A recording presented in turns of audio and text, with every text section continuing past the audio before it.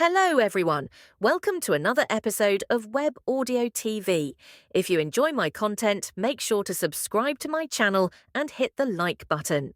What did you say? Is it true? In the courtyard, a skinny old man with a goatee gawped at Lisa. You shouldn't joke about this sort of thing. Lisa had already anticipated he would react this way. She opened the black wooden box in her hand, revealing the 4 Langshan grass plants inside. The old man's eyes nearly popped out of his head. He glanced at Lisa before half squatting down to pick up a pot of Langshan grass. His breaths quickening, he carefully examined it under the sunlight. Lisa was hit with an eerie sense of déjà vu as she watched him. Wasn't this how Li Wei presented the Langshan grass to her? But who could blame him? A Langshan grass site would be life-changing for the Wind Elephant Sect. It's real. After a moment, the old man raised his head, staring intently at his disciple. His eyes were brimming with excitement and uncontrollable joy. Why are our reactions exactly the same? Lisa muttered to herself. She had already prepared for this. Without waiting for her master, to ask, she began recounting the story Cassius had told her. It covered everything with minute detail, from Cassius returning to his hometown to pay his respects to his parents, hopping on a train, to accidentally discovering a wild Langshan grass site in the mountains. In the brilliant sunlight, the courtyard with some flowers planted around the white wall edges seemed quite spacious. The old man with the goatee paced back and forth, muttering excitedly to himself. There's more than 100 meters of this, and such good quality. He froze and stared at Lisa. Your disciple, my grand disciple, is truly a blessing for the Wind Elephant Sect. Moreover, he's your blessing. Stepped forward. Such a great achievement warrants a Wind Elephant pill from the sect. Taking it might heal your old ailments. This is a once-in-a-lifetime opportunity. Omai's eyes shone as he looked at Lisa. His gaze was filled with fatherly affection and a hint of worry. I'll go discuss this with him immediately. He started walking. Lisa, who had been silent for the entire time, suddenly called out, Master. Nov, L, B //JNN. Omai stopped in his tracks. I can't lie to myself anymore. I don't want to waste Li Wei's precious achievement. Who doesn't want to live? I do, but I know my body. The injury from 10 years ago has already damaged my foundation, and any medicine I take will be useless within a few days. My life and martial path have been severed a long time ago. Lisa shook her head, eyes downcast and resigned. Master, don't waste any more time and resources on me. I know you see me as a daughter, but I'm afraid this is my fate. Lisa. Omai opened his mouth, at a loss. Don't worry about me, Master. Lisa's smile was sincere. I've found my purpose for the remaining years of my life. That child is different now, really different? I can feel it. I'm going to put everything I have into teaching him while I'm still able to move around. You taught me martial arts, helped me grow, even treated me like a daughter, and I'm going to do the same with him. He will continue my dreams, my martial legacy, and my values. I will teach him my azure wind flow and he will perfect it. Speechless, Omai stood there for a moment. His fists clenched tightly before weakly releasing. I didn't realize you had already come to terms with it. Acceptance? Perhaps, but I see it more as a master passing down her legacy to her disciple. You know about this. After all, wasn't the Wind Elephant Sect built through such legacies over the centuries? Lisa clasped her hands behind her back and skipped a few steps toward the flower bed, looking uncharacteristically like a little girl. She picked a small white flower, smelled it, and gently tucked it behind her ear. Omai watched silently from the side. The Lisa in front of him seemed to overlap with the little girl from his memories. She used to have a childish and mischievous side to her and, once upon a time, was someone who laughed openly and without restraint. But all of that disappeared because of that incident 10 years ago. That heartless traitor? Omai didn't realize how heavy his breathing had gotten. He gradually calmed down. So, you've made up your mind? Yes, Lisa replied with a smile, nodding.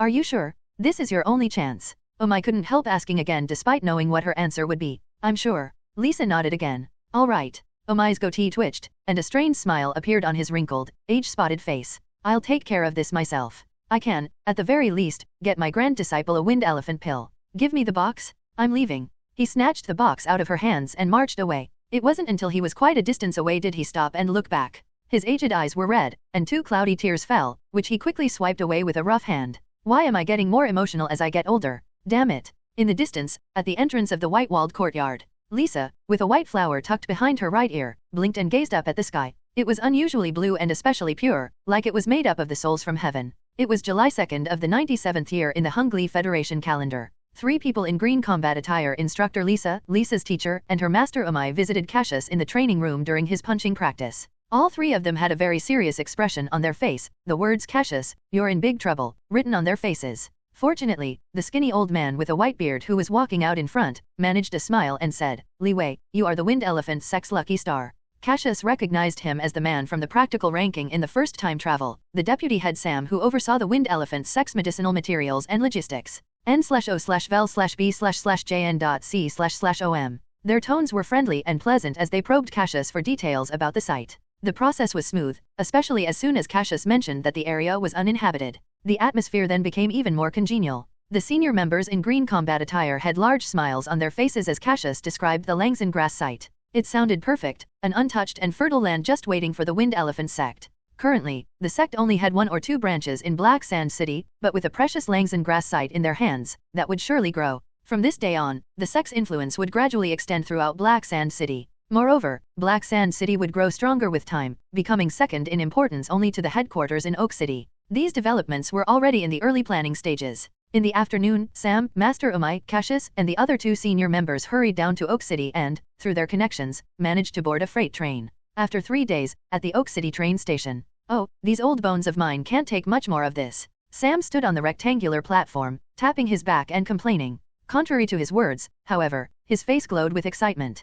Cassius had spoken the truth. There really was a large patch of undiscovered wild Langson grass, nestled deep in the Bayerna Mountains of Black Sand City. There was enough to provide medicinal supplies for the entire Wind Elephant Sect for roughly 2 years. But this was only a small part of it. What made it truly valuable was the land, as Langson grass was only able to grow due to its environment. As long as that was protected, Langson grass could be artificially cultivated to no end. Once you learned how to fish, you'd never have to worry about not being able to catch a meal. In Oak City, the 5 weary travelers enjoyed a hearty meal that nourished their tired spirits. They didn't return to the Wind Elephant Sect until the afternoon of July 5th.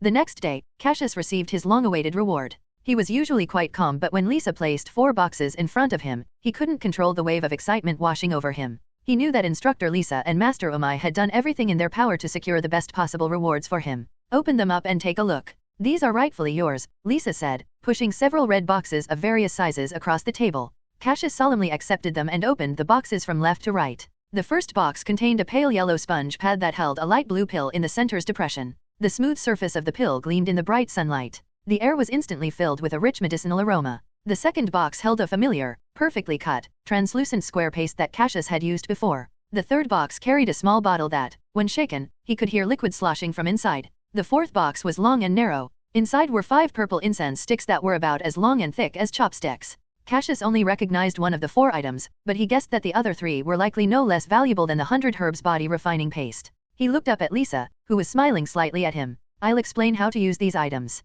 First, this pill. She pointed to the one in Cassius's left hand. This is called the Wind Elephant Pill, and it is the most valuable of the 4 items. Every 5 years, the Wind Elephant Sect spares no expense and resources to make these pills. If we fail to make these, we lose everything, but if successful, we get 3 finished pills. It is exceptionally difficult to make this. Its purpose is simple. It enhances the constitution of anyone below the realm of a pugilist. It's especially effective for those under 20, like you, Li Wei. Your constitution is above average, but after taking the Wind Elephant Pill, they might become exceptional. But this, of course, varies from person to person. Lisa paused, then continued. Diligence determines the lower limit of a covert martial artist's path, while the quality of their constitution determines the upper limit. If you have great ambitions in martial arts, your constitution being just above average isn't enough. So, I asked my master to get you a Wind Elephant Pill. Thank you, instructor. Thank you, master. Cassius was grateful, knowing that without Instructor Lisa and Master Umai, he might not have gotten this Wind Elephant Pill. It was important to remember that after fulfilling Li Wei's lingering attachment, all of his improvements could be brought back to his reality.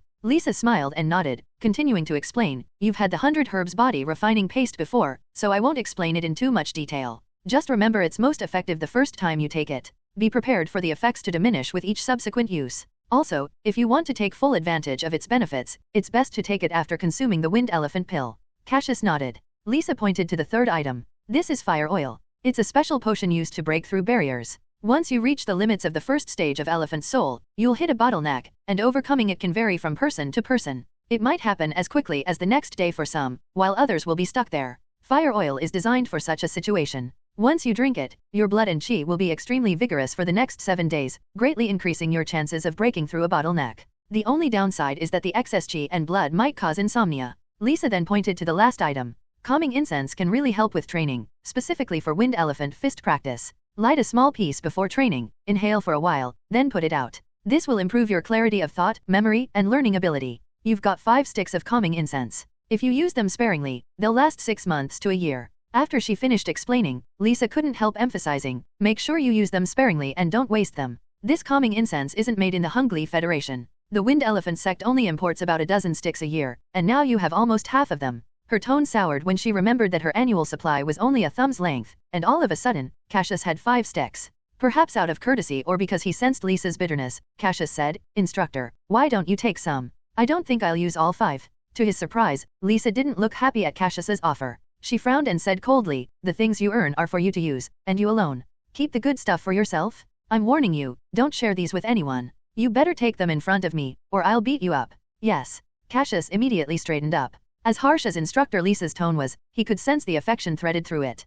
Yes, affection. Ever since their intense sparring session, Cassius felt that Lisa had been paying more and more attention to him, almost as if he was her sole focus. Time traveling wasn't some game. Cassius had his goals, but the people around him were real people with real feelings. Lisa's dedication to Cassius was evident, and Cassius fully respected her as his master. "Good. I'm glad you understand." Lisa nodded. She told Cassius to wait in the meditation room, and 5 minutes later, she came back with a round wooden bucket filled to the brim with hot water. She set it down in the corner, some water inevitably splashing on the floor. She turned to Cassius. "Take the Wind Elephant pill." "Okay." Cassius immediately did just that and swallowed it down. "Take off your clothes. All of it." "Huh?" Cassius blinked. "What do you mean, huh? Hurry up and strip. Don't make me do it for you." Cassius felt a bit awkward. After all, he was over 40 years old with both lives combined. It was somewhat embarrassing to undress in front of a woman, but he had no hopes of winning an argument with Lisa, so he obediently took off his clothes. While Cassius was embarrassed, Lisa remained unperturbed. She even nodded approvingly. "Nice muscles. You've been training regularly. Keep it up. Now, get in." Cassius sat down in the wooden tub, splashing some of the water. The boiling hot water immediately enveloped him. The intense heat continuously seeped through his skin into his body. Is this just a regular bath? It doesn't seem like anything was added to the water. Just as Cassius thought this, a surge of heat rushed up from his stomach, traveled up his spine and engulfed his head. His brain buzzed loudly, his vision blurred, and he was momentarily dazed. When he regained his senses, he felt as though a strong current was coursing through his body, rushing along his veins. Every time it passed through his heart, it received a powerful push, circulating faster and faster throughout his body without stopping. N/O/vel/B/jn.C//OM. Suddenly, a voice shouted, "Steady your breath and focus." Elephant Soul 9th Stance. Cassius could barely see through his blurry vision and his hazy consciousness, but he instinctively followed the command and positioned his body in a special stance. With this, the flow inside his body seemed to accelerate. Cassius gradually felt hotter and hotter. The burning sensation in his throat grew stronger, as if fire was climbing all the way up from his stomach to his mouth. Time seemed to be frozen.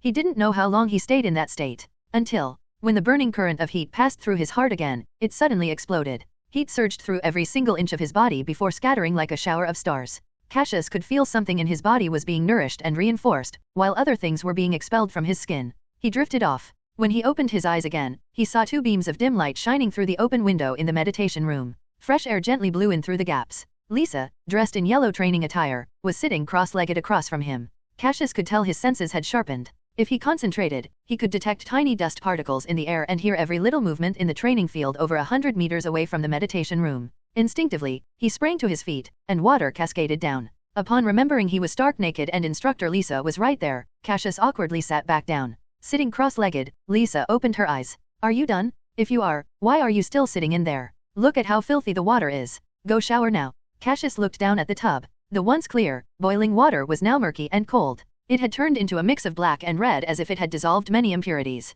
A layer of dirt-like scum floated on the surface. It must have stunk, but he had been in there long enough to get used to the smell, so he wasn't really sure. Although, it looked like Instructor Lisa had opened the window. "Go on," Lisa repeated. Seemingly aware of Cassius's bashfulness about his nudity, she closed her eyes to rest again. Cassius stepped out of the tub, grabbed his clothes from the corner, and dashed to the washroom for a cold shower. As he cleaned himself, he glanced at the top right corner of his vision. Elephant Soul incomplete, PRIC cling 68.2%, Stage 3, rightward arrow Elephant Soul incomplete, PRIC cling 74%, Stage 3. Wind Elephant Fist incomplete, Gale 34.2%, Stage 3, rightward arrow Wind Elephant Fist incomplete, Gale 37.5%, Stage 3. While the uptick in progress was small, it was equivalent to several months of hard work and practice. After all, enhancing his physical strength and improving his mastery of Elephant Soul was just a side effect of the Wind Elephant pill. Its main purpose was to purify and improve his innate talent and constitution. This miraculous pill was probably exceedingly rare in the martial arts world. Cassius had been incredibly lucky to acquire one. After rinsing with cold water, he clenched his fist. His strength hadn't increased much, but it seemed. Cassius suddenly punched. His fist jabbed forward, then froze midair. The water droplets on his arm flew off due to inertia, splattering the wall. From punching to retracting his fist, his movements had been smooth and without hesitation. His control over his body and strength had greatly improved. Suppressing his joy, Cassius dressed and returned to the meditation room. Lisa wasn't there. After a few minutes, he saw her come back in with a clean wooden bucket, which she gently placed to the side. "Come here, let me check your constitution," Lisa said, smiling. She looked even more eager than Cassius. "Okay." Cassius immediately walked over. After a thorough 5-minute examination, Cassius stood there dumbly. Lisa circled him, nodding. "Not bad. Not bad at all. I originally thought that your aptitude would improve 1 level to upper bottom constitution after taking the Wind Elephant pill, but you've gone an extra step to reach upper intermediate constitution. Well done." Lisa patted Cassius firmly on the shoulder encouragingly. "It looks like the efficacy of the Wind Elephant pill is dependent on luck and not effort," Cassius thought to himself. But he seemed pretty fortunate. The pill's effects were excellent. Li Wei's aptitude had always been decent, hovering around middle advanced. Cassius's real body was worse off. At best, it was lower middle. If he could bring the results from the Wind Elephant pill back with him, could his real body's aptitude also improve to an upper level? At the same time, Cassius wondered if he would encounter any bottlenecks in his martial arts progress in his real body. After all, whatever effects his body underwent in this era would transfer directly to his real self. But there was also a possibility he wouldn't plateau at all, and his strength would grow the more he trained. He didn't have a clear answer. However, what was obvious was that he should continue improving his aptitude, and that he needed to spend more time in his real body. Cassius snapped back to reality. Lisa was gazing at him proudly. "Even though your constitution has improved to an upper level, don't even think about slacking off in your daily training. Talent alone won't make you great, you still need to work hard. Starting tomorrow, you'll be under a different training regime than your junior brothers and sisters. You're going to train with me, and I'll teach you what I know." "Yes," Cassius said. That seemed to be all Cassius could say, as he wasn't the expressive type to begin with. That being said, he always remembered those who treated him well and would repay them tenfold when he could. "All right, that's it for today. Go back and get a good night's sleep." Lisa waved her hand. Cassius nodded. Just before he left, he heard Lisa say, "Oh, by the way, prepare yourself. The sect's elders are likely going to promote you to a core disciple in the next few days, and there's a process to go through." The core disciple promotion ceremony that Lisa had mentioned took place on July 5th. Vice Sect Master Umai brought Cassius to meet the reclusive Sect Master of Wind Elephant Sect. He was a tall, robust middle-aged man with bronze skin and muscles that looked more like cement pillars. Cassius felt an intense pressure just being in the presence of the Sect Master. It was like being mentally and spiritually oppressed. Fortunately, Sect Master Bellin didn't seem to be as stern and rigid as Cassius thought. He smiled at Cassius often, inquired after his training like a concerned elder, and constantly praised his contributions to the Wind Elephant Sect, the latter being the main reason behind Bellin's favorable attitude toward Cassius. The Sect Master wasn't doing this just because of the herb's importance, but to set an example for the others. He probably wanted the disciples to see that contributions to the sect would be rewarded, and had hopes that this would encourage more disciples to follow Cassius's lead. Sect Master Bellin also inquired about Cassius's constitution, specifically after using the Wind Elephant pill. Learning that Cassius had an above-average constitution, his enthusiasm grew. The ceremonies to pay respects to the Sect Master and the founder proceeded smoothly thereafter. 10 core disciples from every generation would eventually grow up to manage the sect. There were currently 4 core disciples, with Cassius joining, he would be the 5th. The core disciples had priority access to all resources, including the usual precious medicines and pills. But in a few months' time, these medicines may not be so rare. After the ceremony, Cassius received 2 pale blue garments made of fine, durable fabric. The clothes were not designed for combat and merely as an identifier for his status as a core disciple, putting him at the same level as a senior member of the Wind Elephant Sect. In the evening, he placed the 2 garments and the Wind Elephant tusk pendant on Lisa's desk, but the pendant looked different. The end of the tusk was painted cyan and not ivory. Only core disciples had these. There seemed to be a wistfulness to Lisa as she studied the Wind Elephant pendant for a long time. Cassius decided to give Lisa a set of core disciple clothes, and surprisingly, she accepted them without complaint. It felt similar to parents collecting their child's awards for good grades. Almost, but not quite. Yes, there was pride, but there also seemed to be something else. Something deeper, more hidden. Cassius saw a faint trace of regret in instructor Lisa's eyes. The weather on July 15th was clear with a light breeze. Under Lisa's guidance, Cassius began using the calming incense for training. As expected of a rare item, even a small piece packed a punch in terms of advancing his Wind Elephant fist training progress. He was filled with motivation that lasted from morning until night, and, as a result, he couldn't stop training. Eventually, Lisa had to knock him out to get him to sleep. He had to rely on instructor Lisa's fists to sleep for the first few days of using the incense because he would not have been able to rest given how active his mind was. It was cloudy on July 20th with heavy rain expected to hit that night. In the morning, Cassius was called to the meditation room by instructor Lisa to take an oath. The general gist was vowing to devote himself to martial arts, and to inherit and strive to improve and promote his teacher's path. At the end, he swore to never divulge this knowledge to anyone, not even his junior brothers or sisters. And if he ever broke this oath, Lisa would personally deal with him. Afterward, Lisa taught Cassius a magical technique called Azure Wind Flow. At his current stage, all she could impart were the basics. If he wanted to actually use it, Cassius needed to master the first stage of his Wind Elephant Covert Martial Arts at least. To pique Cassius's interest, Lisa demonstrated the power of Azure Wind Flow. She pressed her palm gently to the top of a wooden dummy, and in an instant, its head flattened under her touch. And this piece of solid wood was as thick as a person's head. The area where she had touched was incredibly smooth. If this had been done to a person. It was cloudy on August 5th. Cassius trained so frequently in these 20 days that he used up a stick of calming incense, earning him a scolding from instructor Lisa. But he had made some significant progress. His Wind Elephant Fist mastery increased by 15%, reaching 55% and breaking the halfway mark. The effects of the Wind Elephant pill was becoming more and more apparent. With the combination of the calming incense and his superior constitution, Cassius's training progress was huge. On August 10th, the weather was clear and the sun strong. After more than a month, the effects of the first 100 herbs body refining paste and Wind Elephant pill dissipated, so, after obtaining Lisa's permission, Cassius decided to consume the second 100 herbs body refining paste. Elephant Soul Incomplete, PRI Cycling 77.1%, Stage 3, Rightward Arrow Elephant Soul Incomplete, PRI Cycling 91.2%, Stage 3, N/O/vel/B//JN.C//OM. Wind Elephant Fist, Gale 54.3%, Stage 3, Rightward Arrow Wind Elephant Fist, Gale 62.3%, Stage 3. As he expected, the effect was halved. Progress for Elephant Soul had increased by less than 15%, and Wind Elephant Fist had only moved up by a mere 8%. However, Cassius did not feel disappointed. After all, the later stages of the Covert Martial Arts were harder. The fact that he could maintain half the original effect of the 100 herb body refining paste was already quite good. He still had another week of rapid growth ahead of him. If he worked hard, Cassius might just save several months of arduous training. It was storming on August 20th with strong winds and thunderstorms. During his morning training, Cassius noticed a tuft of white hair on instructor Lisa's head. In the afternoon, he heard violent coughing coming from the training room.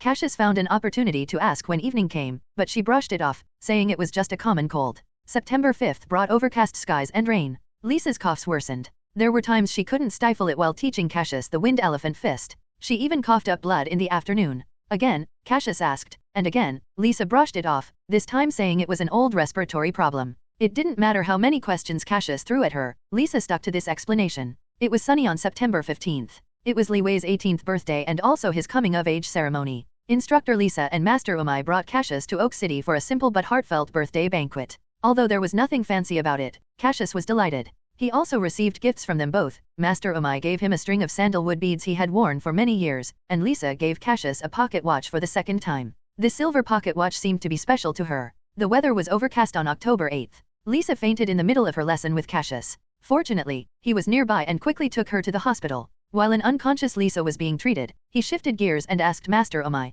At first, Umai tried to avoid the topic, but under Cassius's persistent questioning, he finally revealed the reason behind Lisa's gradual decline. Someone had betrayed Lisa more than a decade ago. That incident had also taken the life of Lisa's senior brother, and severely injured Lisa. The traitor escaped, went into hiding, and has been missing ever since. Lisa had been injured so severely, her foundation had been directly damaged, and effectively cutting off her path to martial arts. Her senior brother Natsu, an even greater talent, unfortunately died. Sam had tried various methods to heal Lisa's injuries, but nothing worked. Any medicine she took lost its potency within a day or two. It was a miracle that Lisa had lasted this long, but she was barely clinging on now. At most, she had 1 or 2 years left. Sam recounted the story with great sorrow. Gaze burning, Sam looked at Cassius and repeated Lisa's words from 2 months ago. Cassius finally understood why Lisa put so much effort and sincerity into training him. Lisa had placed her endless longing for martial arts and her lifelong hope of perfecting the Azure Wind Flow on Li Wei. In her heart, Li Wei was probably more important than herself, because her dreams were now his. The silver pocket watch was actually a relic of Lisa's senior brother.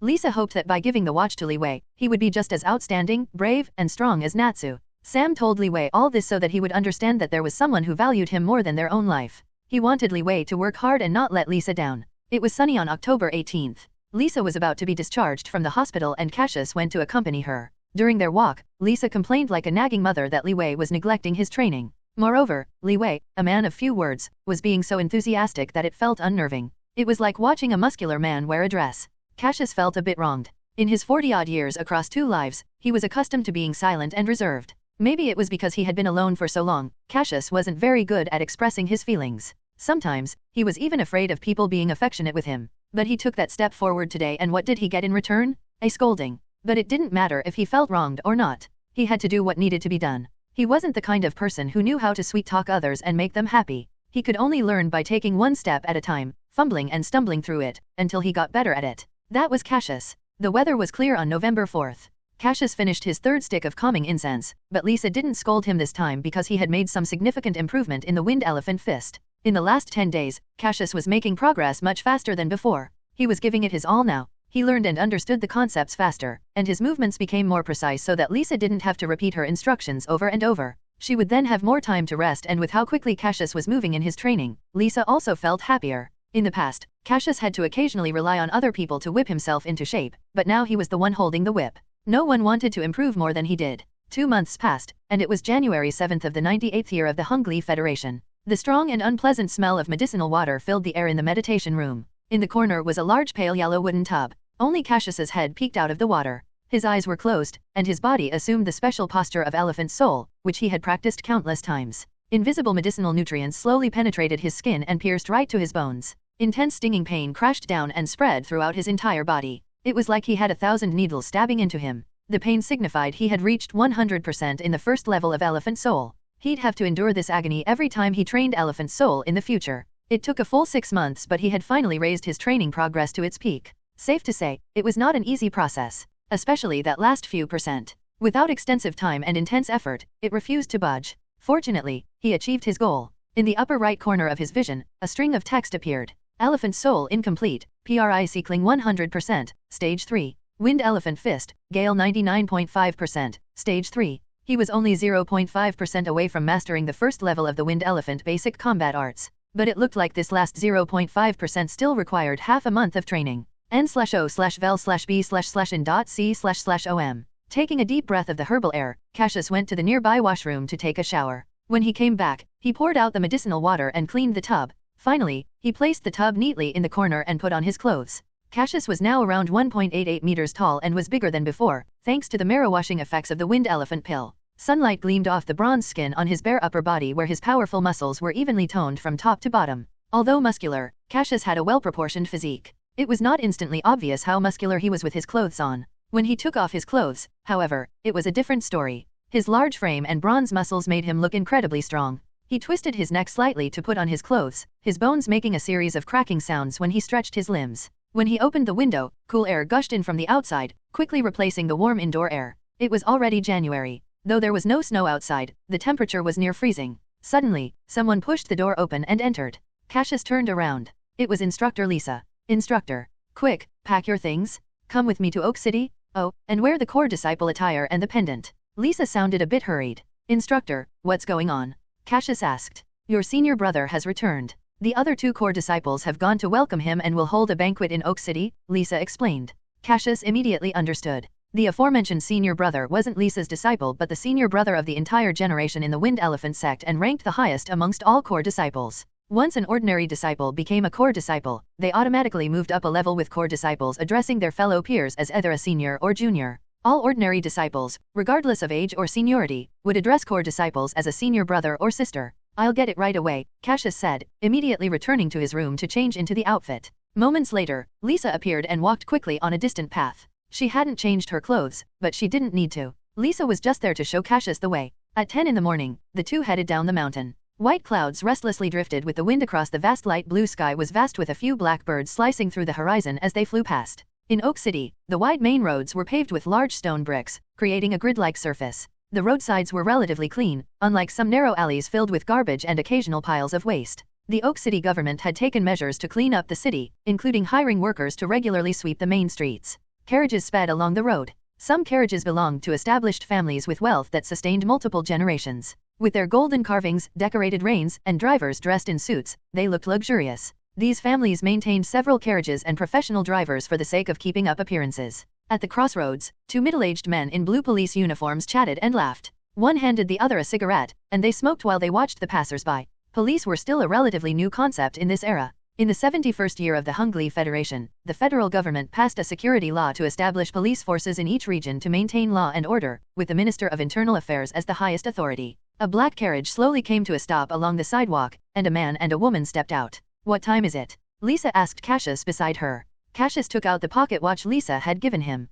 11:05 a.m. Good. We'll make it in time then. The banquet should start at 11:30 a.m. It's quite an affair. Besides the core disciples from the sect, there will be dignitaries and powerful merchants from Oak City and nearby cities. After all, our Wind Elephant Sect is quite influential. Lisa smiled. Come closer, let me fix your outfit. Cassius took 2 steps forward, his back straight. He stood tall. As she straightened his clothes, Lisa said, look sharp, you guys are the stars of the banquet. The other core disciples of the Wind Elephant Sect have some connections with the powerful and wealthy, but you only became a core disciple recently. Not to mention, you've been holed up in the sect practicing non-stop without having met anyone. Most of the attention at today's banquet will likely be on you and your senior brother. She added teasingly, there will probably be many beautiful girls at this banquet. If any of them catches your eye, just let me know. I'll help you out. She smiled, appraising the tall and handsome Li Wei with satisfaction. Ever since that gloomy air had dissipated, there seemed to be a confident aura of masculine charm around Li Wei. Lisa patted the light blue buttons on Cassius's chest. Very handsome?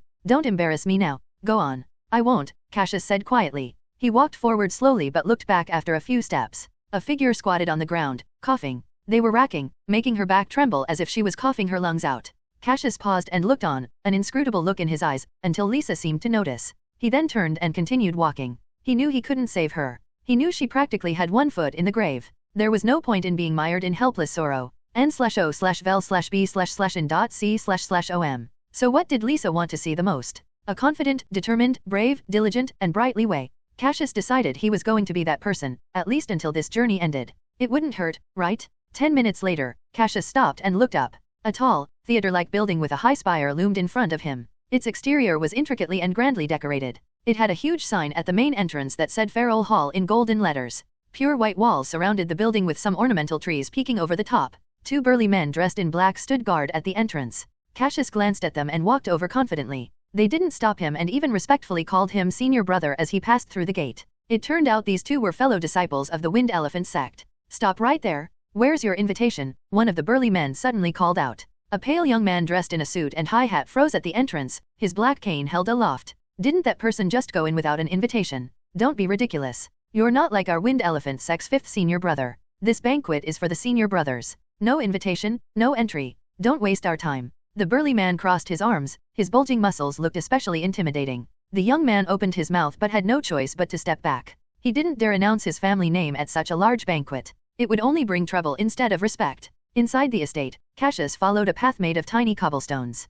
When he reached the midway point, 2 servants dressed in white shirts, black vests and blue bow ties caught sight of him. One of them instantly brightened and approached him. Are you Mr. Li Wei? Yes. Cassius nodded. Then please follow me, the person said respectfully. He turned to whisper to the other servant who quickly ran off. Led by the servant, Cassius walked past the hall and headed for a towering building that had a black base and white walls. At the entrance, the servant stopped, unable to proceed further. Cassius walked up the steps alone and pushed open the gilded doors. A spacious hall stretched out before him with a marbled pattern floor and square columns holding the ceiling up with the occasional green potted plant beside them. Landscape paintings hung at regular intervals on the wall. The most striking of all was the large set of antlers installed on the wall directly opposite the door, with 2 axes wedged into it. Standing in front of the antlers was a burly bald man with arm muscles as thick as a tire and a bear-like build. He turned his head. The burly man's fierce face was heavily scarred. One eye was covered by an eye patch, adding to his aura of wild, animal-like ruggedness. This person not only looked like a bear but also had the demeanor of one.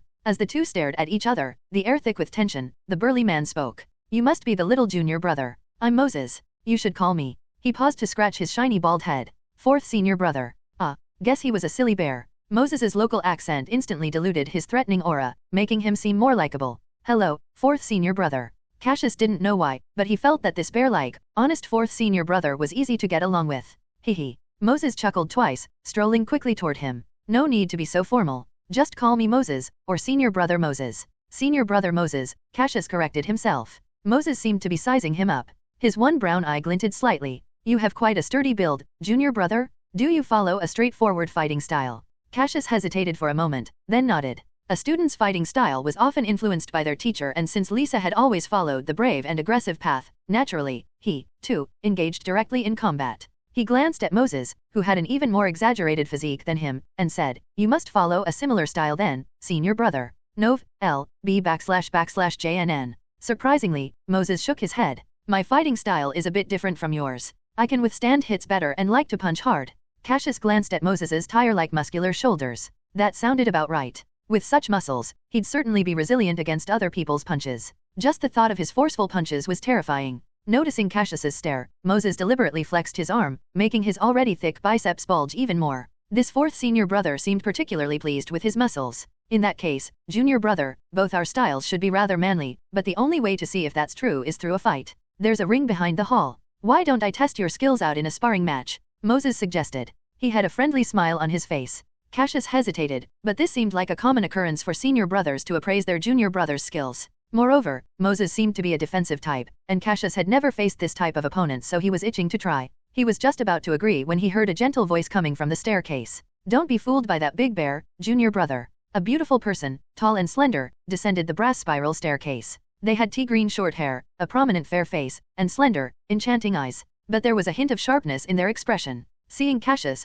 the beauty smiled slightly and said, "Nice to meet you, junior brother. I am your third senior brother, Gordon Lance." Third, senior brother. Cassius was stunned for a moment and looked closer. He immediately noticed the prominent Adam's apple in the center of Lance's swan-like neck. Upon closer inspection, besides his feminine appearance and voice, Lance's expressions, demeanor, and posture were all masculine. Ha ha ha, you're surprised too. When I first met this sissy, I thought he was a woman too. I'm dying. Moses guffawed heartily. His naive demeanor from before was completely gone.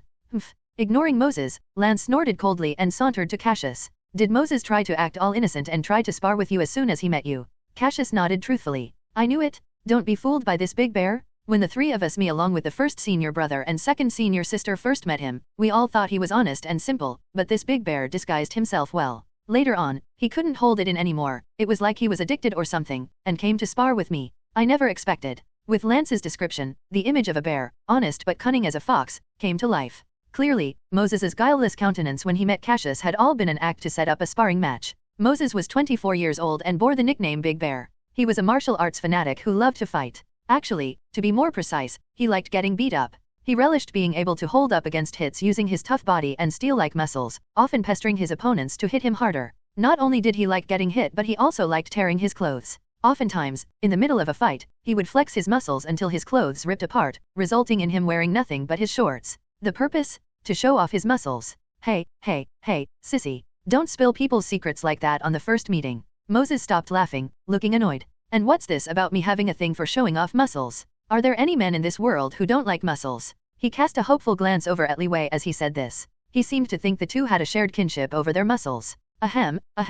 Cassius coughed awkwardly a few times. He didn't know if it was his imagination, but both senior brothers were unusually warm and friendly even though they had only just met. Was it their natural disposition? Or was it because of the Langzhen grass? It turned out Cassius was right. It was indeed because of the Langzhen grass. Imagine a scenario where the core disciples of the Wind Elephant Sect receive a monthly supply of only 3 bottles of medicine, which is barely enough for 3 days of training. One day, a message arrives, saying some lucky guy had found a Langzhen grass site for the sect. Suddenly, their medical supply went from 3 bottles to 30, a tenfold increase that completely replaced the need for ointments. Moreover, the wild Langzhen grass from that site was full and rich, making each bottle more effective than before. Training their body and martial arts were of utmost importance to the core disciples, so naturally, even without having met Cassius, Moses and Lance already thought quite highly of him. Especially after seeing the difference in their martial arts progress after receiving 30 bottles of medicine. While they didn't see much progress in the first half of the year, it quickly went up in the second half. The source behind all this was obvious. In the first floor hall, Lance and Moses suddenly started arguing with each other.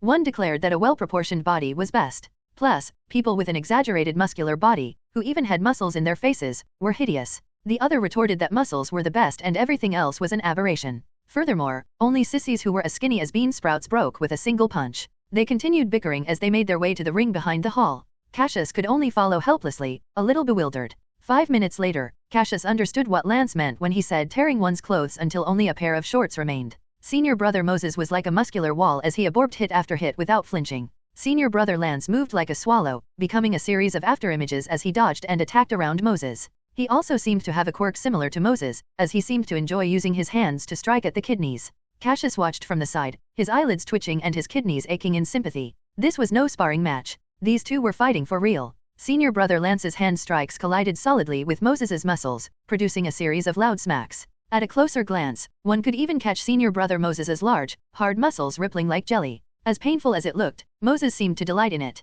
Lance was right. Fourth senior brother truly enjoyed being someone's punching bag. Standing ringside, Cassius could see the differences in their styles. One had great strength, strong defense, but slower attack speed. The other had fast attack speed, high agility, but was weaker. Of course, things like slow attack speed and weaker strength were all relative. If one of Lance's hand strike were to hit the average strong man, he'd likely be done for. After another 2 to 3 minutes, the two in the ring eventually stopped. Wiping the sweat from his forehead with a reddened hand, senior brother Lance muttered, "Stupid thick bearskin. N/O/vel/b/in.c//om. He senior brother Moses grinned cheekily. His skin-tight clothing had ripped apart, leaving him in only his gray shorts. His bulging muscles looked like a fortress, giving off an inexplicably oppressive aura. Moses's build was akin to those steroid-using bodybuilders Cassius had known in his previous life. He really did look like one with the way he posed this way and that, displaying the muscles in his arms. His upper body was impressive, resembling an inverted triangle, though his muscles were somewhat red. There was a smattering of handprints all over his body. Moses turned and caught Cassius's eye. Raising an eyebrow, he then switched to posing like an ape.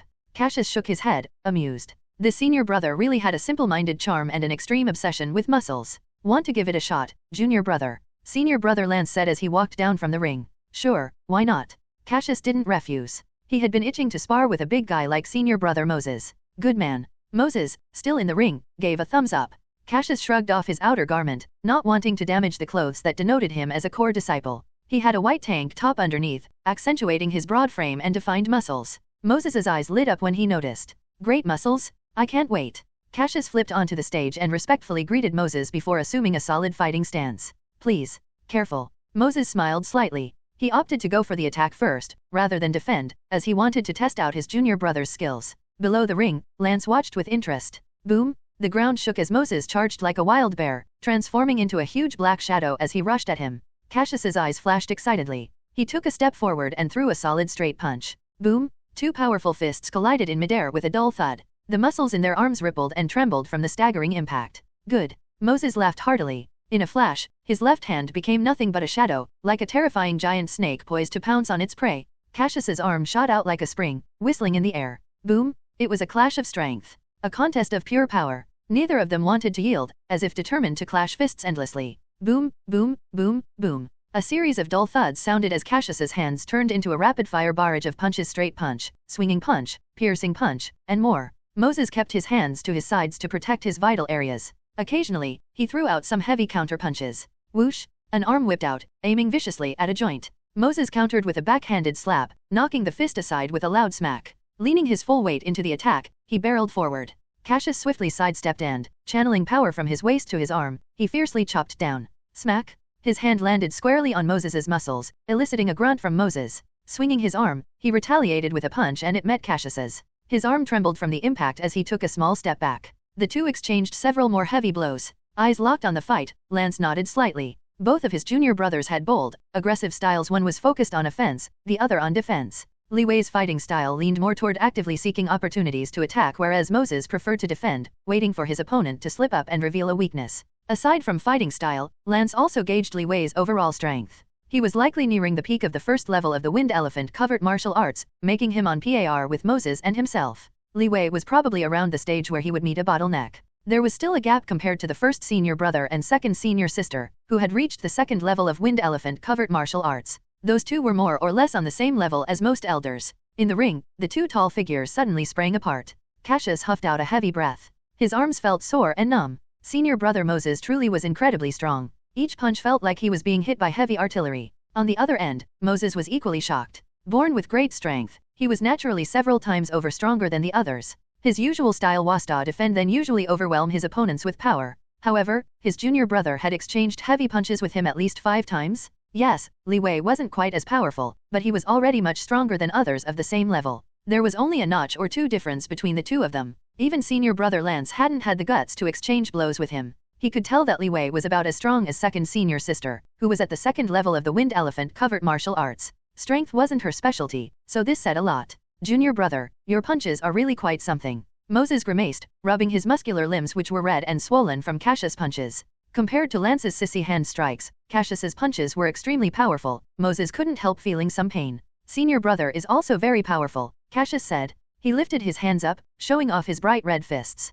"Not bad, really not bad." A strange voice came from afar. Cassius turned and saw a white-haired young man strolling over from the first-floor hall. He was of a medium build and not overly muscular. He had quite a plain face with no distinguishing features. The only notable thing was his calm demeanor and composed confidence. The way he carried himself gave off a scholarly air. It was rare to see such a refined martial artist. It wasn't until the young man got closer that Cassius noticed something. His left shoulder was empty. This man had only one arm. Senior brother. Senior brother. Lance and Moses both greeted him respectfully. Senior brother, Cassius echoed, quietly observing the white-haired young man. The young man looked rather ordinary. He imitated Cassius, sizing him up as well. After a few seconds, he said, "You must be junior brother Li Wei. Nice to meet you, I'm Hikal." His tone was slow, almost gentle. "Hello, senior brother Hikal," Cassius responded smoothly. "Want to have a match?" Huh.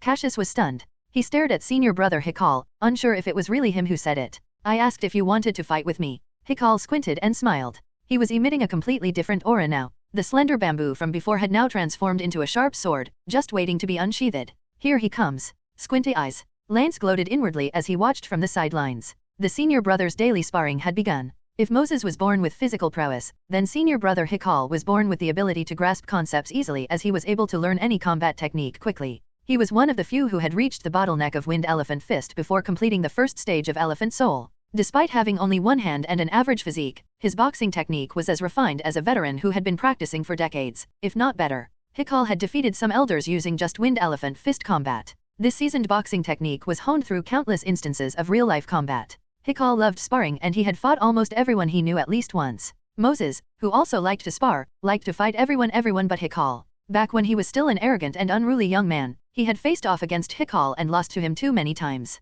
His thick skin and tough muscles were no match against the invincible Iron Fist. Even if Hikal only had one of them. Seeing senior brother Hikal's smile, Moses couldn't help recalling those past events, and he involuntarily shivered. He wanted to warn Li Wei but was too late. "Okay," Cassius agreed eagerly. He regretted it 5 minutes later. Senior brother Hikal seemed to have perfected the Wind Elephant Fist and seamlessly integrated it with his one-arm condition, creating a sharp and peculiar one-arm boxing style. Every time the two clashed, Cassius found himself suppressed.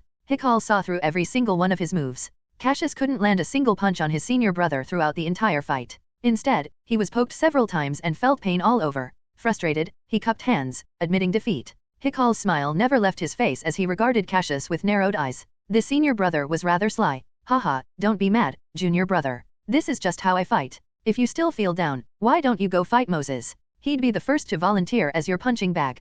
Hikal smiled slightly. His fist clenched, still unsatisfied. "Hee, any day, anytime, anywhere," Moses said gleefully. His chest muscles bounced in invitation to Cassius. "How about a fight with me now?" Hikal rotated his shoulder, already warmed up. "Please, senior brother? I was talking to junior brother." Moses shook his head rapidly, changing the subject. "Hey, it's almost noon, right? We should get ready and head to the banquet." 10 minutes later, at the entrance of the tall Pharaoh Lay Hall, several black-clad burly men shouted as one, "Hello, senior brothers."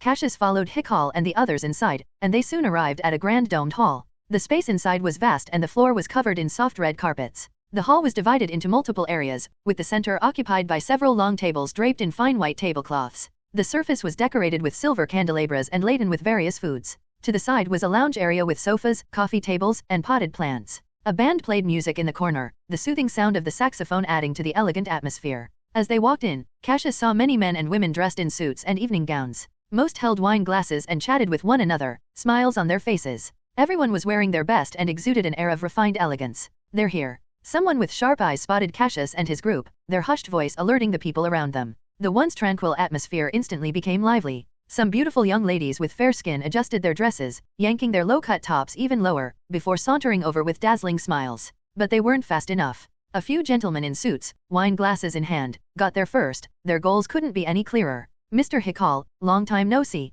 You've returned." "Mr. Moses, about the goods you mentioned last time." "Mr. Lance." In an instant, the hall was filled with the sound of various conversations and voices, like a dense swarm of flies had appeared. "Are you Mr. Li Wei? It's such a pleasure to meet you for the first time." A bearded gentleman's eyes lit up. He extended his hand, leaving Cassius no choice but to shake it. "Li Wei, the fifth core disciple from the Wind Elephant Sect. Li Wei," people said in hushed voices. Businessmen in suits crowded over, blocking Cassius's exit. Cassius followed what his senior brothers were doing. He helplessly shook their hands and greeted them all one by one. Despite how different they were, in situations like these, they all wore identical fake smiles. They knew how to manage themselves in a formal setting. 20 minutes later, Cassius finally managed to extricate himself from the mass. In the corner, Lance looked at him, a faint smile teasing his lips. "It seems our handsome junior brother is quite popular." Moses and Hikal laughed. Cassius smiled wryly. "Senior brother Lance, please don't tease. I like being by myself. I can't handle these types of situations. Nov. L. B //JNN.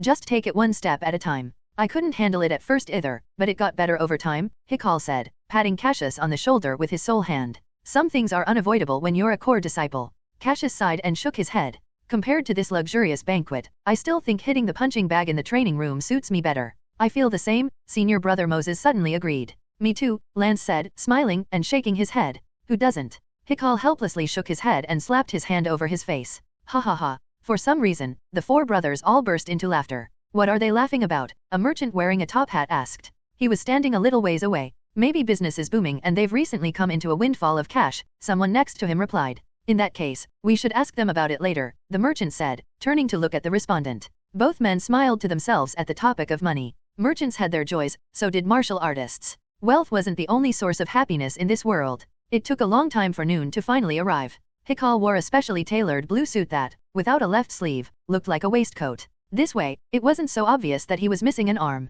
He quickly walked to the center of the hall and with his glass goblet raised, loudly announced the start of the banquet before downing the contents in one go. Everyone else followed suit. Some people lingered at the long tables full of food, placing a few things on their plates, but it was all for show. Others couldn't be bothered to go through that effort and simply scouted around for conversation partners, never letting go of their wine glasses. The main purpose of the banquet was not to fill their stomachs, but to network. At one glance, the entire banquet of around 80 people was divided into several circles. One of the circles consisted of older men who were mostly owners of manufacturing companies, gathered together to discuss serious business. Another group was composed of charming noble women who spoke and laughed quietly with their hands covering their mouths, mostly gossiping about high society or the latest luxury items. The last circle was full of attractive young men and women who chatted and laughed with occasional exclamations and boastful remarks. On the other side of the long table, Moses and Cassius were inhaling the food, each armed with a fork and a plate overflowing with various delicacies. Moses ripped off half a juicy smoked pork leg in a single bite. He chewed contentedly, glancing approvingly at Cassius who was also gnawing on a leg. Cassius seemed to sense his senior brother's gaze, and when their eyes met, they flashed a smile at each other. Hey, you gluttons, stop eating and come help, Lance complained jokingly, his face weary from the never-ending conversations. At least let us eat our fill first. Moses looked up. Lance was speechless. Being a little hungry won't kill you. Moses chuckled. Meanwhile, Cassius was focused on chewing on a large piece of meat. He had always eaten in the canteen, and while it was good, it definitely paled in comparison to the banquet's dishes. His mouth was smothered in oil and grease. Cassius called over a waiter and took a glass of wine from the tray to make his food go down smoother. The banquet had at least a dozen waiters walking around, all of whom were tall and handsome young men wearing black and white uniforms with black armbands around both sleeves. The armband's purpose was twofold. It could adjust the sleeve length by fixing it on the upper arm and pulling it up to the desired length, and it could also hold the rolled-up sleeves in place. Many gentlemen wore such armbands in the summer. A soft and pleasant voice came from his left. Mr. Li Wei, may I have a word with you? Cassius gulped down the wine and turned to look. A beautiful girl stood in front of him. She had delicate features with reserved yet charming eyes. Her light red silk gown accentuated her long legs with a waistline that seemed deliberately cinched to make her figure appear slender. Her red wine hair was piled high, further highlighting her pale neck and snow-white chest. Nice to meet you, my name is Michelle Romero. The girl's smile had a hint of elegance. 5 minutes later, Michelle returned to her small circle, looking visibly frustrated. Some of the girls who were close by clamored over to inquire about the encounter. I don't even want to talk about it. The one thing I'll say is that he's a unique guy, Michelle murmured to herself, a peculiar loner. For the next 10 minutes, the girls went up to him, one after another, to talk but all failed unequivocally. A wise man once said that a refined gentleman could always enliven the atmosphere when he was speaking with ladies. Unfortunately, Cassius was anything but and always ended up killing the mood. Mr. Li Wei, you seem so tall and strong. Yes. Mr. Li Wei, you look like you enjoy gourmet food. Yes. Mr. Li Wei, your martial arts must be impressive. Yes. Wouldn't a normal person elaborate after answering? For example, when one compliments another's build, a good conversationalist might show off their muscles for a bit before launching into talking about how difficult training was, and how dedicated they were. Or when one mentions another's preference for food, a person with adept social skills would probably bring up their favorite dishes. The girls' questions were not yes or no questions, they were open-ended that required elaboration. However, there was no need to explain what kind of person Cassius was. This was his way of doing things, and he wasn't going to change for irrelevant people. In Cassius's opinion, flowery words and pleasantries could never beat a good punch. Soon after, no one bothered to approach Cassius anymore. Thrilled to be free once more, he spent his time gnawing on ribs with Moses and enjoying the sight of Hikal and Lance bustling around. Time went slowly until it was around 2 in the afternoon. The music changed, and the customary ballroom dance finally began. Pairs of luxuriously dressed men and women danced to the lyrical music, with the man gently touching the space below the woman's left shoulder blade rather than her waist. The woman would rest her hand on the man's right shoulder, with their left hands clasped together. "Junior brother, don't you think our third senior brother and his partner there look like two women dancing?" The bear-like Moses sprawled comfortably on the sofa in the corner, raising his eyebrows at Cassius. Cassius, who was sipping his drink next to him, turned to look. He could see, from afar, senior brother Lance dancing gracefully with a girl with an innocently cute face. However, compared to the girl, Lance seemed much more beautiful and refined. To the left, senior brother Hikal was also dancing with a beautiful noble woman. He had an aristocratic air about him as he danced, graceful despite having only one arm. "Senior brother Hikal's a pretty good dancer," Cassius remarked. "He is, isn't he? He's very perceptive and good at picking things up. One practice and he gets it," Moses said, snatching a bright red cherry off the coffee table and tossing it into his mouth. 5 minutes later, Cassius grabbed a glass of wine and headed toward the long table to get some dessert. He was accosted by a tall and thin middle-aged gentleman on his way there. "Good day, Mr. Li Wei. My name is Negri, owner of Sunset Antiques. I'd like you to have my business card. Here." As Cassius accepted the proffered card, a question popped into his mind. If he found legendary antiques or antiques with lingering attachment during his time travel journey, could he absorb the lingering attachment within them? To be honest, the speculation was absurd. It was like searching for a shortcut to become a genius. Cassius knew the possibility was next to zero, but he couldn't stop thinking about it. After all, if such a thing were possible, the rewards would be incredible. After shooting a pleasant smile at Negri, he pocketed his business card. There was no harm in trying anyway, even if nothing came out of it. After the banquet, he could visit Sunset Antiques and explore their warehouse. It wasn't like he was going there to buy anything anyway, he was just going to look around. Thoughts still roiling, Cassius grabbed some dessert before sitting back down next to Moses. Time passed at a snail-like pace before it was finally almost 4 p.m. As the banquet ended, the number of guests trickled down. Only the 4 brothers of the Wind Elephant Sect remained in the hall. Moses and Cassius sat on the sofa, while Lance, who was wearing a blue suit, perched casually on the armrest.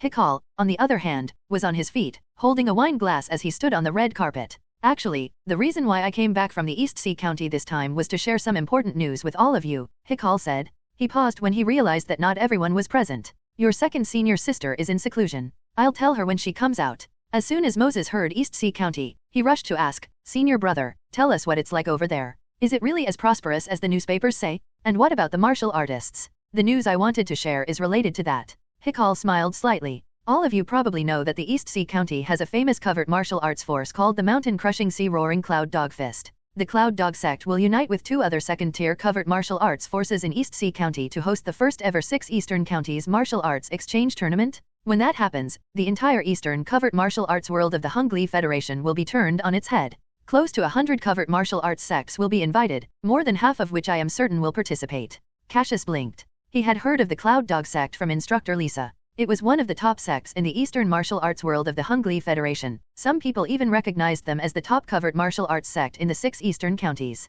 Due to the Hungly Federation's vigorous development of maritime transport in recent decades, the number of ships traveling the ocean had multiplied several times over. As a result, many sea routes had been opened, allowing travel to different countries around the world. The East Sea County had an elongated shape with a very long coastline and multiple bustling harbors. Because most of the trade between the Hungly Federation, Blue Star Empire, and the United States of Yana had to go through the East Sea County was very economically and culturally developed. Originally considered a second-tier force at best, the Cloud Dog Sect also rose to prominence because of the economic boom. The sect managed to expand their influence significantly and quickly became the top sect in the East. Hikal took a sip of wine, giving everyone some time to digest the information. Half a minute passed before he continued. "Since this is the first Eastern Exchange Tournament, they aren't considering participants over 30 for now. This means the people there will be our age and each sect's top talents." Cassius could feel 4th senior brother Moses's breathing quickening when he heard this, his whole body trembling with excitement. 3rd senior brother Lance also seemed eager to try it out. Was it because of the inherent combative nature of martial artists? Or perhaps their desire to win? In Li Wei's era, travel information wasn't very sophisticated. In fact, it was actually quite inaccessible. Some people never left their home counties for their entire lives. Covert martial artists rarely had an opportunity to interact with the others. Even talented martial artists like Moses and Lance had, on a few occasions, sparred with some covert martial arts sects in Bailio County. Sometimes, there wouldn't be any opponents and they'd have to settle for practicing with their own sect members. This tournament gave them the opportunity to enter a broader world of martial arts and personally experience dozens of different covert martial arts styles. The air was suffused with excitement and anticipation. Hikal proceeded to detail the tournament rewards. Those in the top 10 would be awarded prizes with the top 3 receiving special awards. While the prize, which was training resources, for the remaining 7 were indistinct from each other, it was still quite a handsome reward. Cassius couldn't help being swept along when he heard the prizes. As expected of a top sect from a wealthy region, the rewards for the top 4 to 10th participants were only slightly less comparable to what he received for discovering the Langzen grass site. It went without saying that the top 3 would receive prizes graded several levels higher. Plus, according to senior brother Hikal, the top 10 participants' sects would also benefit. It seemed the Cloud Dog sect planned to engage in economic resource cooperation with those sects, bringing benefits not only to the individual but the entire sect. The Cloud Dog sect wants to make the Eastern Exchange Tournament a huge event because it would help to solidify its position as the top sect in the East, Cassius speculated. Exactly. Moses snapped his fingers beside him. But this Eastern Exchange Tournament suits my tastes perfectly. I can't wait. He twisted his thick neck, producing a series of crisp cracking sounds. Don't worry. As core disciples of the Wind Elephant Sect, we're guaranteed a spot in the tournament. Just be patient, Hikal reassured with a smile. Before we head on over to East Sea County for the exchange tournament, there will probably be an internal ranking competition in the county where participants will be grouped according to their rank. Cassius fell silent as he recalled something. The Wind Elephant Sect had been annihilated after the county ranking competition, when some high-ranking members took the participants and spectators to the East Sea County. They had been ambushed on their way there. The entire sect had almost been wiped out. He vividly remembered the battle, where the sect leader and elders fought desperately to hold off the enemies. One by one, they fell, with many instructors sacrificing their lives to protect their disciples. The memories in Li Wei's lingering attachment were like a movie. Only major scenes were clear and detailed, while there were large gaps and time jumps in between them. Numerous questions flooded his mind. Why had they been ambushed? Was there something fishy about this Eastern Martial Arts exchange tournament? Was it related to the Cloud Dog sect? He took a deep breath, shifting his focus back to the external world where senior brother Hikal was sharing his experiences in East Sea County at Moses's request, particularly about the prosperity of martial arts there. The 4 of them left Farrell Hall at around 4:30 p.m. They didn't need to worry about cleaning up after the banquet as the attendants and cleaning staff would handle it. Since the Wind Elephant Sect was the largest shareholder behind the Farrell Hall, Hikal naturally didn't have to spend a single penny to host the banquet here. Hikal stopped at an intersection.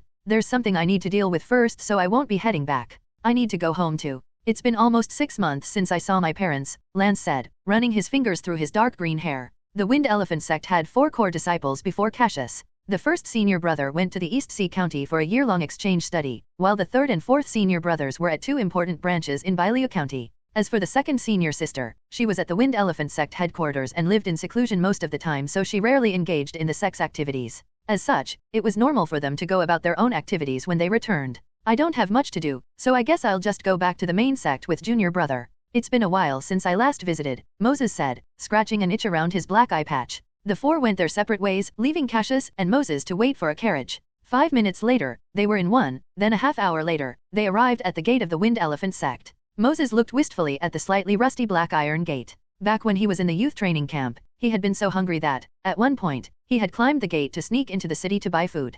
Unfortunately, he had been caught, and in his panic, he ended up dismantling the entire gate. In the end, he got his food, but he also ended up getting punished with a month of doubled training, which he had nearly died from exhaustion. Fortunately, he was stronger than the average human and always managed to finish the training before each meal. Ultimately, he never went hungry. Cassius felt a deep affinity with him when Moses recounted his experience. In his first time travel, he had also been punished with 2 weeks of double training. However, unlike Moses, he hadn't been strong enough to complete it in the beginning, so he couldn't finish in time for meals. As a result, he had to rely on his roommate and his sister, Li Chu, to bring him supper every night. The two continued chatting as they walked, although it was mostly Moses who did the talking as he reminisced about the past. He seemed to be a closet chatterbox. On the way there, Cassius made a quick stop at his house to change into more comfortable clothes. A cobblestone path lined with trees slowly came into view, and soon enough, Cassius and Moses arrived at the official student residential area. Moses was clutching a large bag that emitted a faint medicinal scent that likely came from some body-strengthening medicine. He was going to catch up with some old friends and give them some gifts.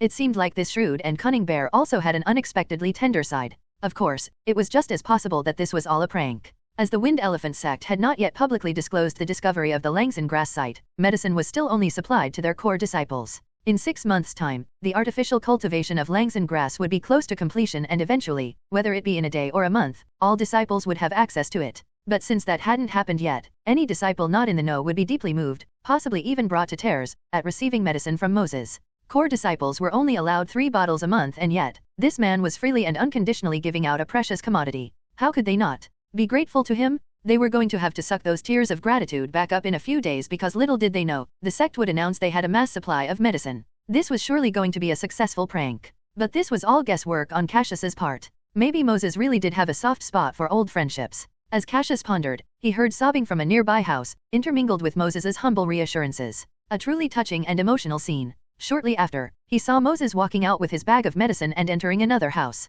This cycle repeated 4 or 5 times, with continuous cries of gratitude filling the air. Cassius was a little puzzled. Hadn't Moses mentioned earlier that he didn't have many friends in the training camp and that, on the contrary, he had many enemies? Where did all these friends come from? When it finally dawned on him, Cassius rubbed his forehead, feeling a headache coming on. He walked a few steps down the stone-paved path and away from the residential area, to avoid being seen by the friends who might come out to thank Moses. It was a little past 5 in the evening. A large thin ring of reddish-gold clouds gradually dispersed in the wind against a twilight sky tinted a rustic brown. Cassius glanced at the upper right corner of his vision. There were only about 30 ticks remaining on the time scale. He was originally given about 6 months, but after working with Damien, he had managed to squeeze out an additional 30 days. It was about time for him to fulfill some of Li Wei's lingering attachment to gain more time. Without warning, the wind elephant tusk symbol next to the time scale flickered erratically. A swell of intense emotions suddenly crashed down on his mind.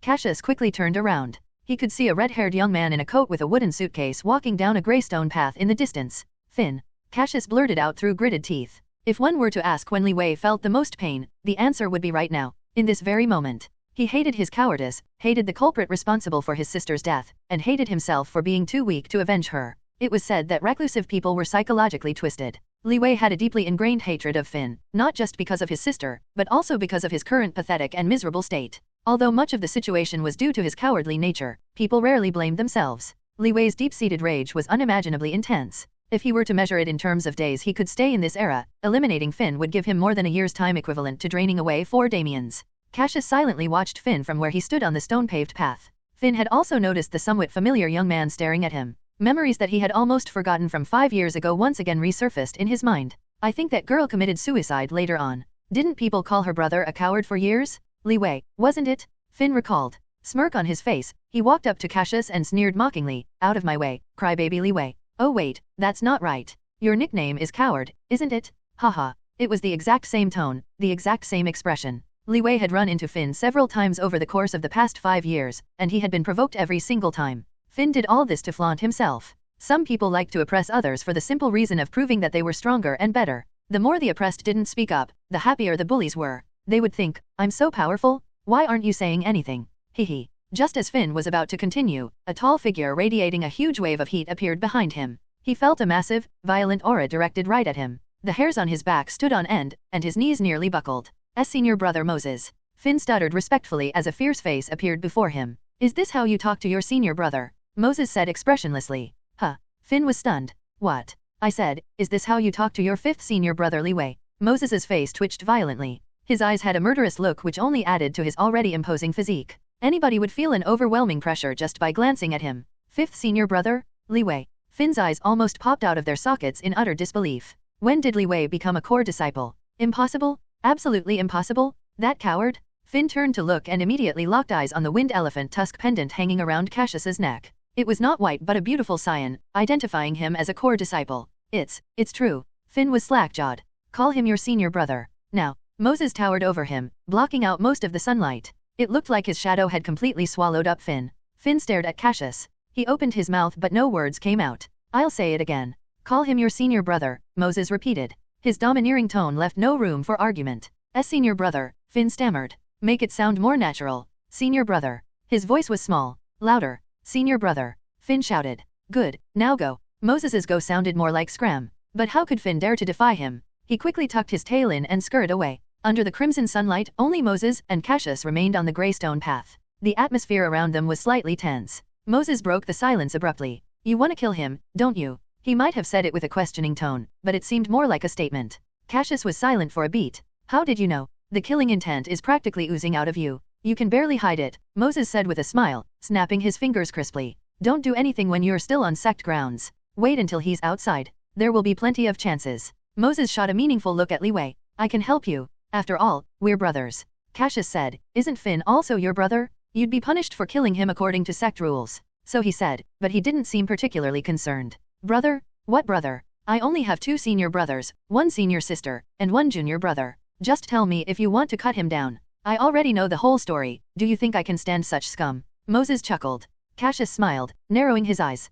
He. Nov. L. B //JNN. Moses bared his teeth in a fierce grin. He. The two brothers were united as one, ready for murder and mayhem. This can't be real. When did Li Wei become? Finn raced back to his room, still in disbelief. He had only been at the branch for half a year, so how did that coward Li Wei become a core disciple in that small window of time? Impossible, this can't be happening. But, Finn shuddered when he recalled Moses's vicious expression. Everyone knew Moses, the fourth core disciple of the Wind Elephant Sect. His past nickname had been Evil Bear because he was known for his violent temper, brutal fighting style, and for breaking many fellow disciples' limbs. His notorious reputation was a known fact amongst the disciples in the sect. It was the same Moses who proclaimed that Li Wei was the fifth core disciple of the Wind Elephant Sect. Plus, there was that Wind Elephant tusk pendant which basically confirmed his identity as a core disciple. He couldn't have possibly faked it. Who? Finn stood at his door. He let out a heavy breath before grabbing the door handle with sweaty palms and opening it. The inside of his room looked the same as it did half a year ago. A cloud of dust and a faintly rancid smell assaulted his nostrils.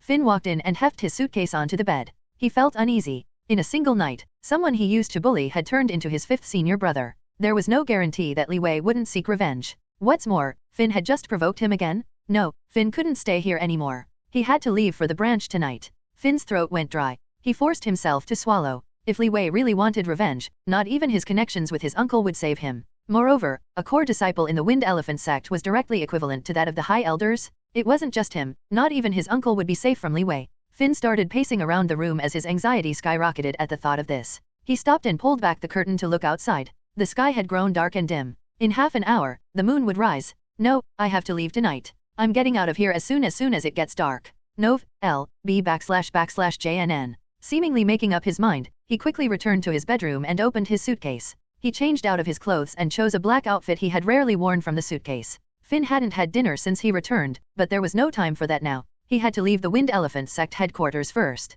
Time ticked by. A black veil gradually shrouded the entire sky. Huge dark clouds stretched across the sky, blocking the moonlight. Creak. A young man in black with a suitcase stood briefly in front of a wooden door before hurrying down the stone path. 5 minutes later, at the Wind Elephant Sect gate, a gatekeeper was leaning against the black iron gate. He must have finished dinner as he had a yellow toothpick wiggling in his mouth. Heading out so late, junior brother. Yeah, I've got urgent business at the branch. Goodbye. Finn quickly walked out the gate and down the mountain path. It had been hot during the day, but the temperature had dropped sharply as soon as the sun disappeared behind the horizon. A chilly wind blew from nowhere, making the dense trees on his right rustle. The shadows of the swaying branches mimicked clawing demons. Rubble and withered grass lay on his left, with a cliff stretching out before him. It looked pleasant during the day, but once night fell, the same scenery became a frightening sight. Dark clouds obscured the moon, only the faintest of light seeping through. A few scattered stars quietly embedded themselves in the sky. Finn's steps were quick. Since he was a martial artist, even a brisk walk was faster than an ordinary person's jogging pace. He heard a hollow whistling sound as the cold wind blew against his ears, accompanied by the hooting of an owl in the forest.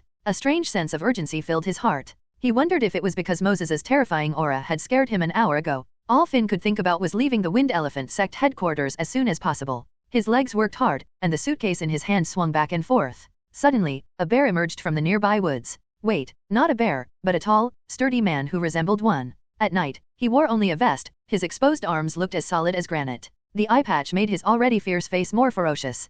Senior brother Moses, what are you doing here? Finn swallowed. His bad premonition hit an all-time high, and his heart pounded wildly. He. Moses didn't speak. He just grinned, baring his white teeth. They looked both ugly and terrifying. Finn had only one thought in his mind, run. Abandoning his suitcase, he dashed into the woods on his right, swerving between the shadows of the branches. Thump, thump, thump. Footsteps of varying speeds echoed through the dense forest. Teeth clenched, Finn sprinted wildly. The violent aura behind him kept getting closer and closer, like a vicious bear was hot on his heels. He felt nervous, the kind of anxiety that made him want to pee his pants. Adrenaline surged through him. When he heard heavy footsteps approaching from behind, his heart just about leaped out of his throat. His back was drenched in sweat. At some point, Finn realized he could no longer hear footsteps behind him. He glanced quickly behind him, his legs still carrying him forward. They really were gone. Had he shaken off Moses? Finn didn't dare relax. Another 10 seconds of running and another downhill path appeared. This was a side path down the mountain from the Wind Elephant Sect. Had he been chased around the mountain?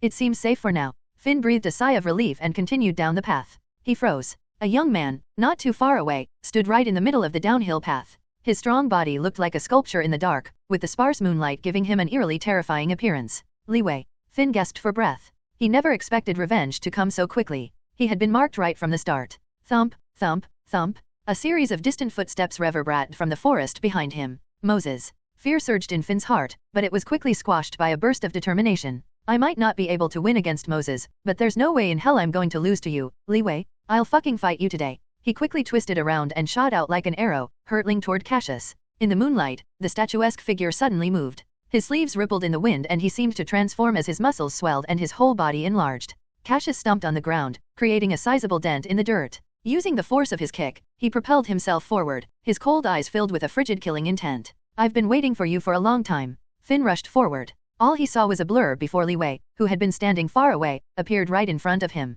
His gaze was so cold, it felt like it could see right into his soul. When Cassius met Finn's eyes, an intense wave of killing intent surged over him. Finn felt his ruthlessness falter. Just as he threw a hasty punch, he heard bones crunching. The next instant, an indescribable pain shot through his left hand at the elbow. It broke? His elbow had been shattered. His forearm dangled uselessly at his side, the skin pulled taut from clinging onto the broken joint. A piece of white bone, dripping with crimson blood, protruded from the tear. Finn's eyes bulged, face contorted in pain. When had Li Wei hit him? Arg! Finn roared. He swung his right fist quickly. Suddenly, a shadow slashed through the air like a whip. Bang! A mixture of blood, tendons, bone fragments, and pieces of skin exploded in midair. Finn's forearm spun like a propeller. Crack! Crack! His bones cracked. He crumpled to his knees, blood gushing slowly down from his arm and into a small but quickly forming puddle underneath him. Pain radiated through his entire body in intense waves and the tear in his arm was so agonizing he felt like his heart was being crushed. Finn's mouth gaped open. There wasn't a single spot on his face not covered in blood. A tall figure walked over and stared down at him coldly. It hurts, doesn't it? A deep voice came from above, to the point where it feels like your heart might stop. Trembling, Finn lifted his head. Fear gripped his heart so tightly he couldn't speak. Do you feel helpless now? Afraid? The voice, tinged with sadness, paused. 5 years ago, a girl named Li Chu felt even more helpless, even more scared than you do now. She was raped by a beast, and even though she was clearly the victim, she didn't get any justice. Her brother was weak, her mother died, people pointed fingers at her, and the culprit was never caught. She killed herself. She killed herself? Damn it. Rage, the kind of fury felt when someone ruined something beautiful he'd saved, surged through Cassius. A strong hand shot out, seizing Finn like a small chicken. He lifted Finn up by the neck, ignoring the blood dripping down from his swinging legs. Finn could see Cassius's bloodshot eyes and bulging veins running from his neck to his temples. The two boys locked eyes, the silence around them so thick that it seemed like it could solidify. Cassius suddenly grinned. Here's a thought. Why don't you see how it feels like to die while your body and soul are slowly being devoured by despair and fear? Whoosh! Like giant, roaring pythons, his two large hands suddenly shot out. Finn's body plummeted but was caught in Cassius's strong embrace before he hit the ground. Cassius's muscles instantly swelled, turning slightly black. Inch by inch, his arms tightened until, like iron pillars, he began closing in on Finn. Like a dam that suddenly broke, a torrent of immense power surged from Cassius's body and encased Finn. Ugh! Blood vessels spider-webbed across the white of his eyes which already seemed like they were on the verge of popping out of their sockets. His breathing grew weaker under the pressure. Crack, crack, crack. Every one of Finn's bones screamed in agony. A sound like a punctured bag squeezed out from his throat. Finn wanted to say something, but he choked on the blood bubbling in his throat. He could only stare wordlessly at Cassius as blood streamed from his orifices. In a daze, he seemed to see himself falling into the depths of an ocean. There was a huge black whirlpool that spun around madly, with countless pale arms reaching out from the water to grab him. No, Finn struggled, a last spurt of energy rocking through him as he sensed his end was near. I won't be seeing you again. Crack. Under the moonlight, a tall figure bent over in an embrace, while the person in that embrace had their waist broken, forming an exact greater than symbol. N/O/vel/B/JN.C//OM. Tap, tap, tap. The pitter-pattering of footsteps became louder as Moses ran over. As soon as he saw the scene, he slowed down and walked over. Cassius raised his blood-spattered face. The shadows were dark, and in the faint moonlight, it threw his blank, rigid, and cold expression into sharp relief. It seems your killing intent surpasses mine, little brother. Moses smiled with satisfaction. They were indeed the same type of person. I was just killing a beast who should have died a long time ago, Cassius said, slinging Finn's body over his shoulder. Should I throw him in the lake? Feed the fish. Do whatever you want. Moses surveyed the bloodbath. I'll clean this up for you. He extended his palm forward and felt a cool sensation on his palm. Look, even the heavens are helping you. It's starting to rain. He didn't even finish speaking before lightning flashed through the layers of dark clouds in the sky, and rain poured down in torrents. The dense rain gradually formed a thick curtain across the sky. Cassius looked up at the hazy sky. Thunder rumbled deep in the clouds like cannons while the relentless rain washed away the blood on his face. Even his heart, which had previously been in a state of turmoil, returned to cold stillness. Rest in peace, amen. This was directed to a girl lying in her grave. Time flew by, and in the blink of an eye, half a month had already passed. It wasn't until the 10th day after Finn became fish feed in the lake that the Wind Elephant Sect finally realized his disappearance. The sect quickly sent people out to investigate, but they came back empty-handed. Not to mention, 10 days had already gone by. Even if they had searched right after the heavy rain, any traces of Finn would have been washed away. Technology in the 1880s was a far cry from what Cassius remembered from the 21st century. There were no cameras, no specialized equipment, and no witnesses. They couldn't even figure out if Finn was missing or dead. In a situation like this, the possibility of Cassius and Moses's clandestine actions being detected was near impossible.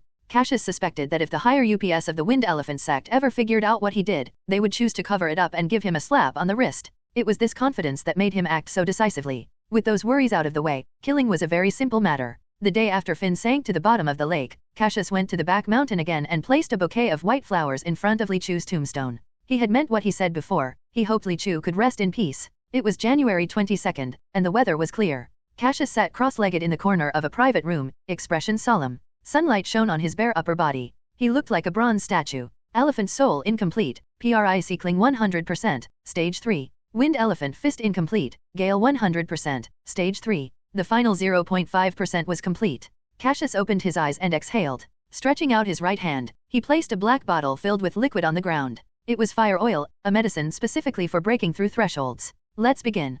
Cassius adjusted himself until he was in his optimal condition. Without hesitation, he grabbed the bottle and unscrewed the cap. A pungent smell wafted out from the bottle. The smell was similar to something in his past life, a diesel truck's exhaust. The smell wasn't very awful, but it wasn't pleasant either. He paused for a brief moment and took a huge gulp. He didn't finish the entire bottle, only downing about half of it. Cassius clicked his tongue. The pungent liquid had a surprisingly sweet taste. That and the smooth texture made it a relatively easy drink to go down. He exhaled an exhaust-smelling breath and inhaled slightly. Instantly, a spicy sensation surged from his mouth, rapidly spreading down his esophagus and to his stomach. While Cassius's face turned slightly red, his entire body heated up. His back and forehead were beaded with sweat, and it wasn't long before his tight-fitting combat pants were drenched. At that moment, he looked like he had been exercising intently all afternoon, his skin as red as a boiled lobster. Sweat poured down in rivulets, gradually wetting the floor around him. Scorching heat radiated from his body, causing dense white steam to slowly rise up. The steam was particularly noticeable in the winter sunlight. Thump, thump, thump. Pounding like a drum, his heart pumped blood throughout his entire body faster than usual. Cassius recalled what instructor Lisa told him. Calm your mind and focus. Cycle through the 10 stances of Elephant Soul, relic. He immediately began the movements. In the sunlit room, a tall, bare-chested young man sweated profusely, striking various peculiar poses in silence. Cassius trained from dawn until noon, meticulously following instructor Lisa's teachings. He only took 3 breaks through the entire process, each lasting only 5 minutes, which he used to hydrate and recover his stamina. The room was sealed shut, with only a small crack in the window allowing some airflow in, so it stunk of sweat. The gray floorboards in the corner dried and dampened over and over again, almost as though salt crystals were forming in the gaps. At that moment, Cassius stood on tiptoe, his calf and thigh muscles tense and trembling. His hands were clasped behind his back, his chest held high. He was exhausted and hot. The whole thing was getting more and more unbearable. Nov. L. B /JNN. But how could one achieve progress without enduring pain? He considered himself extremely lucky as he had gotten the fire oil, a supplementary item that could help him achieve a breakthrough. Other ordinary martial artists might never achieve this level, no matter how hard they trained for the rest of their lives. Cassius was incredibly lucky compared to them. This psychological boost helped with maintaining a steady focus. He endured the fatigue, searching for an opportunity for a breakthrough amidst the chaotic sensations. He waited for that flash of inspiration. Creak. The door opened. Lisa tiptoed in, carrying a lunchbox in her left hand and 3 large cans of salted water in her right. She moved silently, setting the items down and collecting a few empty cans from the corner before leaving. Cassius knew that in a critical moment like this, instructor Lisa would stay outside the door, waiting until he either succeeded or failed. 10 minutes later, he exhaled a breath of murky air and stopped moving. He opened the window to ventilate the room before opening the lunchbox to eat. Even if one possessed an extraordinary physique, it was still important to replenish energy. In addition, covert martial artists needed to consume more food than ordinary people. For a while, the only sound in the room was chewing. His muscles were so sore and tired that he couldn't grasp the knife and fork properly. Fortunately, his thumb and index finger were fine, so he ate the sausage and meat with just those 2 fingers. After finishing, he placed the lunchbox in the corner and drank a can of salted water. Cassius paced around the room for 20 minutes to stretch and relax his tense muscles before sitting cross-legged on the floor for another 10 minutes to rest. He then repeated his morning routine. Just like that, an entire day passed. From morning all the way to evening, he worked on breaking through his limits. Although he had yet to succeed, Cassius could feel that he was getting ever so closer, which was a good sign. In the evening, he showered and changed his clothes to get ready for bed. However, due to the fire oil's side effects, his vitality was extremely vigorous, rendering him unable to fall asleep. After tossing and turning for an hour, Cassius finally sought help from instructor Lisa's sleep-inducing hand chop. A single strike to his neck and he was out like a light. The next day, he repeated the previous day's routine.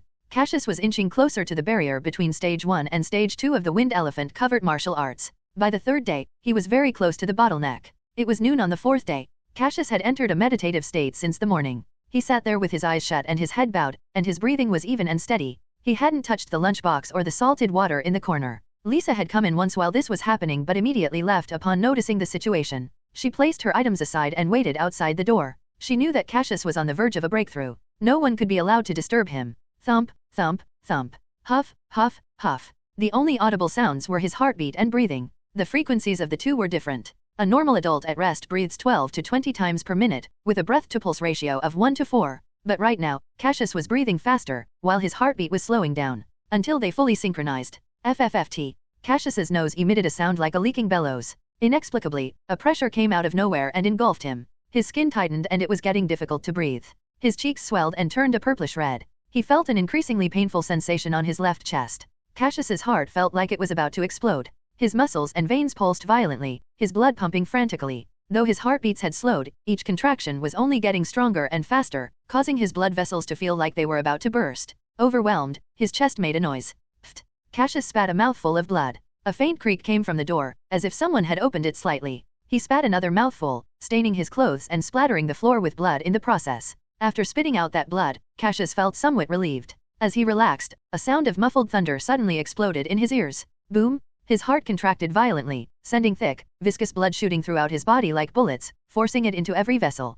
Cassius looked horrifying as droplets of blood the color of red grape seeped out and hung from his pores. The blood slid along the contours of his muscles and dripped to the ground. Under the golden sunlight, a blood-soaked figure sat cross-legged on the ground. With how still he was, he looked like a statue, or rather a dead man. His breath was so weak that he didn't even seem like he was breathing. Gradually, the blood started to clot and formed scabs. An hour passed, and nothing changed. 2 hours passed, and still, there was no movement. After 3 hours, 4 hours, 5 hours, suddenly, a crisp cracking sound was heard. The scabs on Cassius's body began to crack. A series of fine cracking sounds immediately followed. The scabs completely shattered and flaked off his body as the tall figure rose from the ground. His skin had a warm bronze luster when light reflected off it, resembling tough leather. The boy who was originally over 1.8 meters tall had grown to 1.9 meters. And that wasn't all. His bones and muscles had been enhanced, making them more optimal for movement. Though he was much stronger than before, his body was leaner and his muscles were more compact, which granted him greater agility. Every time he moved, his well-defined muscles would bulge and sway, evoking a sense of strength and power. Cassius's eyes were bright and spirited. His senses had heightened to the extreme and he was in the best condition he had ever been in. He felt extremely satisfied and fulfilled. I think I made it. Wind Elephant Covert Martial Arts, Stage 2. Wind Elephant Covert Martial Arts, Stage 2, total 3 stages. Elephant Soul incomplete, Bug Bite 5.8%, total 3 stages. Wind Elephant Fist incomplete, Elephant Herd 5.1%, total 3 stages. When he clenched his fists tightly, he felt unprecedented power gathering in his palms. It felt completely different from before. Cassius had a vague sense that the breakthrough wasn't the only change he had undergone. As he tried to get a sense of his internal state, he could see his blood flowing within him. Starting from the upper chambers of his heart, the warm blood circulated through his entire body, before finally returning to its original place. Cassius's eyes widened. When he focused just then, his blood seemed to flow faster in his veins. He tested it again. He was right. It really accelerated. Cassius felt like he knew what he had to do. Following his heart's faint guidance, Cassius instinctively sucked in a quick breath, his whole body bent like a bowstring. His chest puffed up, and the quick flow of air formed a vortex at his nose and mouth as he breathed in. Hew. Thump, thump. His heart started to pump violently, and his blood went on a rampage, traveling through his veins at twice the usual speed. As heat surged within, Cassius felt an immense power gushing out like a tide in his body. He had never experienced this before. As if he was releasing all of the rage inside, he roared and swung out his fist. A huge black shadow swept through the air, and with a fierce whistling sound, his fist slammed into the wall with immense speed and power. Thud! The high wall trembled from the force of his fist crashing through the brick wall, leaving behind a large hole that looked like it was created by an iron rod. With a crash, rubble crumbled to the ground in a cloud of dust. Cassius withdrew his arm and looked incredulously at his palm. Not only was his punching speed twice as fast as before, his strength had also doubled. He had punched right through the wall. The walls in the Wind Elephant Sect's training rooms and private rooms were made of the best and hardest bricks in the market, joined together by extremely adhesive clay. Even if it wasn't as strong as modern concrete or steel walls, it was still undoubtedly hard. Yet, he managed to break it with a single punch. Clap clap clap. He heard clapping coming from the doorway. n/o/vel/b/in.c//om. Congratulations, Li Wei. Today, you have finally stepped into the true beginnings of martial arts, a pugilist. Instructor Lisa walked over slowly, smiling. You have surpassed human limits. You should have felt it when you punched just now. That power you felt from the accelerated blood flow? That's proof that you've done it. Lisa strolled over to the wall and picked up a piece of rubble. She pressed firmly, turning the stone into powder which trickled through her fingers. Pugilist. Cassius murmured. Yes, this is a whole new level. Only by reaching the realm of a pugilist can one be called an expert in martial arts. It requires diligence, superior constitution, insight, and luck, Lisa said slowly. Not everyone can reach this level. Although ordinary humans can still achieve the amateur and professional levels, they operate within human limits. All they can do is hone their boxing skills to perfection or their bodies to its peak condition. However, no matter how refined their techniques or how strong their bodies are, they still won't be able to reach the supernatural. She looked at Cassius, a satisfied expression on her face. A pugilist completely surpasses their level. Their physical fitness, recovery ability, and strength control are far beyond human limits, and they can perform all kinds of actions that were previously impossible for the human body. I'm talking about powerful moves that were once thought to be impractical, being able to control the flow of blood in their bodies. Did you know there are only about 15 pugilists under the age of 30 in the entire Bailiu County, Li Wei? And within that, there are only 3 under the age of 20. Lisa's tone was somewhat agitated. The earlier you become a pugilist, the greater your advantage, because you'll have enough time to break through the remaining 2 nodes in your body. At this rate, you have a good chance of reaching the sect master stage before 40, which is when your vitality starts to decline. Cough, cough, cough, cough. Lisa began coughing violently from being overexcitement. It took some time for her to regain her composure. If you can reach the stage of a sect master, then it will be easy to perfect the azure wind flow. You can incorporate it into your practice to create your own covert martial arts. She clutched Cassius's hand in a vice-like grip. If that day ever comes, I can die without regrets.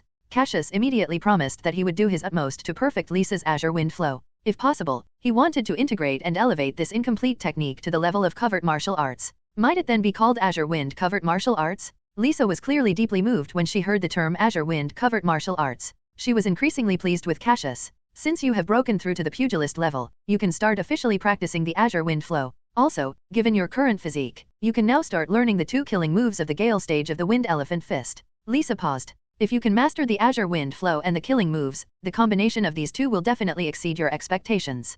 Cassius felt a bit excited hearing this. When it came to the Dao of the covert martial arts, he possessed a seeker's curiosity and hunger. Instructor Lisa didn't touch on everything. There's also the accelerated blood flow. That power boost from accelerated blood flow was absolutely terrifying. If I can use these 3 simultaneously. Cassius was busy daydreaming when Lisa, who was about to leave, spoke. Open the windows and sweep the floor. Also, remember to find some bricks to fix the wall tomorrow. Cassius was stunned for a moment. Huh? Doesn't the sect have someone responsible for that? Lisa paused at the doorway. The sect's maintenance does not cover intentional damage. But I didn't do it on purpose, Cassius said indignantly. You punched a hole in the stone wall. Who's going to believe it was an accident? Just pay for it and fix it yourself. Lisa's voice faded away in the distance. While Cassius fixed the wall early the next morning, an old, wrinkled face suddenly popped up in the hole in the wall. My dear grand disciple, did you succeed on your first try? It was none other than Lisa's teacher, Master Omai. Yes, Cassius replied. There was no point in hiding it. Since Master Omai had asked, Instructor Lisa must have already told him.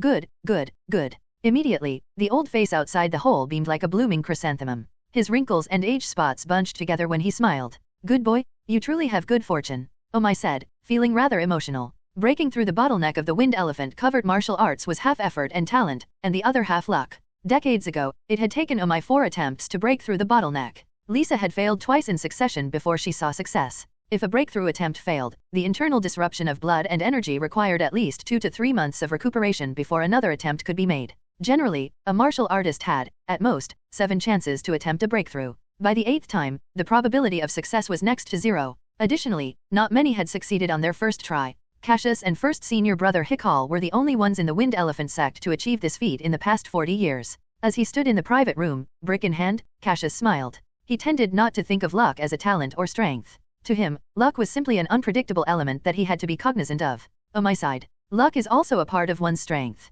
Come on, hand me that brick, let me give you a hand. With Master Omai's help, Cassius took only half an hour to repair the white wall of the private room. Though it looked a bit ugly now, as long as he applied whitewash on it later, it would look as good as new. He looked at the smooth wall and nodded in satisfaction. Beside him, Master Omai pulled out a silver rectangular snuff box that was decorated with floral carvings and inlaid with a few opal stones that had a colorful and warm luster. "Want some snuff?" he asked. The box did not contain cigarettes but snuff, which was made from high-quality tobacco leaves, borneal, and mint. The 3 ingredients were grounded together into powder, sealed, and then aged. The box itself was a masterpiece of exquisite craftsmanship. There were times that people treated it more as a collectible rather than for its actual use. "No, I'm not used to it." Cassius shook his head. His sharp eyes noticed a line of small characters engraved on the metal of the snuff box, "To my dear Omai Mackenzie. Is this a gift from a friend?" "No, my wife."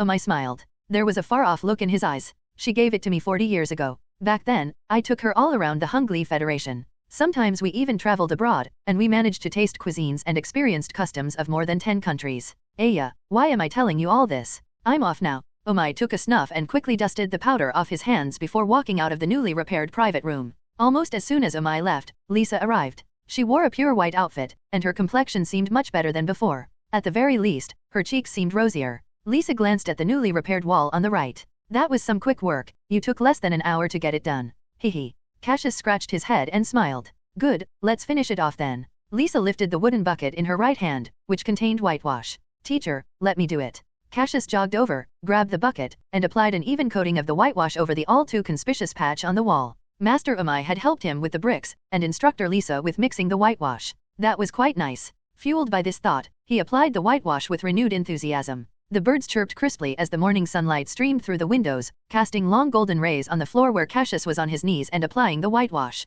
Lisa quietly watched beside him, leaning against the wall with her head slightly tilted. Nov. L. B //JNN. Time passed slowly in silence. "Teacher, what's Master Omai's wife's name?" Cassius asked. "My master's wife? You should call her Lady Grandmaster." No, that's not what I meant. I was asking for her name." Cassius applied 2 more layers of whitewash as he spoke. "Her name? Isabel Cassini." Lisa thought for a moment. "Technically, your Master Omai doesn't have a formal wife. Your Lady Grandmaster died when she was 26, so she never had the chance to marry Master Omai." She paused. From that day on, Master Omai swore never to marry. So Master Omai is also someone with a story. Cassius thought. He didn't say anything more and focused on applying the whitewash. The newly repaired private room still had a strong smell by the time it was the afternoon, so Lisa and Cassius went to the training room for their lesson. They both sat cross-legged on the spacious floor. Lisa pondered for a moment and then spoke slowly. "Every martial art has its own framework. For instance, the basic combat arts form the foundation for the Wind Elephant Sect. Any kind of Wind Elephant Martial Arts, whether it's the Wind Elephant Fist's first stage, Gale, or the second stage, Elephant Herd, evolve from this foundation. Like a branch growing into a lush tree, this progression from simplicity to complexity is the proper path. In addition to this proper path, there are auxiliary techniques that, at a certain point, suddenly spread out. These techniques are like thorny vines wrapped around the tree's branches. The upside is that they increase the tree's lethality and resistance to enemies. However, these vines will compete for nutrients with the tree, and if one were to focus too much on the vines, the tree would wither." Lisa glanced at Cassius, who was listening intently. "The azure wind flow I am about to teach you is such a vine. You must stick to your true path and tread cautiously when mastering this double-edged sword. Do not delve too deeply. You should only get a small taste of it before you're 40. It won't be too late to attempt it again when you advance to the stage of a combat artist. A year of effort at that stage will be more effective than 10 years of hard work right now." Cassius nodded so Lisa would know that he had taken her words to heart. He had actually been exposed to the techniques of the azure wind flow for a long time, but he had been limited to only practicing the basics. He had not been qualified to truly practice the azure wind flow because he had not yet reached the stage of a pugilist. Cough, cough. Lisa coughed twice and took a sip of water. "I've spoken to you about this before, but the azure wind flow is a technique I derived from the main principles of the Wind Elephant Fist scale stage. It follows the principle, when your mind becomes as clear as a stream, the wind becomes unstoppable. Since this technique is still incomplete, it won't follow the step-by-step progression of the Wind Elephant Fist. You won't be able to tell whether you are on the right track, but once you do succeed, you will instantly master the azure wind flow. So, you still need to be patient moving forward. Because I won't know how much you've progressed or how long it will take you to grasp the azure wind flow," Lisa said. Her heart felt heavy. While diligence and persistence were certainly related to one's disposition, but receiving positive feedback as a result of that diligence was far more important. When one trains, they become stronger. When one studies, they gain more knowledge. These are all examples of positive reinforcements. However, the azure wind flow had no such things because Lisa was the only one who had mastered it. Unlike the Wind Elephant Fist, where practitioners could gauge their progress by looking at and comparing with their peers, the azure wind flow didn't have this feedback. As such, it could get very lonely and monotonous, making for an extremely tough process. How long would it take for Cassius to master it? Perhaps a year. Or 3 years. Or maybe even 10 years. Could Cassius endure for that long?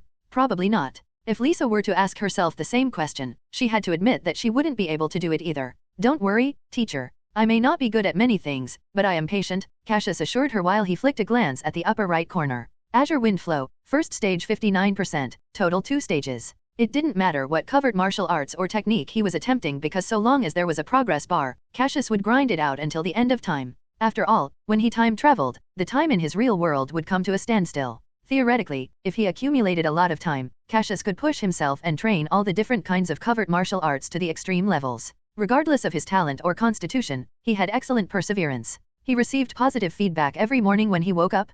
Good. Lisa nodded in approval. She had an acute understanding of Cassius's immense patience over the past 6 months. I envisioned the Azure Wind Flow as having 5 stages. So far, I have only perfected 2. The remaining 3 stages will be up to you in the future, Lisa said with a sigh. Her expression turned serious. She meticulously began teaching Cassius the Azure Wind Flow's various characteristics and key points. Occasionally, she would personally demonstrate the Azure Wind Flow on a wooden dummy for Cassius. The wooden dummy was in a sorry state by the time the afternoon transitioned into evening. At noon, the head was flattened. Next came its hands, then its torso, and by the end of the session, the support column was gone too. The training room was covered in yellow sawdust with the culprit, Lisa, standing in the middle of it like an automated wood-cutting machine. All right, let's stop here for today. Go back and practice more on your own.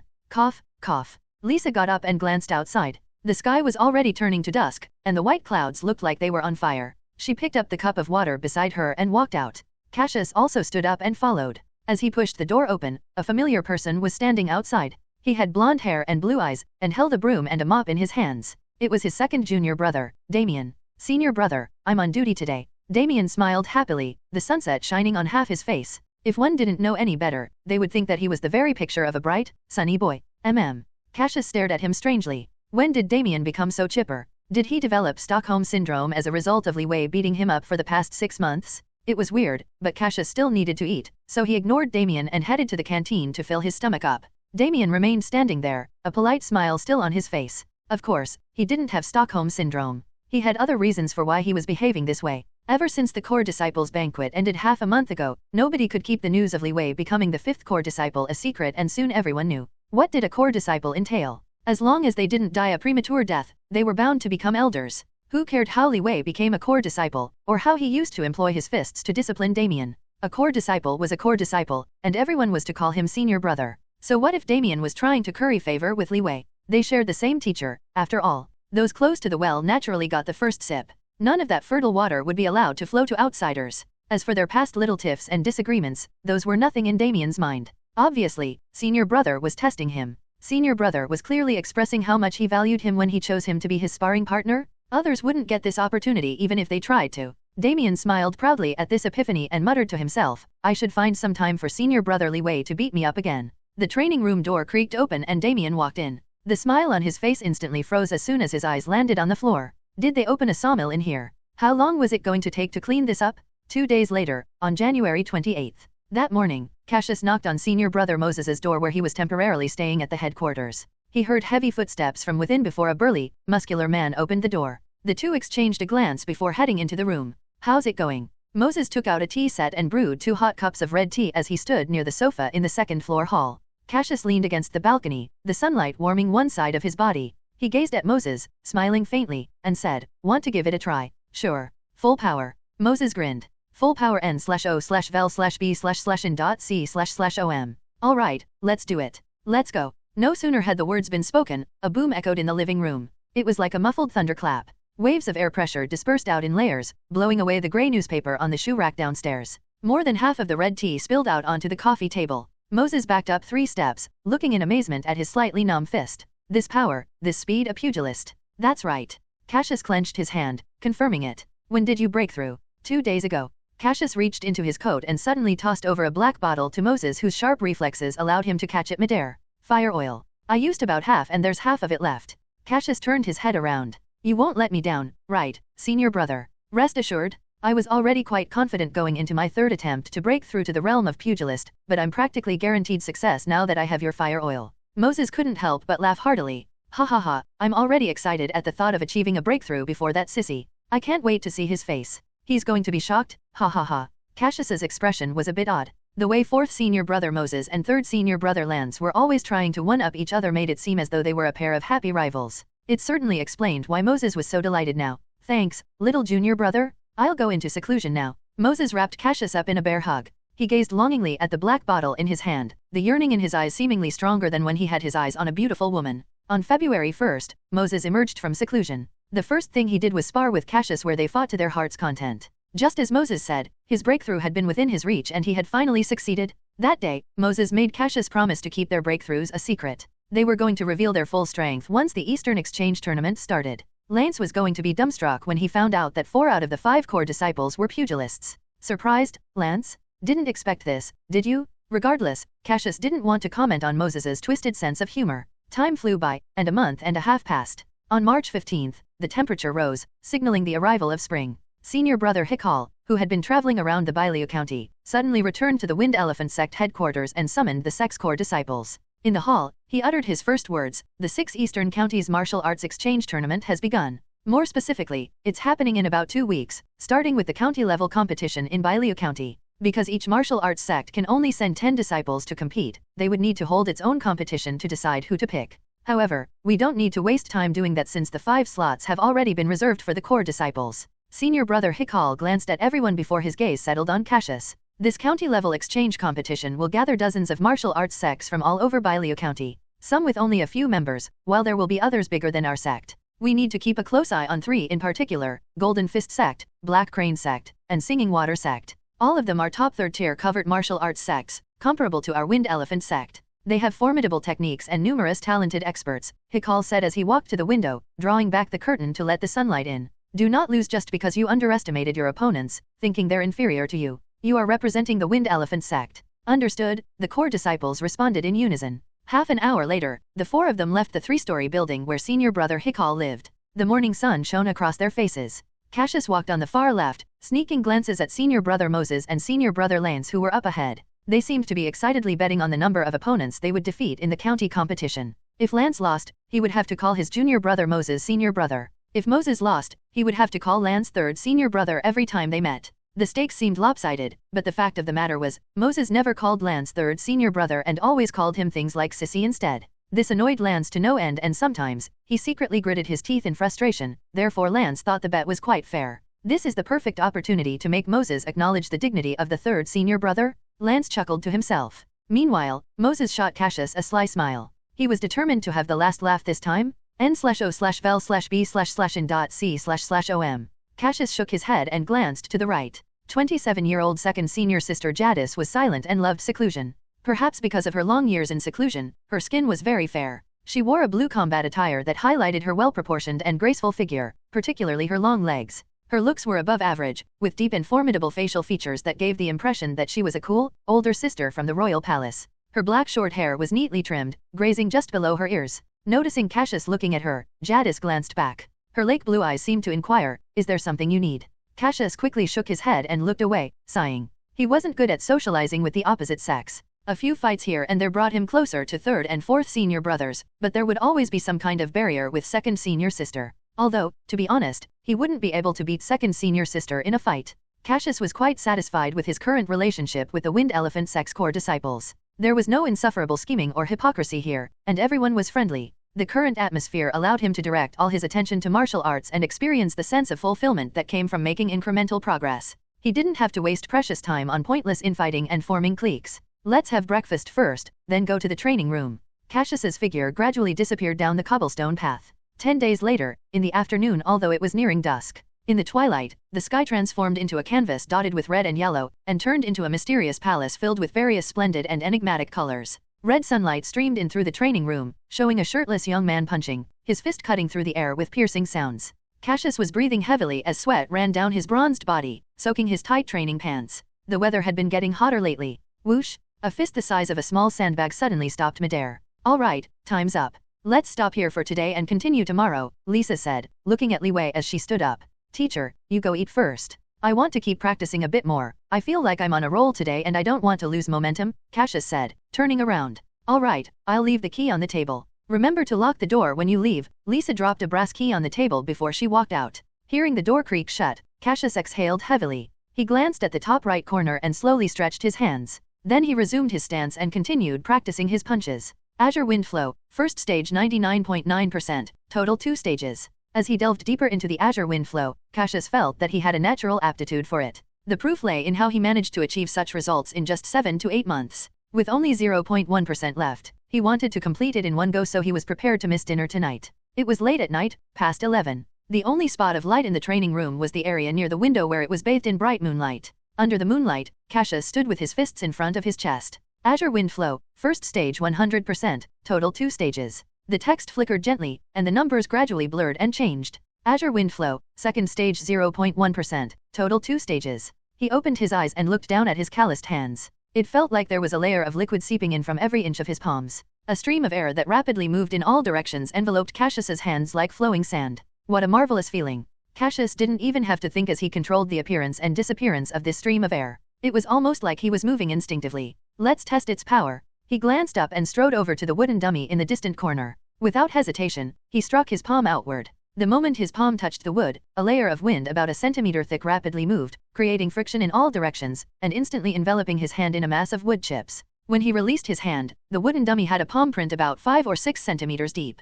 That wasn't my full strength. Let's try it with full power. Cassius took a deep breath and clenched his palm into a fist. The muscles in his entire arm swelled. As his fist sliced through the air, it released a burst of energy, and smashed into the wooden dummy. Drill punch. Wood chips flying everywhere, Cassius pulled back his fist. At the center of the wooden post, which was half the width of a man, there was a black hole which had almost penetrated through to the other side. This was what a full burst of power could do. His fist had drove through the tough wood like a drill. This power is much greater than I imagined. It's not without its side effects, though. Cassius squeezed his hand, feeling the soreness climb up his entire arm. His muscles felt numb, and he had no strength. He tried to perform Azure Wind Flow again, but all he could muster was a light breeze in the center of his rough palm. Looks like I still need to keep training and getting stronger.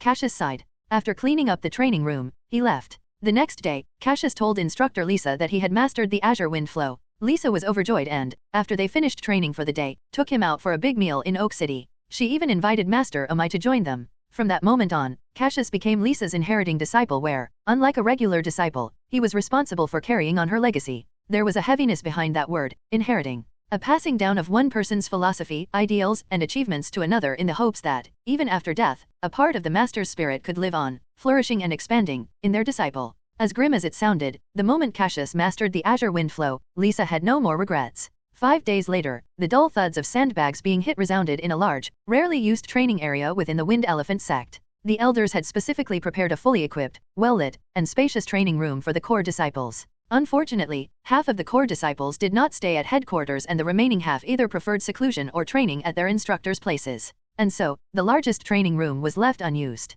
Bang, bang, bang, bang. A burly man as strong as a bear was furiously punching a black sandbag in the corner. The heavy bag rose and fell with each punch as if it were filled with air rather than iron sand, and the base of the sandbag frame creaked. There were 3 other figures beside him, also training. One slender figure was punching the bag at such an incredible speed, their hands blurred into a hazy cloud. Next to them, Cassius grabbed a bottle of water and tilted his head back to chug it. Excess water trickled down his chin and joining his already sweat-drenched white tank top. He glanced at the 2 people on his left who seemed to be happily competing. Senior brother Moses seemed really committed to his act, as he was only exhibiting the same strength he had pre-breakthrough. Was it really that fun to mess with senior brother Lance? At that moment, footsteps sounded from the outside and senior brother Hikal walked in. All right, everyone, it's time to get ready. Go shower and gather your things. We have a 2 p.m. direct train to Baileo County to catch today. When you meet the junior brothers later, act like a real senior and be kind and friendly. I'm talking to you, Moses, you hear me? Hikal pointed at the person in question. What could he say? The name Evil Bear was too deeply ingrained into people's hearts, and it didn't help matters that Moses also looked menacing. How could you call me out like that, senior brother? I'm always very well-mannered. Those are all baseless allegations. Moses slipped back into his signature local accent. That one made him seem like a naive and clumsy bear. Heh. Lance sneered beside him. Heh. The other 3 echoed. Fuck. Moses slapped his forehead. It was 1 p.m. in Oak City, and the disciples stood on the train platform.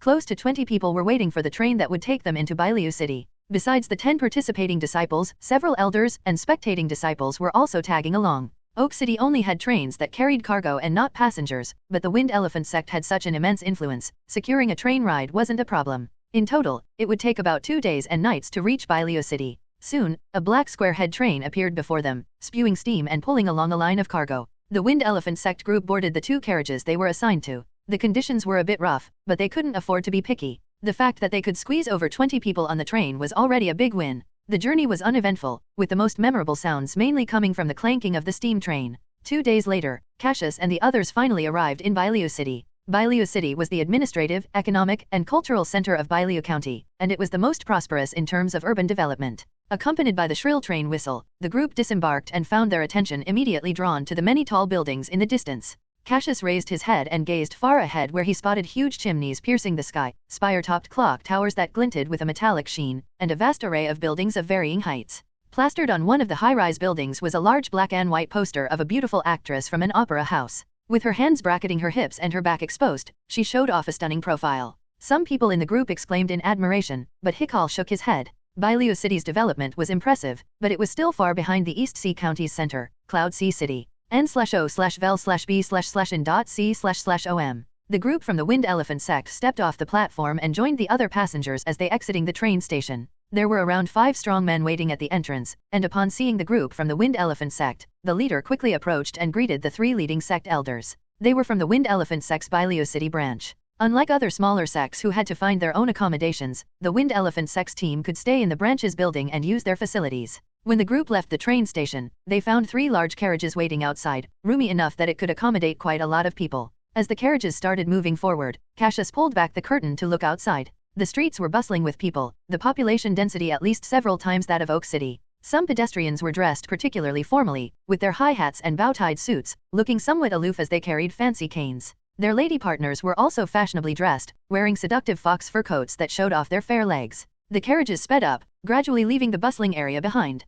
When they reached a building that looked like a martial arts gym, the carriage stopped and everyone disembarked. Cassius squinted against the intense sunlight. In front of the building's entrance, 2 gray wooden bulletin boards were hammered into the ground, with some enrollment brochures displayed. Above the entrance, a striking silver-white sign stood out, Wind Elephant Martial Arts Hall. Brothers, please. The leading middle-aged man gestured. A group of over 20 people walked in. Cassius got to see just how wealthy the Bailiu City branch was through the Wind Elephant Martial Arts Hall. The area had all the appropriate facilities and was about 2 or 3 times the size of a regular branch. The hall was even adorned with decorations like white stone fountains, low archways, and flower beads. It was understandable since Bailiu City was the center of Bailiu County. The Wind Elephant Martial Arts Hall in Bailiu City was essentially the face of the Wind Elephant Sect, so naturally, it had to be grand and impressive. The Bailiu City branch was the Wind Elephant Sect's largest branch, but that may change with the Black Sand City branch eventually overtaking it due to how important the Langzhen grass site was. Nov. L.B//JNN. As they proceeded along the main road, the group gradually split into 2.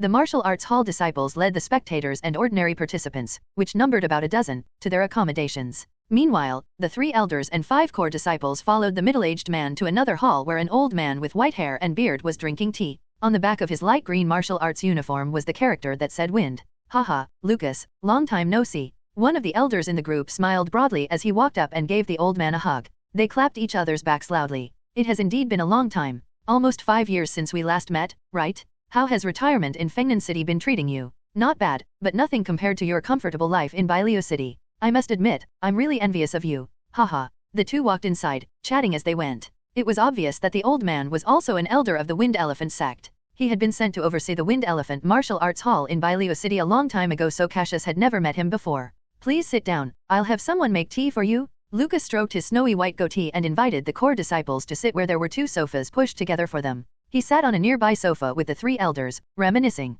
A few disciples soon arrived with tea. Senior brother. A pretty female disciple handed over a white porcelain cup. Cassius nodded and quickly reached out to accept it. Senior brother. A male disciple gave the freshly brewed tea to Moses, who had a friendly mien. He even went a step further and pretended to take a reserved sip of tea. Next to them, another female disciple passed a teacup over to Lance. Senior sister. To you. Moses spat out a mouthful of tea and exploded in laughter, slapping his thigh with his right hand. Ha ha ha, did you hear that, Li Wei? Senior sister? Haha, I'm dying, I can't. I need to catch my breath. Whew. He clutched his stomach, looking like he was about to barf out his intestines with how hard he was laughing. Cassius couldn't help but chuckle as well. He occasionally rubbed his nose to hide his smile, but unfortunately, Moses's laugh was too contagious, and he ended up joining in too. Ha ha ha. Gah. Moses was cut off mid-laugh when a slender hand forcefully twisted the hard flesh at his waist. SSS. Moses winced, hissing. Lance, who was on his left, glared at him coldly, delicate face resentful. Did I say something wrong?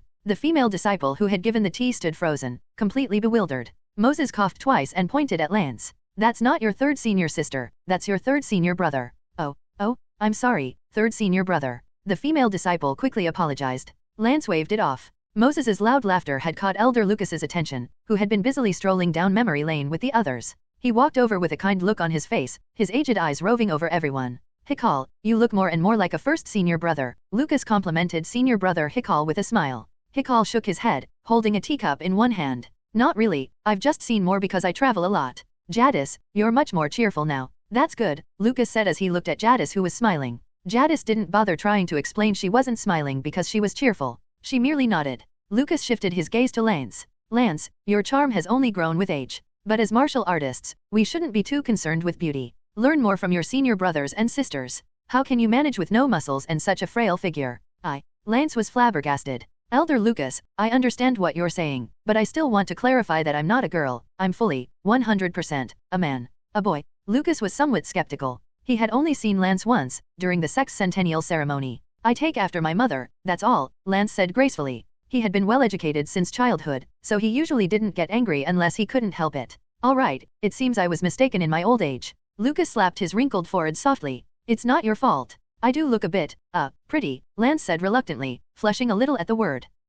Lucas nodded and moved on to the next person. His eyes lit up immediately. He strode over and patted his shoulder. Good lad. You have quite a solid build. Like a bear? You have 70% of my vigor from when I was young? Ha ha ha. Are you the fourth or fifth? What's your name? Moses, who had been sitting on the sofa trying to suppress his laughter, looked up in confusion. He immediately introduced himself. I'm the fourth. My name is Moses. Moses? Good name? Great muscles. Elder Lucas patted Moses's tire-like shoulders with a ringing thud. At the same time, Moses shot Lance a somewhat provocative sideways glance. You're the fifth, right? Your build is also good. Lucas shifted his focus to Cassius. He wanted to interact with all 5 core disciples since, in a decade or so, as long as nothing unforeseen happened, they would become the official leaders of the Wind Elephant Sect. It was a good time to get acquainted. It's alright, but I'm still not as good as Brother Moses, Cassius said humbly. It was the truth though, not everyone was talented enough to build steel plate-like muscles. He even had a sneaking suspicion that only large-caliber weapons would stand a chance against Brother Moses's muscles.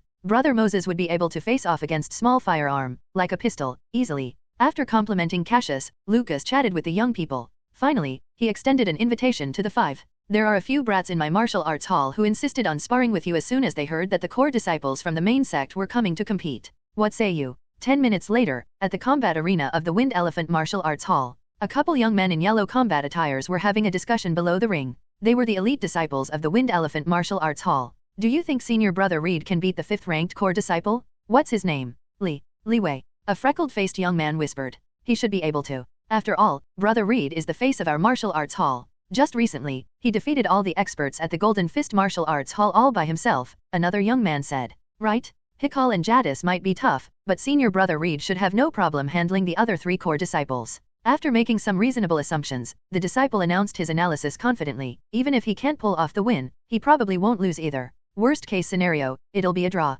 I think senior brother Reed will definitely beat that core disciple Li Wei. I heard he became a core disciple less than a year ago. He may just be talented, but not strong in actual combat, a pretty female disciple with a black ponytail said. She seemed to greatly admire the elite disciple named Reed. The group of elite disciples from the Wind Elephant Martial Arts Hall weren't very friendly toward the core disciples from the main sect, with some being openly disgruntled. Because this was the first time the Eastern Exchange Tournament was being held, the Wind Elephant Sect had rushed the selection, only choosing those from the main sect. It was normal for the other branch disciples to harbor such opinions. On the platform, Cassius looked down at his opponent. Reed stood about 1.85 meters tall and wore a tight-fitting set of combat attire. He was muscular, tall, and handsome, with bright golden hair that just flopped down over his ears. He exuded a calm and confident air, with sharp eyes that made whoever he was looking at feel an intense pressure. You may begin, an elder's voice sounded beside them. Cassius cupped his fists and announced his name, Li Wei. Reed. His opponent did the same. I'm starting. His eyes narrowed, and a powerful aura rose from him. Reed immediately took an offensive stance.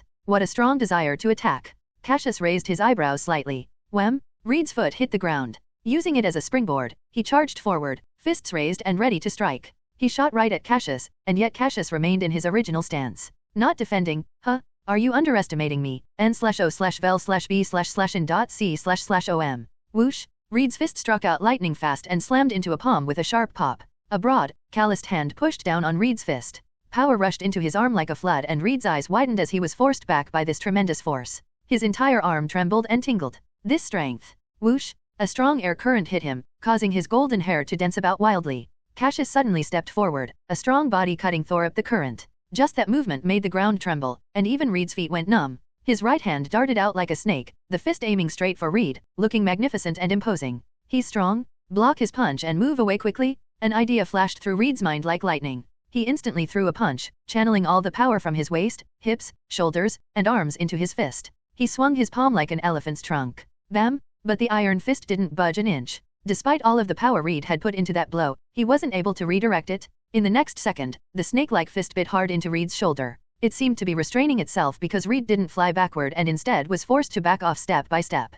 As he retreated, Cassius lunged forward. He quickly caught up to Reed and threw another punch. The air whistled as it tore apart. Reed's eyes widened as a black fist quickly filled up most of his vision, the approaching threat freezing him in place. Whoosh! The wind generated from the punch roared as it hit Reed's face. His golden hair flew up to reveal his forehead, and the fierce wind burned his nose. Thanks for the win. The voice was not too far away. Numb, Reed opened his eyes, panting heavily. After the shock had passed, bitterness surged through his heart. The gap was too big. He lasted only 5 seconds before he was completely crushed. If his opponent hadn't held back when he hit his shoulder, he would have lost his ability to fight and have suffered an even quicker defeat. I lost. Reed's lips were dry, but he still cupped his fists. Senior brother Reed, lost? That was too fast. An elite disciple couldn't believe it. That had taken all of 5 seconds. Reed, the strongest senior brother in the martial arts hall, had lost. Just like that? The entire fight had basically ended in 3 moves. Senior brother Reed's punch had been blocked. Reed didn't block Cassius's punch. And when Cassius punched again, that had sealed the deal for Reed.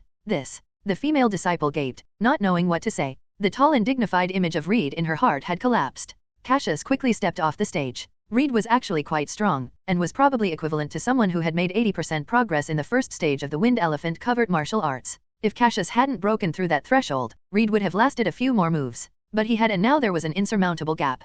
Plus, the only reason why Reed had made it past a single move was because he had held back his strength. They were still fellow disciples, so he should let Reed save some face. That was Cassius's line of thought, but Moses was different. As soon as he got on stage, Moses pulled off his shirt, revealing a body as impenetrable as a tank. His big hands pounded on his chest like a drum, making a loud booming sound. Those who want to challenge me, come on up. I won't dodge. The elite disciples hesitantly exchanged glances with each other, before going up, one by one, to announce their names. Sophia, Brian, Norman. All right. Come at me, all of you. Moses grinned menacingly, showing his terrifying white teeth. A few elite disciples instantly surrounded Moses and launched a barrage of attacks using their fists, elbows, and feet. A string of thumping sounds echoed out, interspersed with Moses's grunts. Who knew if it was out of pain or enjoyment? His iron muscles swelled and bulged, withstanding the attacks that came from all directions. His skin was slightly red. The punches jolted the sweat, sending droplets flying into the air. Each collision just made Moses more excited and joyful. He was even guffawing heartily as he absorbed each hit. Here we go again. Cassius was speechless. Damn bear, don't expose your kinks in public. Lance hid his face, acting as though he didn't know him. On the other side where the elders sat, Lucas nodded in satisfaction. He was indifferent to Reed and the others even though they were his hall's disciples, but he showed great interest in Moses. This physique. Our Wind Elephant Sect has found a treasure. 5 minutes later, both parties stepped down from the platform. Despite the faint redness on Moses's muscles, he looked rejuvenated like he had just released some stress. He accepted the clothes Cassius handed him and put them on. On the other side, 4 elite disciples from the martial arts hall walked away on wobbly legs. They were drenched in sweat as if they had just been pulled out of water. The 4 of them couldn't land a single attack on Moses in that 5-minute fight, resulting in an impenetrable defense and broken disciple spirits. The little bit of resentment in their hearts had completely vanished. Seeing the dejected looks of the few, Lucas, who had been watching from a distance, stroked his beard with a satisfied look. As a Wind Elephant Sect elder, how could he not understand the standards for selecting core disciples at the headquarters? They would, at the very least, need to be on the verge of breaking through the Wind Elephant Covert Martial Arts. In the Wind Elephant Martial Arts Hall in Bailuo City, at 80% completion, Reed had made the most progress in the Covert Martial Arts. He still had a long way to go if he was going to be on the same competitive level as the core disciples. The moment the elite disciples requested sparring with the main sect's core disciples, Lucas knew they were aggrieved and proud. These disciples had too easy of a martial arts path due to the lack of strong opponents in Bailuo City. Since the core disciples' visit came at such an opportune time, all he had to do was sit back and watch as they crushed the youngsters' arrogant spirits. Only by humbling themselves could they see their shortcomings. People with an attitude like that were the ones who would eventually achieve great things. For the next 5 days, Cassius and his group trained and prepared themselves in the Wind Elephant Martial Arts Hall while they waited for the exchange tournament to begin. Reed would come up to challenge them from time to time and would get beaten up 2 to 3 times a day, usually by Cassius, Moses, and Lance in rotation. Since each fight usually lasted less than a minute, the three very generously accepted Reed's challenge requests. Reed was sensible enough to not challenge the first senior brother and second senior sister who had obviously reached the pugilist stage. Battles with such a big gap had very little reference value. That was Reed's mindset even though Cassius and Moses had also reached the pugilist stage. Unbeknownst to Reed, what he thought was a smaller gap was actually a chasm. Despite him losing every single fight, he still kept coming and still kept challenging. Cassius couldn't help admiring him a little as he watched. A person's mindset and attitude often determined how far they could go, and it was clear that Reed had a good mindset. 2 days passed quickly. The Wind Elephant Martial Arts Hall received a black and gold invitation with a very thick cover. Hikal opened it in front of everyone to reveal a pale yellow sheet that had unique wax edges, and filled with aesthetic writing in black ink. After the opening ceremony in the morning the next day, the competition would be held in the afternoon at the Verdes Manor in the eastern suburbs of Baileo City. Below the text was the list of the disciples that would represent the Wind Elephant Sect. Sleep early tonight, everyone. The exchange tournament starts tomorrow. The next morning, Cassius woke up at the crack of dawn and he went to wash up. He opened the door and walked along the corridor. When he reached the courtyard, he came to a halt. Senior brother Lance was practicing in the courtyard, flitting around. His long hands resembled steel knives that shot out like springs. The air in front of him whistled for a split second, and suddenly, there were afterimages of his hand blades around him. The burst in that instance was clearly indicative of someone at the pugilist stage. Cassius's eyes widened, his thoughts instantly jumping to Moses and Lance's bet. Wow, birds of a feather really do flock together. They had all been faking it, even though they had clearly already broken through. He originally thought that the honest brother Lance would be fooled by the cunning Moses. Who would have expected that with age came wisdom? The more handsome the man, the better he was at deception. Li Wei. Lance noticed Cassius at the arched gate, his delicate eyebrows raised. He glared murderously. Cassius raised his hands, playing dumb. Senior brother, I didn't see anything. I don't know anything. I'm just going to go eat. He started walking away. Lance squinted and his beautiful lips curved into a charming smile. With a perfect smile on his face, he dragged Cassius over. Cassius, who stood at 1.90 meters, dared not resist so he bent slightly, lowering his head. He let senior brother Lance jump up and drape an arm around his shoulder. His amber eyes bored into him. Senior brother, I really didn't see anything. Cassius complained. Come, let's go to the canteen. Lance's voice pitched up. I definitely can't. Let's chat. Let's get closer with each other. Let's not. Half an hour later, Lance delicately wiped away the leftover cream at the corner of his thin lips. A dejected Cassius trailed behind, slapping his outer thigh. His wallet was empty. Naturally, the Wind Elephant Martial Arts Hall provided food for free, but delicacies like cream cakes were usually in limited supply. Since Lance really liked sweets, Cassius had no choice but to buy 4. Under the warning of his senior brother, he was forced to promise Lance that he would not say a word to Moses about his breakthrough. Cassius was also too principled to do such a thing. A few days ago, Lance had taught him a special agile step and Cassius wasn't going to backstab him after that. This was simply just some brothers being rough with brothers. N/O/vel/b/in.c//om. As the sun rose into the sky, all the competing disciples gathered at the main road in front of the Wind Elephant Martial Arts Hall to wait for the carriage. I'm here, I'm here. In the distance, a tall, burly figure jogged over, holding 2 pieces of bread. Moses bit into one of them and tossed the other. Catch. Cassius raised his hand and caught the white bread. The bread here is really good, much finer than in Oak City. Try it. Moses walked up to Cassius. I'm not going to eat it now. I'll save it for later when I get hungry since I ate quite a bit in the canteen this morning. Cassius said, feeling slightly guilty. But then it struck him that he hadn't revealed Moses's breakthrough to pugilist. Why should he feel guilty? Lance and Moses just need him not to tell the other party about their respective breakthroughs. Wasn't he doing exactly that? With that in mind, he felt cheerful. Cassius glanced at Lance on his left and then at Moses on his right. He was suddenly hit with an indescribable feeling. The two thought their breakthroughs would absolutely crush the other, but instead, they were evenly matched. What a sight it would be if these two, who had been doing their utmost to keep their strengths under wraps, ended up drawing lots against each other in the exchange tournament. A few minutes later, 3 black carriages drove up the road from the distance. Everyone jostled into the carriages, and soon they started picking up speed along the road. The carriages formed a black line toward the Verdes Manor. Cassius peeked through the curtain from his seat in the rocking carriage. The road was flanked on both sides by carpets of green fields dotted with colorful flowers that smelled faintly of spring. A gently sloping terrain with pale white buildings and the occasional silhouettes of people could be seen up ahead. They were in a small and simple town. He could see a tall building with a spire that reflected faintly in the sun a little further ahead. It was probably the manor. As the convoy entered the town, a young man in a blue uniform approached. There were many others like him, all in identical uniforms, in front of the manor and guiding people. He was clearly a staff member for the exchange tournament. With the young man leading the way, the convoy drove up the gentle slope. Halfway there, Cassius spotted uniformed policemen patrolling the roadside where nearly 100 people were meandering over to the manor.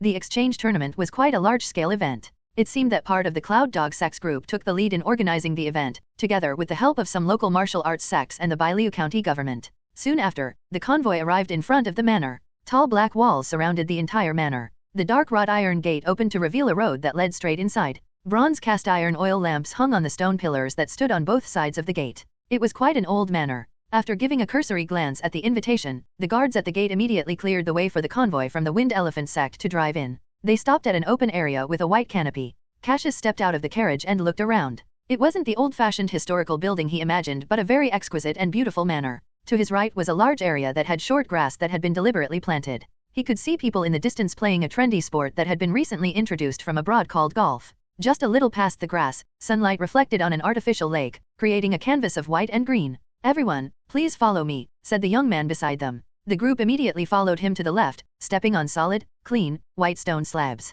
The scent of fresh grass lingered in the air. Every few meters, there were black lamp holders similar to candlesticks lighting up the night. 2 more staff members joined them at an intersection, and from there, the Wind Elephant Sect team temporarily split into 3 groups: the elders, the ordinary disciples, and the core disciples. Each group went their separate paths and into different buildings. A minute later, Cassius followed the group into the corridor, glancing at the vast white building beside him. They climbed up the spiral staircase to the 4th floor, then walked through a corridor, taking several turns before they reached their destination. It was a hall over 30 meters long and wide with dark brown wooden floors. One side had large grid floor-to-ceiling windows, where sunlight could shine in and illuminate the room. Crammed full of seats and tables that were organized into roughly 20 separate areas, more than half of the chairs were already occupied by formidable covert martial artists. The Wind Elephant Sect is here. Numerous pairs of eyes swiveled around to look. It didn't matter what their original personalities were. In that moment, the 5 core disciples all showed a cold and dignified front. Their expressions were serious and calm, and they gave off the aura of the strong. They sat down by a window. Some people were still talking about them. "That's one-armed Hikal. He's back from East Sea County. Who's the one built like a bear? There are 2 unfamiliar faces. Doesn't the Wind Elephant Sect only have 1 female core disciple? Why are there 2? Was the information wrong? Or did they?" As one of the largest covert martial arts forces in Bailiu County, it was natural for there to be so many eyes on the Wind Elephant Sect. Plus, this exchange tournament was held only in Bailiu County. If it were the Eastern Exchange Tournament, there probably wouldn't be this much attention. "Atmosphere's not bad," Moses said, leaning back in his chair, staring through the nearby window at the grass below. "They obviously had to make it a huge spectacle for their reputation's sake since this is the inaugural event," Cassius chimed in. Teams from various covert martial arts sects, led by the staff, strolled in continuous streams through the hall's many entrances. Many robust men in gray uniforms walked back and forth in the hall, either talking to the sect heads or bringing them food and water. Hikal also requested 5 cups of brewed tea for them. They sipped their tea to pass the time as they waited for everyone else to arrive. 10 minutes later, there was a commotion on the right side of the hall. "The Black Crane Sect is here. It's Mendy. N/O/vel/b/in.c//om." Hearing the commotion, the disciples from the Wind Elephant Sect looked over, not out of curiosity, but because they held a small grudge. As major sects within Bailiu County, the headquarters of the Wind Elephant Sect and the Black Crane Sect were relatively close, like they were neighboring cities. As such, the 2 frequently clashed due to overlapping territories. When the Wind Elephant Sect discovered the Langson grass site, they poured their investments into expanding their influence in Black Sand City. This happened to be the location of the Black Crane Sect's largest branch. Therefore, conflicts were inevitable. The group from the Black Crane Sect hurried along the path between the segmented areas. Leading them was a young man with a pale complexion and short black hair that was long enough to cover his eyebrows. His sharp, cold eyes gave the impression of a bird of prey examining its prey. He wore black gloves and had an unapproachable air. The man immediately noticed senior brother Hikal.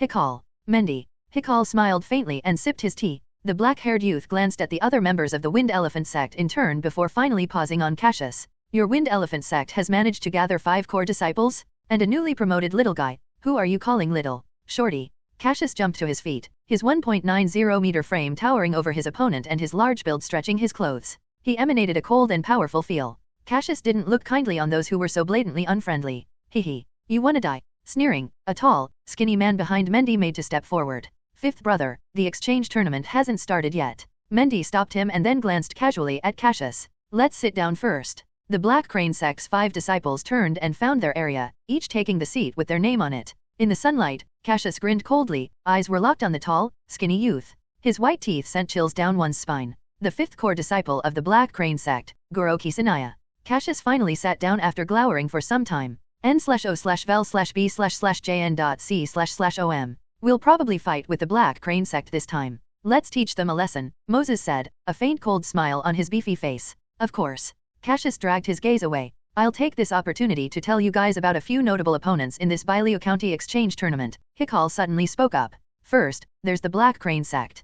Comparable to our sect in terms of strength, they excel in the crane technique. That means they'll be striking extremely fast and will have strong finger techniques, so be careful. Second, the Golden Fist Sect. Hikal jabbed a finger diagonally behind them. Cassius looked over to find 5 burly men, all with tanned skin and terrifyingly strong muscles. 3 of them were bald just like Moses. Their sect specializes in physical training to the point where their muscles, bones, and skin can even withstand cold weapons. Just look at Moses and you'll know what I'm talking about. When you're up against these types of enemies, don't prolong the fight. Find a weak spot and immediately go for the kill. Hikal paused before continuing. Another sect that has yet to arrive is the Singing Water Sect. They're more powerful than the Black Crane Sect, Golden Fist Sect, even ours. Some say that they're the top Covert Martial Arts sect in Byleo County. Needless to say, their Singing Water Covert Martial Arts are incredibly powerful. Their area of expertise lies in using gentleness to overcome strength, similar to jiu-jitsu. They specialize in close combat. I once fought their senior sister and she had the ability to concentrate most of her strength on her opponent's specific weak spots, forcing them to fight with only a fraction of their power. In such cases, their opponent could be incapacitated if they continue to exert strength. Did you win, senior brother? Lance asked curiously. No, Hikal smiled. But I didn't lose either. In recent years, the Singing Water Sect has produced a top genius who has already realized the second stage of the Singing Water Covert Martial Arts, although her physique hasn't reached the pugilist level yet. She may act as the Singing Water Sect's representative in this competition for combat experience, so we may encounter her later. Is that her? Moses suddenly turned his head to the ruckus happening at the entrance. The others imitated him. A group of 5, dressed in identical blue combat attires, walked over. Composed of 2 men and 3 women who all looked serene, there was a girl noticeably shorter than the others near the back of the group. She had delicate features and fair skin, but her facial features hadn't fully matured yet, so she still possessed a youthful cuteness. Her big, watery eyes scanned her surroundings curiously. Is that Heidi, the first prodigy of the Singing Water Sect in 100 years? She's said to be only 15 this year. Such talent. She'll probably reach the pugilist stage by next year. I'm really envious. I might not ever reach that level in my lifetime, yet this little girl has a chance of doing it by the time she's 16. The hall was momentarily filled with chatter. Hikal then shared with his 4 junior brothers and sister information and the current affairs of the Covert Martial Arts world. He had traveled far and wide these past few years and experienced all sorts of things. Cassius found it very enlightening. Additionally, Hikal reminded the 4 of them that although it was called an exchange tournament, it was possible for combat to sometimes get out of hand. If they couldn't defeat their opponents in the ring, they shouldn't stubbornly hold on, and instead, surrender immediately. After all, everyone at the tournament was a Covert Martial Arts practitioner. Many were pugilists with physiques beyond the human limit. The damage caused by a heavy blow to a vital area was no less than being shot. It would not be easy making the other side pay if someone ended up crippled or dead. Cassius understood what Hikal meant. The Wind Elephant Sect's real opponents would be the other 3 sects who were at the same level as them. How could they make the other sect's precious core disciples pay if there were casualties? The most likely scenario was that it would end inconclusively unless the sects were ruthless enough to start a war with each other directly. By the time the morning passed, most of the Covert Martial Arts sects had arrived. Only about a fifth were still missing. Due to how inconvenient transportation was in Li Wei's era, the gathering time for the exchange tournament was stretched to an entire day to accommodate the sects who were traveling from remote areas. At noon, Cassius and the others went to a large dining room in the manor to eat. More than 20 people from the Wind Elephant Sect sat at a long white table filled with rich and delicious delicacies. After lunch, some chose to return to the hall to continue chatting while they waited. Cassius, Moses, and Lance, on the other hand, decided to stroll around the manor, and even tried their hand at the newly popular sport of golf. The game ended up being not much of a challenge. After they got the hang of the feeling, the 3 people with superior muscle control and vision often won within 2 strokes. Sometimes, they would even hit a hole in one. Everyone finally arrived at around 8 in the evening. It turned out that the original plan outlined in the invitation about a morning opening ceremony and afternoon competition was wholly idealistic. After dinner, all the participants were taken to a luxurious hall in the manor. It was set up like an opera house, with a red curtain blocking everyone's view. The crowd sat on the tiered steps that stretched upward in a spiral. After a while, the host of the exchange competition appeared to give a speech. Like any other official talk, the whole process was tedious and boring. After half an hour, the speaker finally stepped down. Suddenly, the lights dimmed. When they came back on, the curtain on the stage had been pulled open from both sides, revealing a large group of vibrant, young, and sexy girls in tight dresses that accentuated their curvy figures. Instantly, they attracted the attention of many covert martial artists. The beautiful figure leading the group of dancers seemed familiar. After a moment of pondering, Cassius remembered the large poster he had seen when he first arrived in Byleo City. She seemed to be an opera star who had recently risen in popularity. The organizers of the exchange tournament had surprisingly invited her to perform. Cassius recalled that a junior brother at the Wind Elephant Martial Arts Hall was especially fond of the dignified and elegant actress. There was nothing dignified about the star tap dancing on stage with makeup caked on her face and moving suggestively. Cassius scratched his head helplessly. It turned out that the goddess of elegance and aloofness in the young man's eyes had a gaudy side. Someone that was cold to one yesterday, but turned into a sycophant the next day. All he could say was, having power, influence, and strength was truly great. The opening ceremony ended in the evening. Early the next morning, all the Covert Martial Arts sects gathered in a large and spacious warehouse. 2 rings stood in the center of the warehouse, each about half a meter above the ground with a black over covering the edges. The area around the rings was arranged similarly to the hall from the previous day, with a designated area for each sect. Staff members in blue uniforms stood waiting at the edges of the warehouse.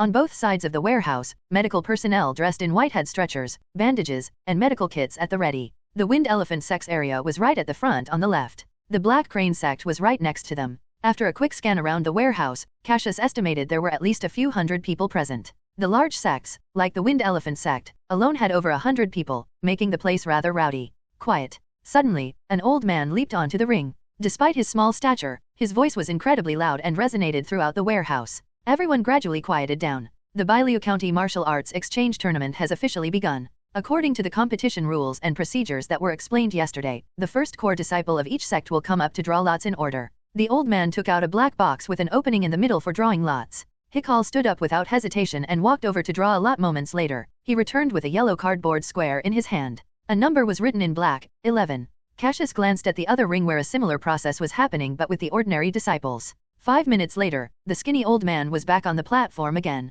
The competition will now officially begin. Number 12, Number 7. Decake Pugilism vs Frozen Light Martial Hall. Upon hearing this, Cassius recalled the competition rules. In this exchange tournament, the core disciples and ordinary disciples of each sect separated into different fights and different rights. The core disciples had 2 events, a team competition and an individual competition. In the team competition, 5 core disciples from each sect would form a team. The sect would send the first person in the lineup to challenge the other sect's team. Whoever won would stay to challenge the next person in line until all 5 opponents were defeated. A victory earned 1 point, draws earned 0 points, and a loss resulted in a point deduction. In the individual competition, they drew lots again but would now be divided into 5 groups. The top 2 from each group would advance to the finals. As this was the inaugural tournament, the rules were still rough around the edges. Cassius glanced up at the platform, where representatives from both sects were already standing. They introduced themselves, and then, at the referee's signal, began to face off, gradually shuffling their feet around. After a half a minute of them in a stalemate, the black-haired man representing Decake Pugilism suddenly struck, punching and kicking with lightning speed.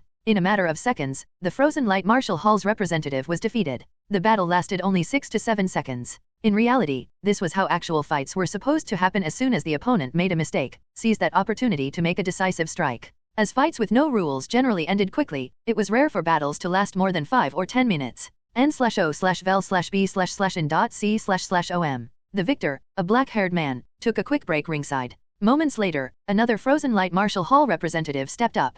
Soon after they introduced themselves, they began the next round. They circled around each other slowly, searching for an opening. 20 seconds later, both sides hurled themselves at each other simultaneously, trading blows. They'd occasionally fire off some explosive techniques, allowing them to attack extremely quickly. After switching positions a few more times and another couple clashes, the black-haired man fell off the edge of the ring and rolled on the floor before getting up. He had been pushed out of the competition area and lost. Frozen Light Martial Hall had taken this round. Another series of fights followed. The match only took about 7 to 8 minutes and, in the end, Decake Pugilism emerged victorious. Moments later, the skinny old man stepped back onto the ring. Next up, Number 11, Number 18. Wind Elephant Sect vs Meditative Fist Sect. Cassius and senior brother Hikal exchanged glances. According to the order, Cassius was the first to represent the Wind Elephant Sect. Cassius stood up, took off his black coat, and threw it onto his seat. I'm going up. He walked steadily up to the ring. The many windows on both sides of the warehouse let in a gentle morning sunlight, ensured the platform was well lit.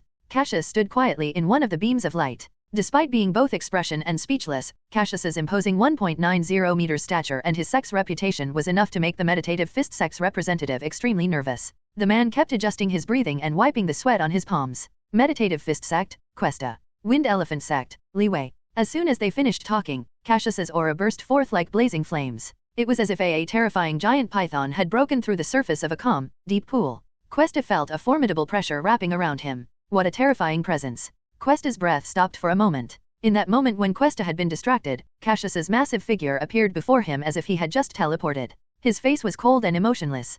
Cuesta panicked. Bang! A muffled sound echoed from his left shoulder. His eyes widened. He staggered back several meters and fell off the ring. Cuesta hadn't even touched Cassius. He lost in a mere 3 seconds. Ah! He groaned, clutching his left shoulder in pain. The gap is too big. We'll need to employ a tactic of having several people take turns fighting him to tire him out, a strong young man from the Meditative Fist sect said resignedly while squinting his eyes. Half a minute later, a pretty girl was on the ring. She clasped her hands in greeting. Meditative Fist Sect, Farah. Wind Elephant Sect, Li Wei. Right after they finished speaking, Cassius vanished, moving like a shadowy blur. In an instant, a black streak shot out from the dark shadow, through the air, and slammed into the girl's shoulder. Thud! Like being struck by a heavy hammer, Farah was sent flying out of the ring. She landed on the ground and rolled a few times before she fell unconscious. It seems I used too much force. I should hold back a bit. Half a minute later, the same scene replayed itself. This disciple from the Meditative Fist sect was a strong man. He started off in a defensive stance, feet firmly planted and arms guarding his chest, seemingly trying to stall time. Unfortunately, Cassius's powerful punch shattered all his defenses. The strong man soared out of the ring, skidding 5 meters on the ground. Another half a minute passed, and the fourth person seemed to have learned a thing or two. He moved nimbly, trying to keep his distance and tire Cassius out. But Cassius had cornered him in an instant. With a single clash, he was quickly thrown off the ring. The last one was a young man with a bitter expression. Desperate, he tried to last a few more moves but couldn't escape the same fate his predecessors had fallen to. With a single punch, Cassius broke his stance completely. The Meditative Fist sect's senior brother seemed to see a giant elephant charging forward, unstoppable and majestic as it crushed all its enemies. This was the difference between small sects and large sects. This was the difference between ordinary martial artists and limit-breaking pugilists. Winner, Wind Elephant Sect's Li Wei. As the referee's announcement rang out, Cassius squeezed his fists and casually glanced at his opponents before walking off the stage. Moses met him in the Wind Elephant Sect's area and punched him playfully. Why didn't you leave one for your senior brother? You just had to take all the fighting for yourself, didn't you? Unsure of whether to laugh or cry, Cassius just plopped down on his seat. Don't mind him, old 5. This big bear isn't looking to enjoy the fight, he just wants to get beaten up. It's a good thing you took out the opponents, otherwise he would have embarrassed us up there, Lance interjected, shooting a disdainful look at Moses. Hey, don't slander me without reason. I know how to behave appropriately for different occasions. I know this exchange tournament isn't the same as our usual sparring, Moses defended himself. Give it a rest. Everyone knows you can't change your nature. You damn sissy, always trying to undermine me, aren't you? In an instant, the two started bickering again. Eventually, senior brother Hikal intervened by rearranging the order of appearances. Everyone would take turns going first. With this new arrangement, each person, starting from Cassius, would be able to go roughly twice. This obviously did not include Hikal. According to the rules, the first core disciple of each sect had to go last. This was to prevent any sect from wiping out the other teams by placing their strongest member first. That would be much too disrespectful. However, if the opposing sect's strongest core disciple was already scheduled to go last and the first fighter, who was supposedly not the strongest, still managed to take out the entire team, well, there was nothing much to say. The team competition continued. Cassius sat in the resting area, sipping tea while he observed the fight on the stage. The difference between smaller sects and larger sects was very apparent, their level of martial arts varying greatly. Disciples from larger sects had much better combat experience and skills compared to those from smaller sects. This was a clear demonstration of how impactful having resources and influence was. During this time, Cassius carefully observed the fighting styles and movements of sects like Golden Fist Sect, Black Crane Sect, and Singing Water Sect. He found that their movements had fewer flaws and their combat techniques were extensively developed. Though, there wasn't really anything useful that stood out in his observations. Ultimately, it came down to his own strength. Outside the window, the sun rose inch by inch amidst thin clouds until it shone directly above the arena. It was nearing noon. Next up, number 11 and number 2. Wind Elephant Sect, Stone Elbow Sect. Cassius cracked his neck and stepped onto the stage again. The person from Stone Elbow Sect also came up. He was a red-haired youth with calloused fists and elbows that gave off a steadfast demeanor. He seemed to be the strongest person in the Stone Elbow Sect after their senior disciple. It seemed Cassius's earlier 1-on-5 victory over the Meditative Fist Sect had left a strong impression, prompting his opponent to make some tactical adjustments. However, such tactics were futile in the face of absolute strength. Cassius being a pugilist was his biggest trump card. Even if his opponent used any underhanded tricks, he was confident that he would still be able to defeat them. Cassius remained calm and composed from start to finish, from the first person the Stone Elbow Sect sent up all the way to their first core disciple. Heeding senior brother Hikal's advice, Cassius didn't finish them off in one punch like before. Instead, he grappled with his opponent a little longer, clashed a few more times, and traded a few more hits. The purpose was twofold: give the opponent some face, and display the magnanimity of a major sect. Slowing the pacing of the fight allowed Cassius to discover a few interesting points. Each sect had its own unique characteristics. For instance, the Stone Elbow sect practiced both fist and elbow techniques, switching quickly between the two such that they complemented each other. Some of their short-range rapid combos were also quite impressive. Cassius got a different experience from fighting with them, broadening his previously limited understanding of fist techniques. It was one of the purposes of the exchange tournament, different sects showcasing and learning each other's techniques, and broadening their horizons. After the referee's announcement, Cassius walked off the stage again. Winding between the various sects, Cassius occasionally heard people talking about him. Some were amazed by his strength and age, while others saw him as a formidable opponent. As he walked past the Black Crane Sect's area, a tall, skinny youth casually remarked, "This Li Wei is too weak, only knowing how to bully small sects. If we match up against him in the next match, I'll make sure to take him down." Cassius glanced back. The youth also turned toward Cassius, his eyes glinting provocatively. Cassius sneered, slicing a hand across his neck. The intention behind it couldn't be any clearer. "Don't let me catch you, loser. Idiot," he muttered, striding back quickly. The Morning Points matches paused a half-hour later, allowing the sects to enjoy a hearty lunch at the dining hall and rest until 1:30 p.m. Nov. L.B//JNN. In the afternoon, the tournament switched from the team competition to the individual matches.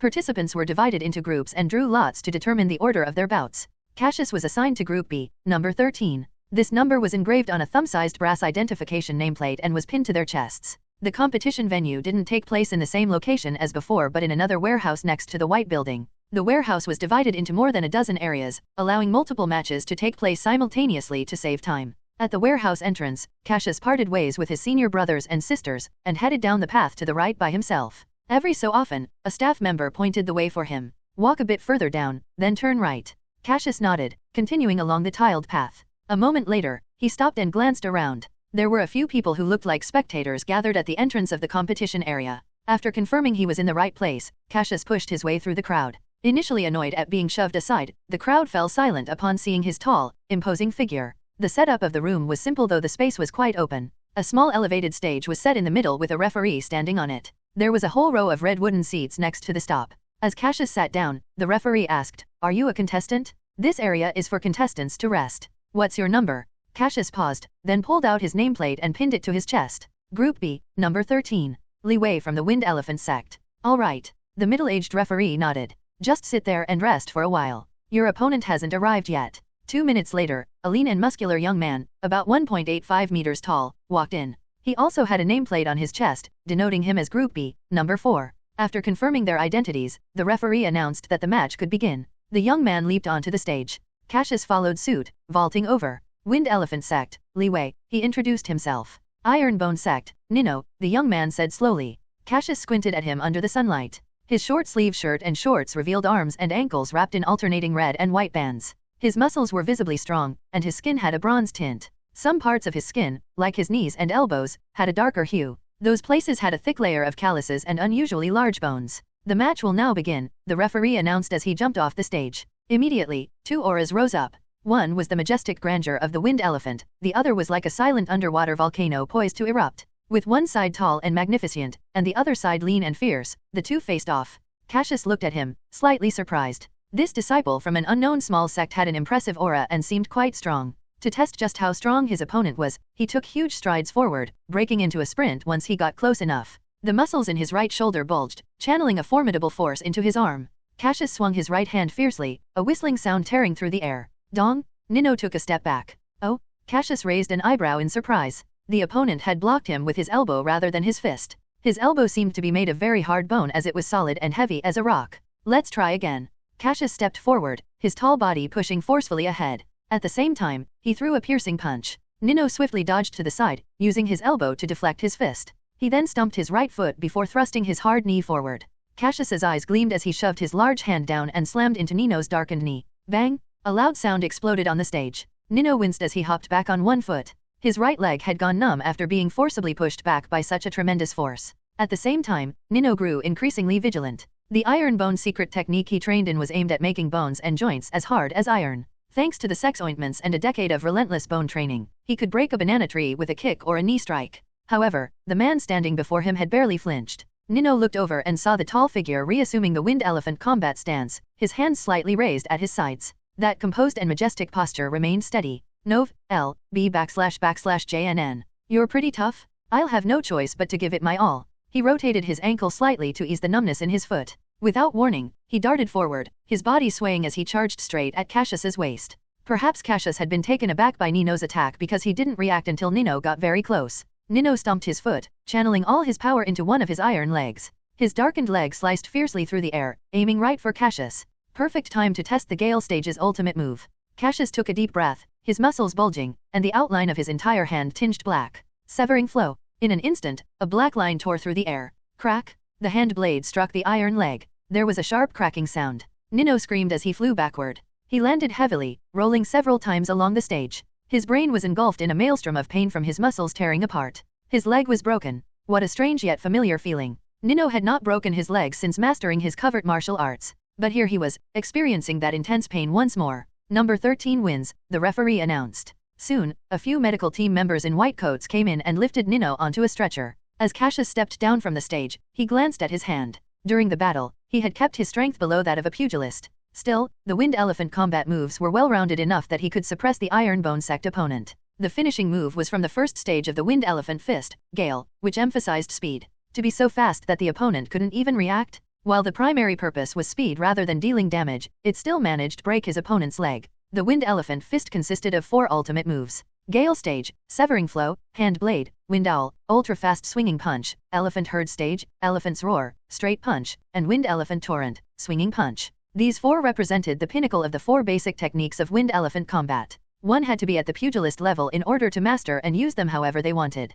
Cassius had already mastered the 2 moves of the Gale Stage and was now learning the Elephant Herd Stage. As expected, the 2 ultimate moves did not disappoint. The speed and power of Severing Flow's explosive hand blade were astonishing. If he combined that with the Azure Wind Flow and the explosive power from accelerating his blood flow, one hand blade could potentially split a person in half. Cassius's next opponent came from a small sect again, but this opponent was much weaker and lasted only 1 move. While he waited, Cassius realized he had fought a total of 4 battles in the arena. Only 2 opponents remained. After sitting for less than 3 minutes, a familiar figure appeared at the entrance. Cold smile on his face, Cassius immediately stood up, a strong and domineering aura expanding outward. Black Crane Sect's 5th core disciple, Guro. They truly lived in a small world. Heh. At the entrance, the tall and thin Guro also sneered when he saw Cassius. He made a slicing motion across his throat, seemingly in response to the morning's gesture. Cassius felt inexplicably excited. He rubbed his thumb and forefinger together, his palms sweaty. When was the last time he felt like this? When the Duststorm assassins ambushed him in the real world. At that time, Cassius, who had believed that he had been acting under the Shadow Demon's influence, had killed all the enemies. What would be Guro's fate? The referee announced that the match could begin. Group B, number 13 and number 1. Wind Elephant Sect, Black Crane Sect. As soon as the sect names were mentioned, the surrounding spectators started to buzz with excitement. A fight between the core disciples of 2 major sects in Bailiu County obviously drew quite a lot of attention and interest. 3 more people squeezed in from outside amidst the chatter. One was a sinister man wearing black gloves, the Black Crane Sect's 1st core disciple, Mendy. The other 2 were young girls in distinctive blue combat attire. One was in her 20s, and had exquisitely beautiful features and a voluptuous figure. Her blue hair was tied up into a ponytail, draped lightly over one shoulder. She was the 2nd core disciple of the Singing Water Sect. As for the other girl, her distinctly youthful teenage face was a dead giveaway, the Singing Water Sect's prodigy, Heidi. Senior sister, what's so interesting about this? Let's go watch our first senior sisters match. Heidi blinked. Don't underestimate the core disciples from the major sects, Heidi. They are all close to the level of a pugilist. The 2nd senior sister shook her head. Their strength should be similar to yours, and they all have an abundant amount of practical combat experience. Let's watch closely. The air was thick with tension as the 2 opponents, both of similar heights, stared each other down. Don't think that breaking 2 small sects teams is something to be proud of, kid. Let me teach you a lesson in humility. Goro sneered, remembering yesterday's events. Careful. You don't want me to beat you to death later. I might not be able to hold back, Cassius said, clenching his fist and grinning broadly. Begin, the referee announced, jumping off the stage. In the sunlight, as Cassius twisted his neck, a series of cracking sounds echoed. He said calmly, try not to die from my punches. There was a completely different meaning when he calmly repeated it for the 2nd time. Sneering, Goro was about to retort when he felt an extremely menacing aura lock onto him, akin to suddenly being targeted by a tiger while trekking through the jungle. His heart skipped a beat. Remember the name of the person who's about to defeat you? Li Wei from the Wind Elephant Sect. As soon as he finished speaking, the entire round stage shook violently. Cassius's robust figure suddenly materialized in front of Guro. Layer by layer, the outline of his black muscles all over his body became increasingly defined. Wind Owl. A strange bird call suddenly came from the wind. Cassius's right hand instantly blurred into a huge black shadow. The shadow rushed toward Guro's head at high speed through the air. Crane's drawl. Goro's adrenaline surged in response to the impending danger. He forcibly used all his might to execute the Black Crane Sect's ultimate move. His 5 fingers pinched into a point, and his crane hand shot out like a drill, a shimmering layer of black light on the surface. Ding! Crack! Ah! The sounds of impact, bones breaking, and screams merged into one. Goro's face twisted as he quickly retreated, the 5 fingers on his right hand now irregularly extended like chicken claws. The red muscles at his joints were torn, 3 of his fingernails had flipped up, and blood streamed down from his palm. My hand. In the midst of his excruciating pain, Goro suddenly held his breath as a tall figure appeared in front of him like an apparition. Swish! A massive black shadow descended on him like Mount Taiwan. Goro's eyes nearly popped out, and he raised both hands to block. Dong! The entire stage shook violently. In the sunlight, Goro was on his knees, trembling. His arms were still crossed and raised above his head. He could acutely feel the bones of his forearms fracturing painfully. It was the kind of shuddering feeling of bone fragments piercing into his muscles. Blood from his wounded arms dripped onto his face. Completely stunned, Goro had just managed to take a breath when he felt an overwhelming force press down on him again. Inch by inch, bit by bit. It was as if a steamroller was flattening the ground, heavy and absolute, and without any care of what was underneath it. He trembled, he could practically hear his muscles and bones groaning. Goro's whole body was forced down, his spine bending inch by inch while his head shook like a leaf. Cassius's bloodshot eyes flashed before him. Accelerated blood flow? A pugilist? He roared, I surrender, I surrender. The humongous arm that was pressing down on Goro paused for a moment, and then it pulled away. Cassius shook his head expressionlessly. I thought you'd last longer than that. You shouldn't act so arrogant when you're only at this level. For a moment, the entire stage fell into an eerie silence. Then the audience erupted into a frenzy. Despite both parties being core disciples of major sects, the actual gap in combat was astonishingly vast. Goro's opponent had crushed him like a child, forcing him to surrender in just 2 moves. It's actually a pugilist. Mendy squinted at Cassius below the stage, ignoring Goro's serious injuries. He muttered to himself, Wind Elephant Sect really lucked out with 3 pugilists. Seems like I'll have to adjust the order. On the other side, Heidi couldn't bear to look at the stage due to Goro's terrifying bloody appearance. Her second senior sister patted her shoulder. This is why I wanted you to watch the others' matches. It's impossible to not get injured or bleed when you're in real combat. You're still too young and don't have enough practical combat training. Every covert martial artist must overcome this, Heidi. The second core disciple of the Singing Water Sect gazed at Cassius standing on the stage with her beautiful eyes. But I never expected the Wind Elephant Sect to have another pugilist. And an 18-year-old at that? No wonder that guy from the Black Crane Sect was beaten down in just 2 moves. A pugilist and those below are like night and day, so it's normal for the results to be this crushing. Nov. L. B /JNN. That person looks quite scary when he's being ruthless, Heidi said, glancing at the stage. The image of the formidable figure with the terrifying statue on that stage was deeply etched in her somewhat still immature mind. Goro had already been taken down for treatment, leaving only Cassius and the referee. The referee declared Cassius as the victor. Cassius nodded slightly, then said, let's start the next match right away. I don't want to waste any time. I saw my opponent. He stopped talking. The young man who had just been sitting in the row of red wooden chairs to his right was suddenly gone. Had he been seeing things? Contestant number 13. Contestant number 5 told me he forfeited just now. He's already left. The referee beside him had a strained smile. He forfeited. Yes. Then I'm leaving, Cassius said, flipping off the stage and walking towards the door. Since he had no opponent to fight, he had the gift of time back. The crowd blocking the door parted fearfully, creating a path for him as he walked past. 5 minutes later, Cassius headed to a distant arena, on a staff member's directions, where his 4th senior brother Moses was competing. Bored, Cassius decided to take a look. As soon as he squeezed through the crowd and saw what was happening, a peculiar smile appeared on his face. 3rd senior brother and 4th senior brother are fighting each other. He had definitely jinxed it. One, a mountain of historical and cultural significance located north of the city of Taiyan. It is the highest point in Shandong province, China. 2 figures stood opposite each other on the stage. A subtle tension gradually suffused the air. One was tall and strong. The other was short and thin. Stupid bear, I didn't expect us to run into each other. Lance's thin lips parted as he spoke pleasantly. Stupid sissy, I also didn't expect to meet you in the 2nd round. Moses grinned, his tone equally sharp.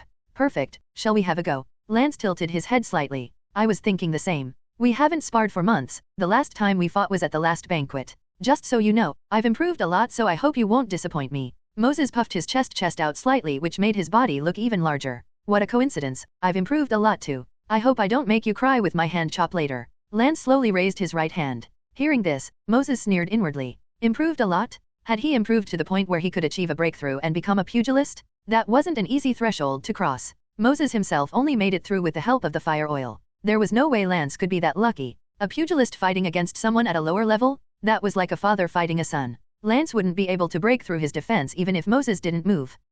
You better not start crying from my hits. I don't want to see a man in tears. Moses shrugged. Hearing this, Lance sneered inwardly as well. Moses's bear-like skin was indeed tough. Prior to his breakthrough, Lance could barely hurt him even at full strength. But now, with accelerated blood flow, his strength, and the damage he could dole out would multiply. Fighting Moses would be like an adult fighting with a child. Cassius squeezed to the front of the crowd. Moses and Lance, who hadn't started their match yet, noticed their junior brother. Moses turned his head and smiled at Cassius, showing his neatly arranged white teeth. Junior brother? Just wait there and see me thrash this sissy. Next to him, Lance also smiled and nodded, winking his beautiful left eye at Cassius. It wasn't just about thrashing the bear. Having someone in the audience who knew his secret made it that much more fun. Cassius smiled stiffly at the enthusiasm expressed from both sides. He swallowed hard. Before their breakthroughs, his third and fourth senior brothers were around the same level in terms of strength. One was tough and resilient, the other agile and elusive. Now that they've both broken through to pugilists, they were probably still evenly matched. The fight would likely end in a draw.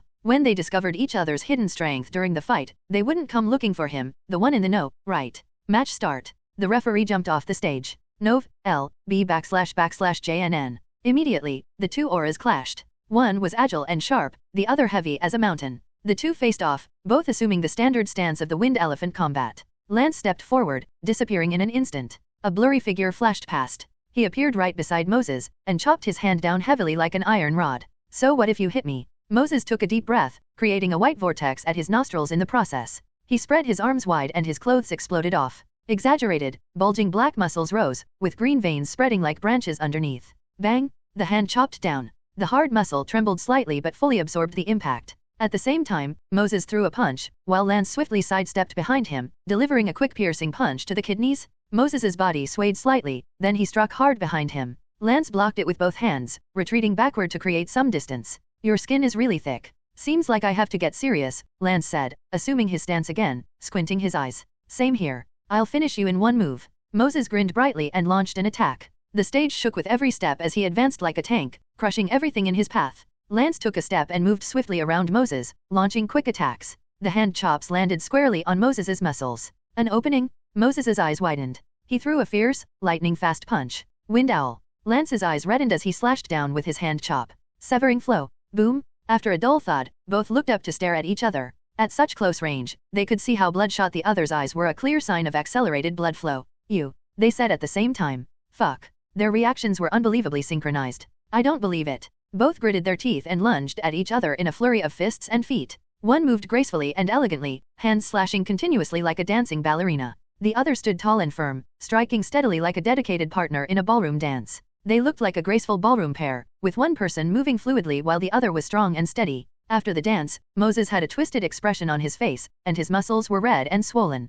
On the other side, Lance was panting heavily and drenched in sweat. Yet, the match still did not have a clear winner. The referee had no choice but to declare the match a draw. When did you break through to pugilist? I should ask you the same question. Moses and Lance bickered as they walked off the stage, heading toward Cassius. The corners of Cassius's mouth twitched. How should he phrase his words? Suddenly, he shuddered. His heart skipped a beat. It felt like he was being watched by a predatory beast. He quickly turned his head, scanning the surroundings. There seemed to be a pair of blood-red eyes watching him from within the shadows of the crowd. They were filled with inexplicable greed and evil. That feeling. It was just like facing the shadow demon for the first time, where he was filled with a horrifying, shivering, inexplicable fear. Cassius stood frozen in place, but in the blink of an eye, the sense of impending crisis was gone. Calm returned to him as if nothing had happened. He took a deep breath and scanned his surroundings but found nothing. Since being parasitized by the shadow demon, Cassius had noticed his senses becoming much sharper. He could detect hostile glances and murderous intent, so the chances of it being an illusion of some kind was very low. Li Wei, what's wrong?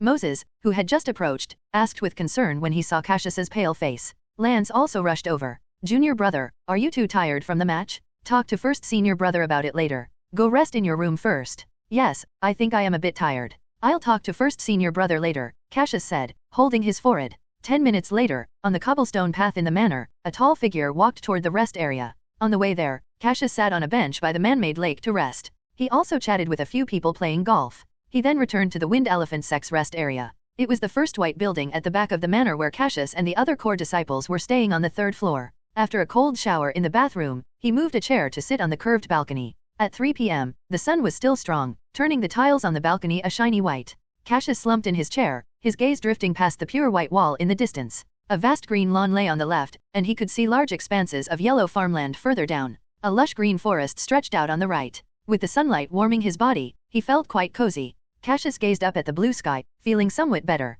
His previously uneasy heart had calmed down, allowing him to begin thinking about the brief sense of crisis he had felt earlier. Even though there was no clear evidence, he immediately connected that feeling to the Wind Elephant Sect's massacre. But his intuition told him that the two were likely related. He rubbed his temples and tried to recall Li Wei's vague memories, hoping to dig out specific information about the massacre. Unfortunately, Li Wei had only been a novice at that time. While he had mediocre strength, he was actually not too far off from the core disciples. He had been taken to the East Sea County, mainly to gain some experience as a spectator disciple. Most of his memory was vague fragments of panicked running, just running non-stop. The only relevant information he had about the enemies occurred the moment the sect was ambushed, when a large group of tall figures in black cloaks came rushing in from both sides. How troublesome, Cassius said, helplessly patting his forehead. He didn't have any information about the enemies, their appearance, strength, or identity. Nothing. All he knew was that they were tall, which was useless. The only thing he could do was proceed cautiously, and go one step at a time. Time flew by and before he knew it, it was evening. Lance almost spat out his rainflower tea. He stood up abruptly. What? Junior brother, you're a pugilist too. Damn, doesn't that mean our sect has 5 pugilists now? There were 3 people in the room, Cassius, Lance, and Moses. Hikal and Jadis were still at the banquet, interacting with the other core disciples from various covert martial arts sects. Indeed, Moses said, rubbing his chin. Then he slapped the table, displeasure coloring his tone. How did you also break through to pugilist? Junior brother and I barely made it through, and we needed Lady Luck on our side as well. I wasn't going to say anything so I could mess with you, but the match still ended in a tie. Heh. Lance sneered. You said it yourself, it's luck, and when it comes, you can't stop it. I broke through the day I got home from that banquet. His exquisite green hair swayed as his narrow eyes bored into Cassius. By the way, did you just say that junior brother broke through around the same time as you, and you both kept it a secret from me? Cassius coughed awkwardly and opened his mouth to speak when his incompetent teammate Moses snapped his fingers. The look on his face seemed to praise Lance for being so smart. Yes, but too bad you also broke through. He sighed regretfully, seemingly disappointed that he couldn't beat up Lance. Humph. Lance smirked. You stupid bear, did you know that junior brother accidentally found out I had broken through to pugilist back at the Wind Elephant Martial Arts Hall, and he didn't tell you? Moses raised an eyebrow. He stood up to his full height and plopped down next to Cassius. Then he placed his calloused hand on Cassius's back, asking in a gentle tone, is that true, junior brother? If I said no, would you believe me, senior brother? He, what do you think? 10 minutes later, Cassius lay sideways on the sofa. Under pressure of his 2 senior brothers, he was forced to agree to the terms of compensation, which included 20 practice matches with 4th senior brother Moses and getting the recipe for rainflower tea from the organizers for 3rd senior brother Lance. Speaking of which, those 2 were normally at each other's throats, but had suddenly colluded against him. What a real headache. 20 minutes later, 1st senior brother and 2nd senior sister returned and reacted the same way as Lance. To be precise, they were extremely shocked. N/O/vel/b/in.c//om. After all 3 of their junior brothers had become pugilists and they had gone from being an ordinary team to a dream team overnight. There were no weaklings here, only formidable fighters. Hikal understood the implications of having 5 pugilists better than they did. The top 4 third-rate sects in Bailiu County usually had a team of 5 core disciples, with 2 of them being pugilists, like the Golden Rock Fist, Black Crane Sect, and the former Wind Elephant Sect. The Singing Water Sect was the only sect to have 3 pugilists on their team. If they were to look more broadly at the East, Lance had seen only the top second-rate sects having 5 pugilists in the younger generation. Ordinary second-rate sects had no chance of gathering even 5. Having the current Wind Elephant Sect team participate in the Bailiu County Exchange Tournament was akin to throwing a wolf into a flock of sheep. A top second-rate sect bullying a bunch of third-rate and unranked sects. Bullying people from another tier could prove fatal. Hikal could already imagine the other 3 sects being collectively crushed. Lance chuckled. Haha. Moses also chuckled.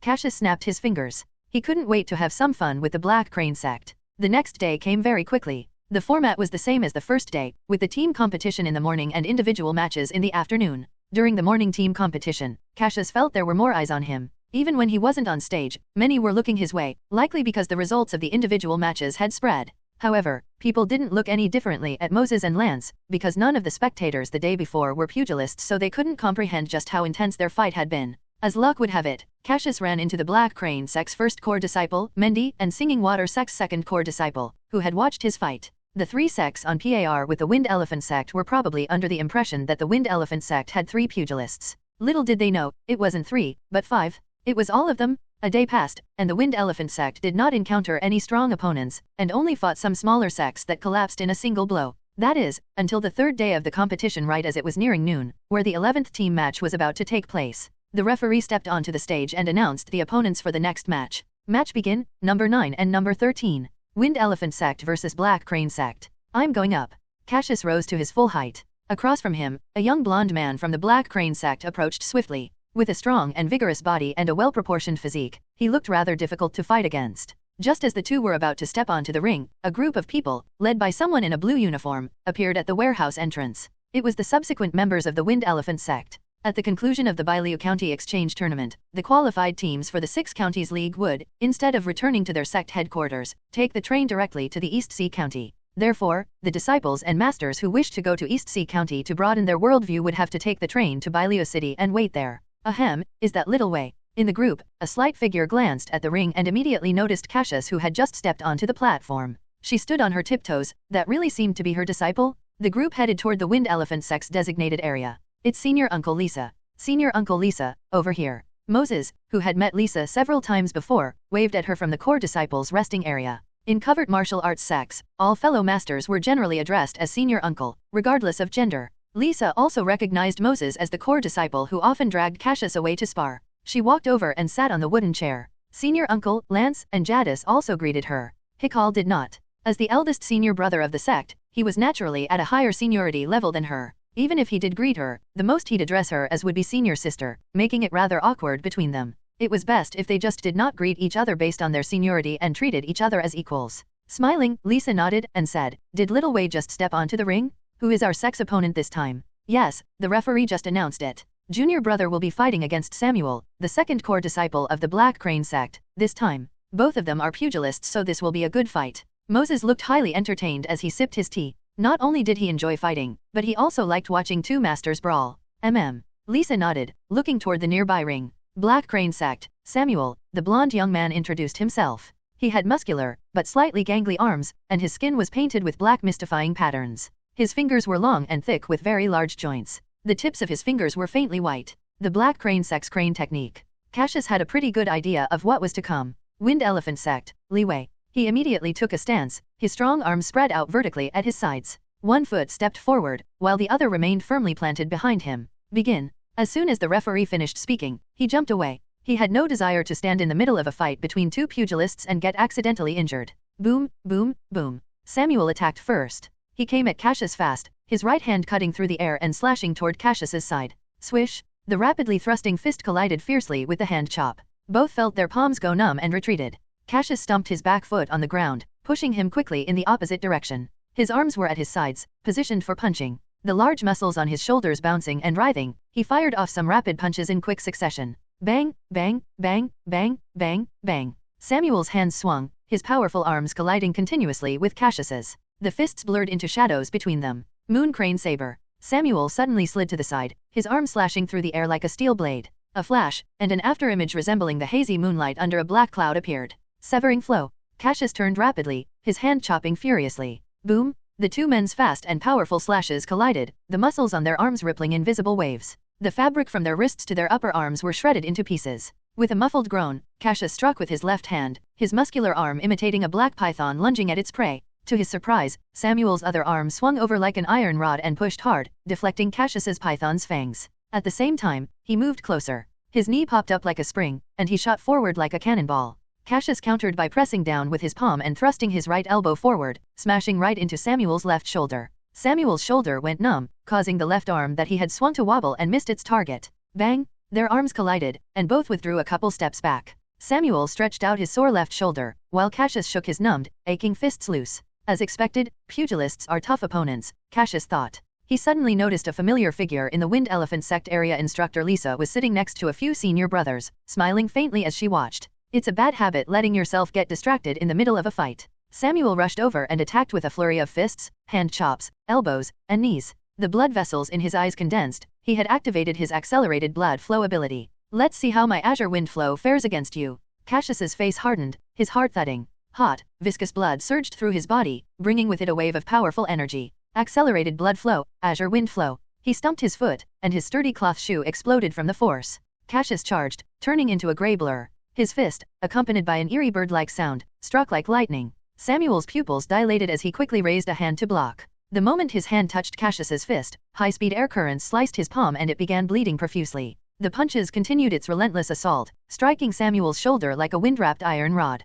Ah! Samuel screamed. He stumbled and tumbled off the stage. When he got up, his face was pale, and his forehead was peppered with cold sweat. There was an exposed bloody fist imprint on his left shoulder. The skin had scraped off, revealing red muscles beneath. Blood dripped down the edges, soaking his clothes. N/O/vel/B/JN.C//OM. Good fight, Cassius said from the edge of the ring. What technique was that? Samuel panted. I suppose there's no harm in telling you. It's called Azure Wind Flow. Cassius spread his fingers out slightly, and a high-speed rotating air current flicked off all the blood on his skin. Right hand clean once again, he let it hang lightly by his leg. At this moment, the referee climbed onto the platform and announced, the winner is Wind Elephant Sect's Li Wei. Cassius locked eyes with Lisa on the stage before turning to look at his next opponent. The Black Crane Sect had only 2 pugilists, one of whom had just been defeated by Cassius. The other, Mendy, was the final opponent, which meant Cassius would have to fight against those at the fist fighters level. It was no different from a wolf among sheep.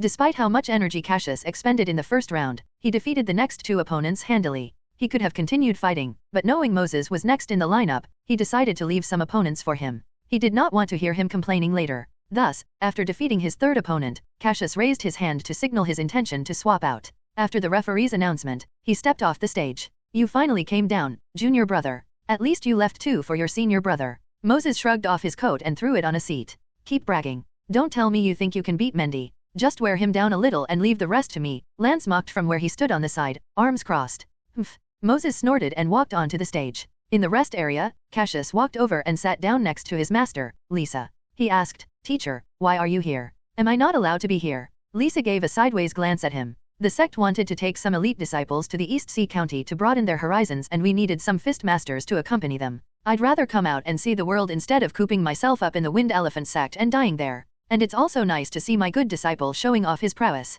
Lisa smiled and patted Cassius's shoulder, as if her death was already certain and there wasn't anything special about the word itself.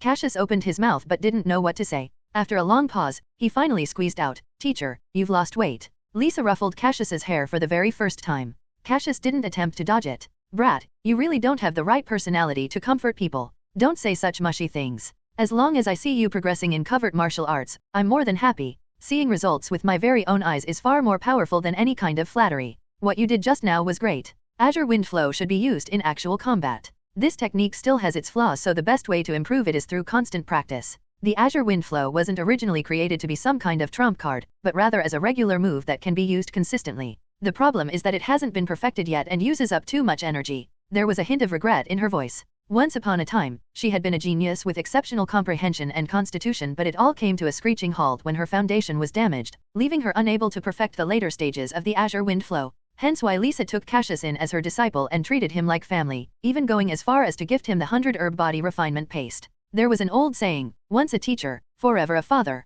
Whoever coined the saying hadn't been joking. This was especially so when the teacher had a terminal illness and a martial arts legacy that had yet to be fulfilled. She could only leave her hopes in her disciple, and fortunately, Cassius gave her that hope. Let's stop chatting and watch the match. Lisa and Cassius turned their attention back to the stage. As expected, Moses fought the core disciples of the Black Crane Sect with little fanfare, rendering them senseless with a single swing as if they were his children. Even a martial artist nearing the physical limits of a human body was easily toyed with by Moses. The clear disparity made the audience realize that the Wind Elephant Sect's 4th core disciple, Moses, had also surpassed human limits. The Wind Elephant Sect had 4 pugilists? It was unfathomable. Even a second-rate sect wouldn't be at that level. For a moment, the entire venue buzzed with chatter. Various gazes swept toward the Wind Elephant Sect's rest area, some surprised, some envious, some fearful, and some hateful. On the stage, the young man who Moses had been toying with stumbled onto the ground. A livid Mendy stormed onto the stage. His slightly pale face was filled with frustration as he stared at Moses, removing his gloves as he spoke. I'll make you understand that there are differences even among pugilists.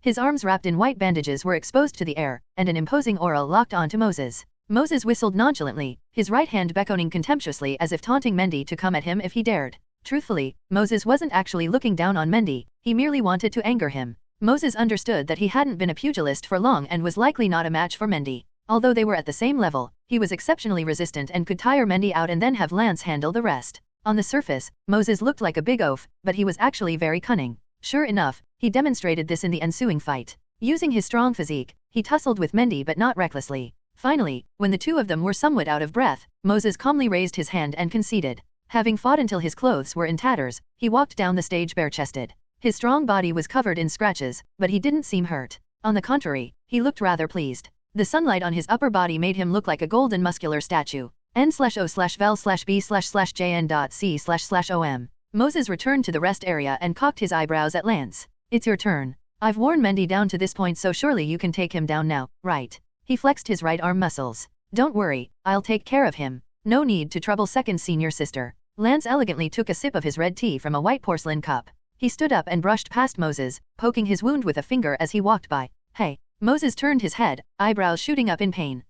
Whatever, I don't argue with women. He shook his head and sat down with his arms crossed. After 5 minutes, an eerie silence descended on the stage as everyone from the various covert martial arts sects quietly watched. Even those who had been watching the ordinary disciples' matches turned to look. In the sunlight, Lance, panting, raised his right hand. The referee beside him bounded onto the stage and shouted loudly, "The winner is Lance of the Wind Elephant Sect." A team of medics in white uniforms rushed up with a stretcher and carried the unconscious Mendy away. Accelerated blood flow wasn't without its side effects. Once the immense power faded, intense fatigue would take its place. If Mendy had fought both of them at the same, he might have been able to utilize the short burst of energy to defeat both Lance and Moses. But he had fought Moses and then Lance in a tag team battle. One was tough and the other agile. Both were incredibly exhausting to fight against, so in the end, Mendy still lost, and at the hands of the third core disciple. Wind Elephant Sect, 5. Black Crane Sect, 2. 5 pugilists had popped up one after another like bamboo shoots after rainfall. Was the Wind Elephant Sect destined to rise against all odds? Why were there so many geniuses?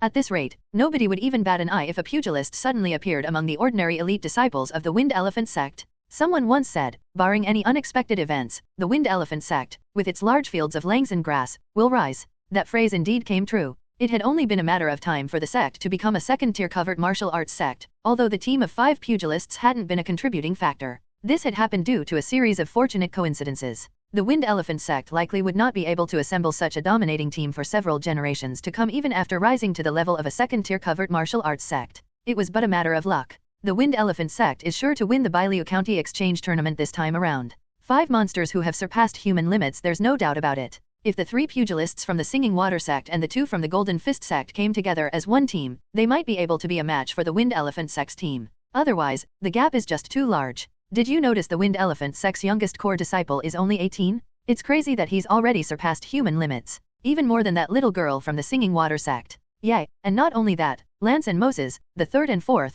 are both under 25. Compared to them, I'm practically useless. Fuck, I'm 29 and haven't even mastered the first stage of our sect's covert martial arts. The entire venue was abuzz with chatter, the majority of which were of envy and shock. The current Wind Elephant Sect was simply dazzling. On the other side of the arena, many elite disciples of the Wind Elephant Sect puffed out their chests. Even the veteran instructors leading the team were smiling and chatting with their old friends from other sects, looking very proud. Their conversation went something like this: "See? These are the genius disciples of our Wind Elephant Sect. This is our Wind Elephant Sect." Meanwhile, the 3 elders from the Wind Elephant Sect, who had come to the competition as accompaniment, looked on dumbfoundedly. They didn't understand what was happening. Wasn't our team supposed to have only 2 pugilists? Why were pugilists suddenly popping up like moles? First Li Wei, then Moses, and finally Lance. The elders were utterly baffled. Could some elite disciples also suddenly turn into pugilists? When did the Wind Elephant Sect become a top second-rate sect? Wow, Igor, your Wind Elephant Sect has certainly hid your secrets well. 5 pugilists in one team? You sure know how to train your disciples. A bald old man in a blue combat attire chortled. He was the 7th elder of the Singing Water Sect. Yes. But it's all because of those kids' efforts, replied Igor. The 3rd elder of the Wind Elephant Sect had a head full of white hair. He was still a bit dazed despite how overjoyed he felt. You're too modest. Great is great, no need to be humble. Our Singing Water Sect is really envious. How about we find some time to exchange teaching experiences between our sects? The bald old man enthusiastically patted Igor on the back. I'm telling the truth. Those kids were the ones who worked hard. I'm still confused and I'm the elder. Igor silently complained in his heart, but since he couldn't say it aloud, he simply nodded. Sure. You were just lucky, a sour voice interjected from the side. Igor turned his head and was not surprised to see it had come from an elder from the Black Crane Sect, clad in all black. Ignore was immediately displeased. Being confused was one thing and being humble was another, but he wouldn't stand for belittling the efforts of the Wind Elephant Sect's hard-working disciples by calling it luck. Oh, and here I was wondering who left their sour grapes behind. Turns out it's Elder Daryl, whose Black Crane Sect was beaten into the Black Chicken Sect by our Wind Elephant Sect disciples, Igor sneered. He brought up the recent fight results, going straight for the jugular. Has your first core disciple Mendy has woken up yet? Oh, and what about Samuel, who also got knocked down? Hearing this, Daryl's face turned red with anger. For martial artists, victory and defeat were the most straightforward and convincing things. Their disagreements were always settled with a fight, not an argument, and whoever emerged as the winner was always right. Fists always trumped words. But the embarrassed Daryl still insisted on stubbornly arguing that was just pure dumb luck. Yes, a 5-2 score is pure dumb luck. I said it was dumb luck. Yes, 5-2. Dumb luck. 5-2. In the end, Daryl's face turned green and white from the jealousy he had to swallow. He could only curse the Wind Elephant Sect to fail in the next match. But the reality turned out to be the exact opposite. The Wind Elephant Sect forged ahead, utterly unstoppable. In the team competition, no one could match the Wind Elephant Sect when they were at full strength. The Golden Fist Sect and Singing Water Sect were defeated 5-2 and 5-3, respectively. The gaps for the rest of the sects were even more dramatic. The Wind Elephant Sect also performed remarkably in the individual competition. After all, they had double the number of pugilists than the other major sects with 5. In the end, Hikal ranked second in the individual competition, Jadis 4th, Moses 8th, Cassius 9th, and Lance 10th. They also scored the highest points overall. Once the scores for both competitions and the scores of the ordinary elite disciples, who performed decently, were combined, it showed the Wind Elephant Sect topping the leaderboard. The Singing Water Sect, who used to have an edge, found themselves falling behind in the rankings. On the 6th day of the competition, the busy sect master of the Wind Elephant Sect, Belen, arrived at the venue. He was immediately overwhelmed by the other sect's enthusiasm, who bombarded him with a barrage of praise for the Wind Elephant Sect's core disciples. They applauded the core disciples' unparalleled talent, the Wind Elephant Sect's extraordinary luck, and their invaluable teaching methods. In short, it was a lot of things that Belen didn't quite understand. He understood the part about extraordinary luck, had they discovered the location of the Langson grassfields, which had been hidden for half a year. Finally, Belen made his escape by excusing himself to the bathroom. It wasn't until he carefully asked Elder Igor what had happened that he understood the whole story. n/o/vel/b/in.c//om. Well, it turns out that cheesy flattery wasn't exaggerated at all. My Wind Elephant Sect truly has extraordinary luck, and its popularity will continue to rise. That evening at the banquet, Belen wholeheartedly played the role of the main character, continually toasting with the others. He looked like a shrewd sect master who had been preparing for this moment. Seeing him so calm, the elders of the other sects were even more convinced that the Wind Elephant Sect's teaching methods was unparalleled. They immediately requested for exchange opportunities, and Belen agreed to all of them. It was a great chance to elevate the sect's status. Meanwhile, at the Wind Elephant Sect's core disciples' residence, a small birthday party with 6 people began, with Lisa being the protagonist. In the medium-sized parlor, the candlelight flickered intermittently. The moonlight outside the tall arched windows shone in, passing over the dark green silk curtains and landing on the cake on the mahogany table. Lisa smiled softly at the 5 people around the table. In Li Wei's era, there was a belief that the soul was most vulnerable to demon invasion on their birthday. Therefore, family and friends would gather together on that day, bearing cake in order to give blessings to ward off evil and bring good luck. As the 5 core disciples of the Wind Elephant Sect were now also her close friends, they came bearing blessings. Lisa's gaze finally settled on Cassius. "I'm surprised you remember my birthday. I asked the Grand Master, so he told me," Cassius answered honestly. "Ha ha ha." Lisa laughed, slapping her forehead. "Don't talk like that in the future or no girl will like you. But anyway." Lisa stood up from the mahogany chair and hugged Cassius. "Thank you, my disciple Li Wei." The small birthday party was extremely lively for the next few hours. Thanks to Lance and Moses, the 2 comedic rivals, laughter often filled the room. Cassius also gave Lisa the gift he bought, a delicate lady's pocket watch. She was elated. You chose well this time. I really like the watch," Lisa said, rubbing the pocket watch's delicate cover. "I'm glad you like it." Of course, Cassius didn't choose the gift by himself. He had sought help from his brother, Lance, who had an impeccable taste. Although, he had been the one to decide on the pocket watch because Lisa had once given him a pocket watch that had been special to her. n/o/vel/b/in.c//om. All in all, Lisa was quite pleased with her 40th birthday. Even though her master wasn't there, at least her disciple was, right? The next day was the Bailiu County Exchange Tournament's closing ceremony. There wasn't much to say. It was almost identical to the opening ceremony, with just some people dancing in the theater. Since this was the first time an exchange tournament was held, both the people from East Sea County and the local collaborating sects were inexperienced, resulting in a rather simple and crude event. Even so, they managed to make do. Finally, at around 3 in the afternoon, the Bailiu County Exchange Tournament came to an end. All the eliminated small sects left and returned to their hometowns. The 4 major sects of Bailiu County, however, stayed for a few more nights, ranging from 1 to 6 days, before taking the train to East Sea County in batches. The Wind Elephant Sect was relatively lucky as they didn't have to wait long. After just 2 nights at the estate, the organizers informed them that they could take the train the next morning. They had several carriages prepared to accommodate everyone. With Lisa at his side, Cassius didn't get to laze about during this time. Oftentimes, the 2 of them could be found in the estate's training room where Lisa would be teaching him the next set of fist techniques, specifically the next few moves in Wind Elephant Fist. The reality was, with Cassius surpassing human limits and reaching the realm of a pugilist, he didn't need a teacher anymore. Since all of the training methods of the Wind Elephant Fist were inherently the same, he could systematically train the Elephant Herd stage by following the methods of the Gale stage. Jadis and Hikal, who had become pugilists early on, didn't need much instruction. What they needed most was continuous seclusion and constant combat practice. The first was to steadily temper the body, and the second was to continuously grow their knowledge and combat skills. So after 2 days of teaching, Lisa looked at her disciple helplessly. You have already mastered all the basics of the Wind Elephant Sect Covert Martial Arts. I have taught you everything I can. What you need to do now is be adaptable when you're applying the things you've learned, and follow the path of the Wind Elephant Sect Covert Martial Arts to its limits. But teacher, I still have many questions. Then do real combat. Your opponent will always be your best teacher. I can't be with you much longer. You'll need to find a new master. Early the next morning, it began to lightly drizzle. Like a silvery spider web, the rain weaved a heavy net that covered the entire world's spring. The sky over Byleo City was also dark and gloomy like an old house's cobweb-covered roof, giving everything an unusually old and dreary look. Pa? A large hand unfolded the gray newspaper. Since Byleo City daily newspaper was fresh off the printing press, it still smelled strongly of ink. A small line of text was tucked into the far corner of the newspaper. Expect rain on April 15th of the 99th year of the Hungly Federation. Damn, it's been raining non-stop for the past 3 days. Moses, slightly irritated, closed the newspaper. He preferred sunny weather and disliked this current drizzly rain, which made his joints feel rusty and stiff. Sunny days can be too hot. A cool rain to lower the temperature is better, said Lance, who obviously liked the rain. Yeah, it was nice at first, but it's been raining for 3 days. Sensing that Lance and Moses were seconds away from bickering again, Cassius interjected, hurry up and finish eating.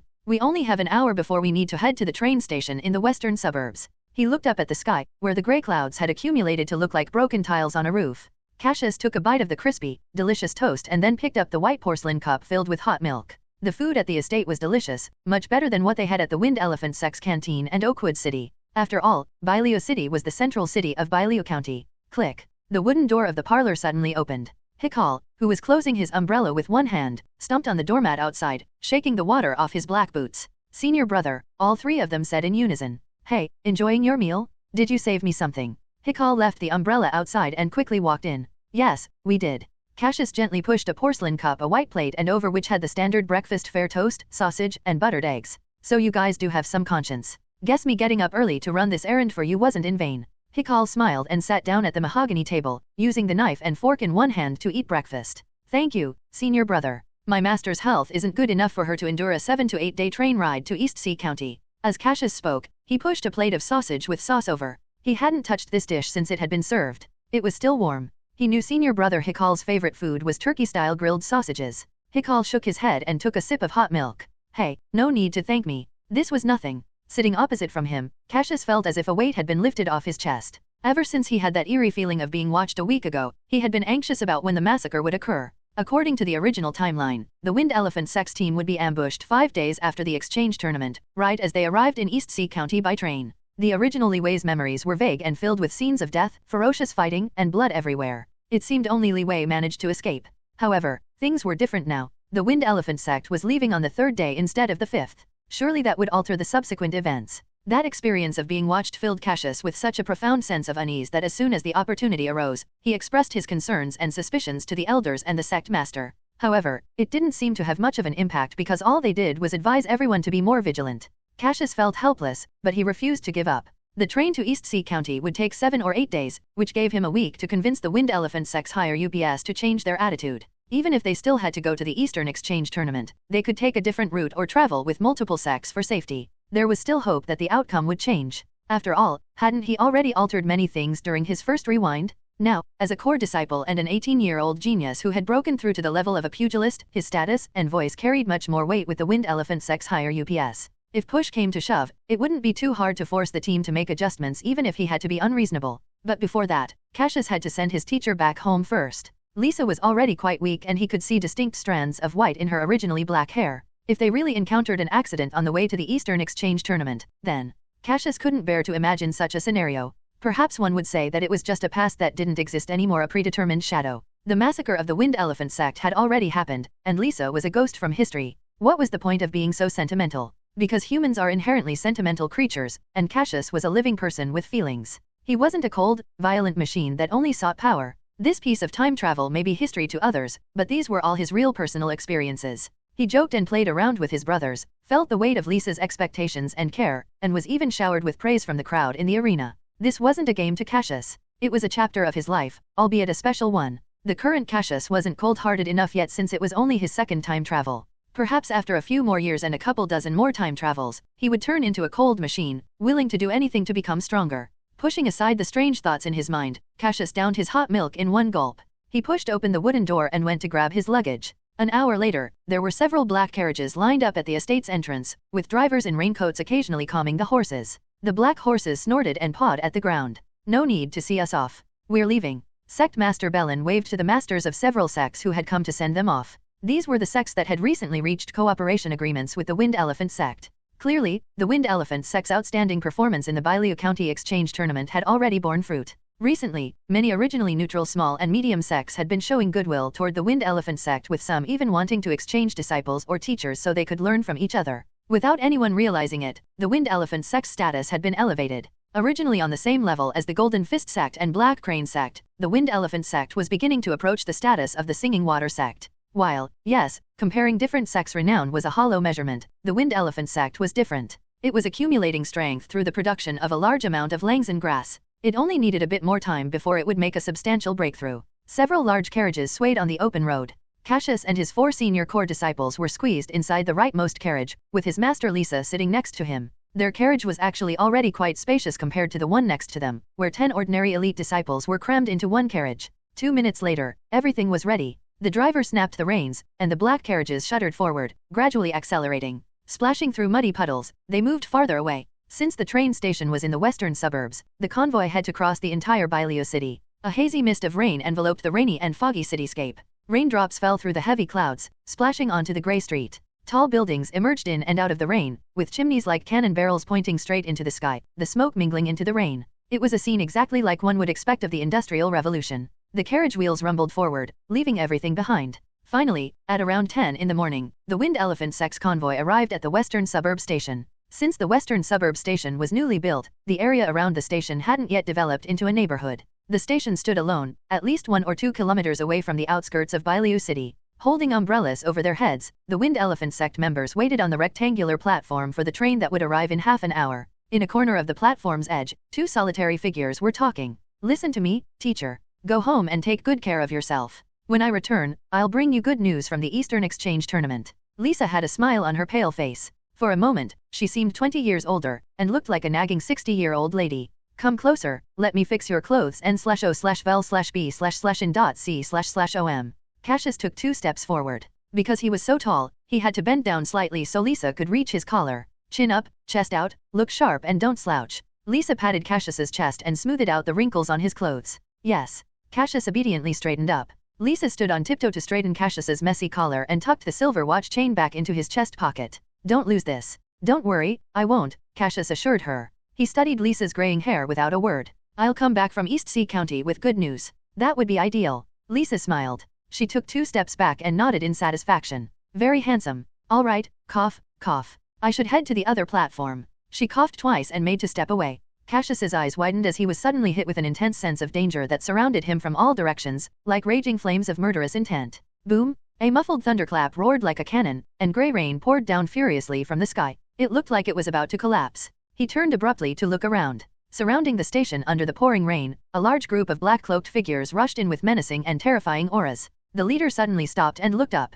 Underneath the hood, a pair of greedy, evil, blood-red eyes gleamed from within the shadows, and like cold arrows, etched themselves into Cassius's heart. Enemy attack. With a monstrous roar, a mass of black cloaks surged forward, like crazed piranhas pouncing on their prey in the water. "Who are you?" roared Bellin, the Wind Elephant Sect's sect master. No one on the opposite side responded, like they were beasts that didn't understand human speech. Bellin whipped around to look at the 4 elders beside him. The 5 of them exchanged glances, their auras gradually intensifying. A powerful martial aura burst from their bodies. "Take them down." The high-ranking members of the Wind Elephant Sect charged forward as one, emitting a terrifying and powerful aura. The energy radiating off their bodies were like boiling cauldrons, creating deep craters in the ground with each step that they took. Mud and water splashed everywhere, the ground constantly rumbling. "How dare you provoke the Wind Elephant Sect? You are courting death." Bellin's clothes exploded off his body, and his muscles rapidly swelled. His muscular bare upper body resembled a black suit of armor, raindrops evaporating instantly upon contact. He stumped on the ground, the explosive thud creating a deep pit in the soft mud. In an instant, Velen appeared in front of a cloaked figure, casting a large shadow with his arms spread. Boom! Like a battering ram, a fist came crashing down in the rain. The cloaked figure suddenly shrunk by half. The upper half of his body folded in, turning the clothes and lacerated muscle into a bloody mess. Blood splattered all over Belen's upper body, but the torrential rain soon washed it away. His bloodshot eyes locked onto another target and he shot forward like an arrow. Severing flow. Twin black arcs sliced through the rain. The two cloaked figures in front of Belen froze, then collapsed to the ground with a thud. Blood gushed out like fountains from their severed bodies. With Belen swinging his hands around like blades, no one dared to get close to him. He was like a sharp and powerful war weapon as he and the other 4 elders pierced through the enemy formation. But it wasn't enough, there were too many cloaked figures. One after another, they charged out of the rain, attacking wildly. Immediately, many fist masters from the Wind Elephant Sect rushed to meet their assault, engaging the cloaked figures in combat. Some of the stronger elite disciples even joined forces to fight against the sudden onslaught of attackers. Shall we join in? Moses panted hard like a bull, his large eyes fixed on Hikal. Let's go then. Hikal tore off his casual suit. He was already off like an arrow before the tattered pieces could touch the ground. Let's go. Lance and Moses looked at each other briefly before also charging forward. Jadis flung her black umbrella away, her amber eyes burning with vicious battle intent. She sprang forward like a leopard in full sprint. Meanwhile, on the other side of the rectangular platform, Cassius and Lisa found themselves surrounded by 7 or 8 cloaked figures. Cassius stood in the center, face as dark as iron. He never imagined that these cloaked figures would launch a preemptive strike. Instead of waiting for the Wind Elephant Sect to head to East Sea County, they attacked right in Bailio County. Why were they in such a rush? Cassius's heart felt heavy. He lunged forward, dodging an attack from behind. He then delivered a powerful uppercut that sent one cloaked figure flying, knocking 2 others down in the process. Beside him, Lisa unleashed a flurry of punch and elbow techniques, breaking the arms of 2 cloaked figures who had been attacking her, forcing them frantically retreat. Cough, cough. Li Wei, let's move over there. At Lisa's words, Cassius turned to look into the distance. The recent skirmish and entanglement put them 70 to 80 meters away from the main group of the Wind Elephant Sect. Since he was at a higher elevation, Cassius could clearly see the situation below the platform. On one side was Belen, who, along with the other 4 powerful elders, was like a spear piercing through the cloaked figures' encirclement. They had made quick work of dozens of cloaked figures, displaying the terrifying strength befitting a sect master. During one of his clashes with the cloaked figure, Cassius discovered something. The cloaked figure's strength were at the level of a human being at their peak, with some even surpassing it. However, their crude combat skills meant their overall combat effectiveness was diminished, which, in turn, showcased just how formidable the old veterans from the Wind Elephant Sect were. On the other side, 4 core disciples and the other instructors from the Wind Elephant Sect formed a defensive net, protecting all ordinary and elite disciples below the level of pugilist. Outside the defensive net, cloaked figures were going down one by one, with over a dozen corpses already strewn on the ground. At the same time, the Wind Elephant Sect's core disciples remained largely unscathed. With the injuries they sustained being minor, they were fully capable of continuing the fight. At least half of the roughly 100 cloaked figures in the ambush were already incapacitated and lying in the mud.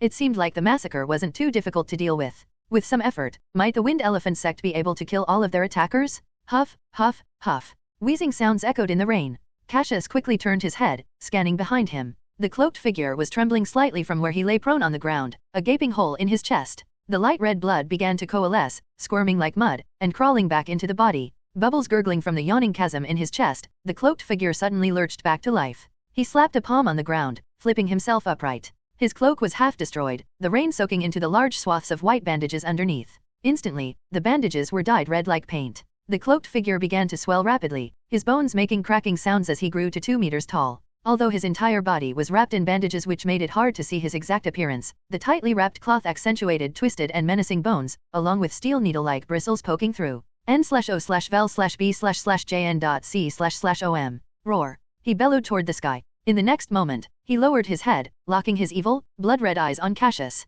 They were filled with a wicked hunger. I will eat you, eat you. In a flash, he shot forward like a cannonball. Cassius instantly vanished from where he was standing, and the two collided fiercely in the pouring rain. Boom! The 2 equally sturdy arms clashed like steel. Accelerated blood flow? Wind owl. Cassius's eyes instantly turned blood-red as he roared and punched, the immense force slamming into the cloaked figure's chest. It was like a cannonball ripping through, shattering his ribs and heart before finally penetrating through his back like an iron rod, and spraying a large amount of blood everywhere. The cloaked man glowered before collapsing to the ground without another word. Then, one after another, the cloaked men who had been killed or suffered heavy injuries stood up. They roared like undead spirits, resembling a pack of wolves celebrating a hunt. Cassius panted heavily. Now he understood why the Wind Elephant Sect had been annihilated. They hadn't been fighting humans at all, they had been fighting a group of monsters from who knows where. a group of powerful monsters with super healing abilities and who could transform for a second time. Once the cloaked men turned blood red, they were at the level of novice pugilists, those who had just broken through human limits but had yet to consolidate their strength. Although they were no match for Cassius in a one-on-one battle, there were over 100 of them here. Cassius had to use his accelerated blood flow ability and the deadly moves from the Wind Elephant Fist to fight just one. Even at full power, he knew he could only handle 3 blood-red cloaked men at once. Facing 5 at the same time would mean certain death, regardless of how hard he fought. His breathing turned erratic at the thought of this. Suddenly, screams rent through the air. Some blood-red cloaked men had caught a few disciples of the Wind Elephant Sect. They held them aloft and ripped them apart, their blood blending in with the rain as it splashed to the ground. Some teachers were overwhelmed by 4 or 5 cloaked men. One of them tore off a teacher's arm, and then, unable to fend off the rest with the remaining arm, brutally dismembered the teacher. The scenes matched Li Wei's memories perfectly. That horrifying nightmare surfaced, little by little, in the rain, bringing a suffocating despair that devoured everything up. From the depths of the cloaked men's encirclement, an elder roared, sweeping his arms horizontally. His immense power briefly created a clearing around him, cutting down 4 or 5 cloaked men who fell to the ground. However, the surrounding beasts showed no fear. Instead, they rushed forward even more ferociously. They utilized their bodies as weapons and didn't even bother dodging. Moments later, a scream erupted from the densely packed center. The Wind Elephant Sect elder had been piled to death by pugilists. On the other side, Moses roared, "Lance!" His strong, bear-like body crushed forward as he swung his arms, knocking down the cloaked attackers. Lance, who was being attacked, stood trembling in the heavy rain. His slender body was covered in blood, his right hand pressing hard against his left shoulder. His left arm had fallen somewhere to the ground, blood gushing from the open wound. Lance looked up. His tea-green hair was plastered to his forehead, a huge slash across his face that ripped his once delicate and beautiful features apart. He was an agile fighter, but everywhere he looked, he was surrounded by cloaked figures. Just a slight hindrance to his movement, and it had led to this outcome. The intense pain made Lance's body shake to no end.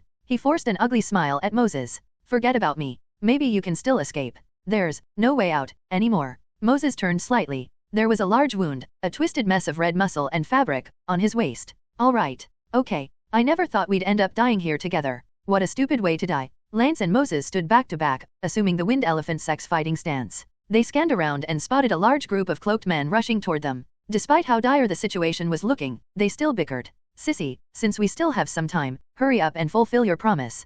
Call me third senior brother." And no joking around, Moses said cheekily, a smile on his face. "In your dreams." Lance's voice was hoarse, air leaking through his punctured lips and part of his mouth. "Planning on breaking your promise, huh? Hiss. And here I thought you were someone who kept their word, sissy." Moses furrowed his brows, the pain in his waist already affecting his thoughts. Lance was adamant. "You damn bear, don't even think about it. You've never called me third senior brother before. If you want me to call you that, then you'll have to wait until the next life to hear it." The dozens of cloaked men were closing in. Their evil, bloody aura completely overwhelmed the two of them. Moses squinted his eyes. "Sissy, I think this is really it for us this time. Yeah, you're about to turn into a dead bear." Lance attempted to smile. A faint murmur came from behind. "Third senior brother." Lance's eyes widened. "What did you say, you damn bear?" "I said, third senior brother." "Ah." The two figures roared and charged toward the horde of monsters. Nearly 100 meters away, the protective net around the Wind Elephant Sect's team had been torn to shreds. There had originally been over a dozen masters, now there were only 3 or 4 left. Half of the elite disciples they had been protecting had also fallen. At the vanguard, a single figure was fighting madly. Hikal was holding off 10 blood-red monsters with just one arm. Every inch of his body was covered in wounds. The muscles of his fighting arm were torn, revealing the white bones underneath. Out of his 5 fingers, only his thumb remained. Despite all this, Hikal continued to fiercely repel the enemies with the palm of his hand. Boom, Nov, L, B /JNN. Using his one palm, he flipped over a cloaked man. His vision drifted over to where the Wind Elephant Sect's high-level members were battling from afar. Originally, there had been 5 people, now only Belen remained, desperately fighting to hold off at least half the enemy's firepower. "Hikal." A roar echoed from afar. Hikal couldn't help smiling bitterly to himself. He understood Belen's intent. They had already tried to flee several times, but none of the attempts proved successful. Still, he turned his head to Jadis who was beside him. "Jadis, grab whoever is still alive and get out of here. I'll clear the way for you." "Yes." Jadis' punch went clean through an enemy and she rushed over. Thus, Hikal stood at the forefront like a steel blade with a group of people following like the blade's body and handle. However, even the sharpest blade can wear down, especially a blade with missing parts, and Hikal's entire hand had been worn down to a bloody mess. All that was left were a mangled wrist and the white bones of his forearm. But he still charged ahead. Suddenly, a cloaked man who had been sneaking around launched a surprise attack from the side, forcibly ripping off Hikal's remaining right arm. Now, Hikal was left with just his legs. He snarled and shouted for the others to leave immediately. He then went after the cloaked men who were in hot pursuit of them, his figure gradually being torn apart. On the other side, the number of cloaked men was relatively sparse. Blood and severed limbs were scattered all over the path, filling the muddy pits created by their footsteps with pink rainwater. The puddles on the dirt road reflected the light filtering through the slivers in between the dark clouds. Countless raindrops descended like sharp needles, piercing painfully into the skin. The rain fell around a tall, strong, but severely injured, young man desperately protecting the small figure behind him. He fought back like a mad dog and endured the attacks coming at him from every direction. He swung his fists wildly. His vision was a sea of red, all he saw were enemies. The warmth from the figure behind him kept his nerves taut. Get out, get out, I have to get teacher out, we will definitely escape. Definitely, out of the way, Cassius barked. He put everything he had into his punch, his arm transforming into a powerful elephant's trunk striking his foes. He smashed a cloaked figure storming in from the right into the ground. The cloaked man coughed up blood, his chest caving in. Thud, a tall figure slammed into him from the left, making Cassius stagger. He planted his right foot firmly into the ground, burying it into the mud. Blood trickling from his mouth, he spun around and shattered his opponent's arm with a backhand strike. Teacher, stay close to me. Cassius leaned back and sucked in a deep breath like a giant vacuum cleaner. Visible white vortices of air formed around his nose and mouth. Instantly, his muscles bulged, his skin turned blood red, and his veins popped out in sharp relief. Die. He stumped on the ground with both feet and hurtled out like a cannonball. The terrifying power from his accelerated blood flow caused Cassius to enlarge until he looked like a towering wall. He crossed several meters in the blink of an eye, and smashed his huge fist into the cloaked figure's face like a battering ram. A loud, exaggerated explosion cut through the rain as the enormous impact behind his strike distorted the figure's cheeks, and it sprayed out a huge amount of blood. The cloaked figure's tall and sturdy body soared through the air, crashing into a pillar about 5 meters away. Cassius's hit had practically obliterated its entire jaw, with at least a third of its facial muscles disintegrated. Run. Cassius shot forward like a sharp arrow, carving a bloody path through the cloaked figures. Lisa followed closely behind. Cassius dealt with the enemies in front, while Lisa defended against those surging in from behind. The master and disciple worked in perfect harmony, and it seemed like they had a good chance of escaping to safety. N/O/vel/B/in.C//om. Azure Windflow. Cassius flung his arms out and shot into the air like a waterbird. A dense stream of air extended from his large, sturdy palms like blades. As he swung his arms rapidly, the white air sliced through the rain, cutting through droplets. A cloaked figure in front lunged but was repelled back by 8 of Cassius's hand strikes. It instantly froze in place. As Cassius and Lisa sprinted past, the figure trembled violently from the dozens of bloody gashes all over its body. The hand strikes had cut its blood vessels clean off. I can still keep going? We still have a chance. With his life at stake, Cassius was hyper-focused. All the sounds around him, the pitter-patter of rain, the squishing of footsteps, the roars of the monsters, the heavy breathing had vanished. It was a peculiar state to be in. In that moment, all he could hear was his pounding heart. All he could think about was the Wind Elephant fist techniques. The previously difficult and unclear parts were all coming together, becoming one with his desperate combat moves. When a covert martial artist finds themselves in a life and death struggle, they would, driven by an intense desire to fight, be able to fully unleash the things they had learned, and move however they wanted. Cassius felt like he had been set free, his body, mind, and techniques were all liberated. If he wasn't so agitated, he would have noticed that, in the upper right corner, the progress bar for Wind Elephant Fist was rapidly moving up. But Cassius had no time to think about that. Only 3 words consumed his thoughts: protect, escape, fight. Bang! Like a shadow, his arm smashed into a bandaged head and it exploded like a watermelon. The blood was quickly washed away by the rain. Cassius collided hard with a cloaked figure, and the two immediately started fighting. Finally, he punched hard into the figure's jaw, sending him flying into a wall which collapsed, burying the figure under rubble and pouring rain. Ah! Cassius let out a pained holler. He whipped around, a cold and fierce wolf-like look in his eyes, and seized the cloaked figure attacking him from behind, snapping his neck. Glancing at his injured left shoulder, he saw his bleeding arm hanging limply. The bone felt broken, the only things holding it together were 2/3 of the muscle and a layer of skin. He turned sharply and noticed Lisa, who was a short distance away, struggling to stand, with blood streaming down from the corner of her mouth. Cough, cough, cough. Violent coughing echoed around. Damn it! Cassius cursed himself. Lisa was no longer the same as she was 6 months, let alone a year ago. The injuries that had plagued her for 10 years had taken their toll, turning her hair gray and her body frail in just a few months. How could she withstand such intense fighting? Cassius raced back frantically and hoisted Lisa onto his back. Hold on tight to me, teacher. I'll get us out of here. Cough, cough, cough. I believe in you. I believe in you, Li Wei. Lisa didn't say anything like, put me down. I'll only be a burden to you. She knew her disciple better than that. Such words would only distract and worry Cassius, who may be taciturn but was determined to accomplish whatever he set out to do. However, Lisa's back was in excruciating pain and she could feel the deep wound in there. Her strength slowly drained away with each drop of blood that fell. She feared she wouldn't make it and would soon die. In that case, she might as well stay on Cassius's back. In a critical moment, she could perhaps shield Cassius from a fatal blow with her body. Her only successor must survive. Lisa gritted her teeth as she came to this realization and tightened her hold around Cassius's neck. Droplets fell from her eyes, whether they were rain or tears, she couldn't tell.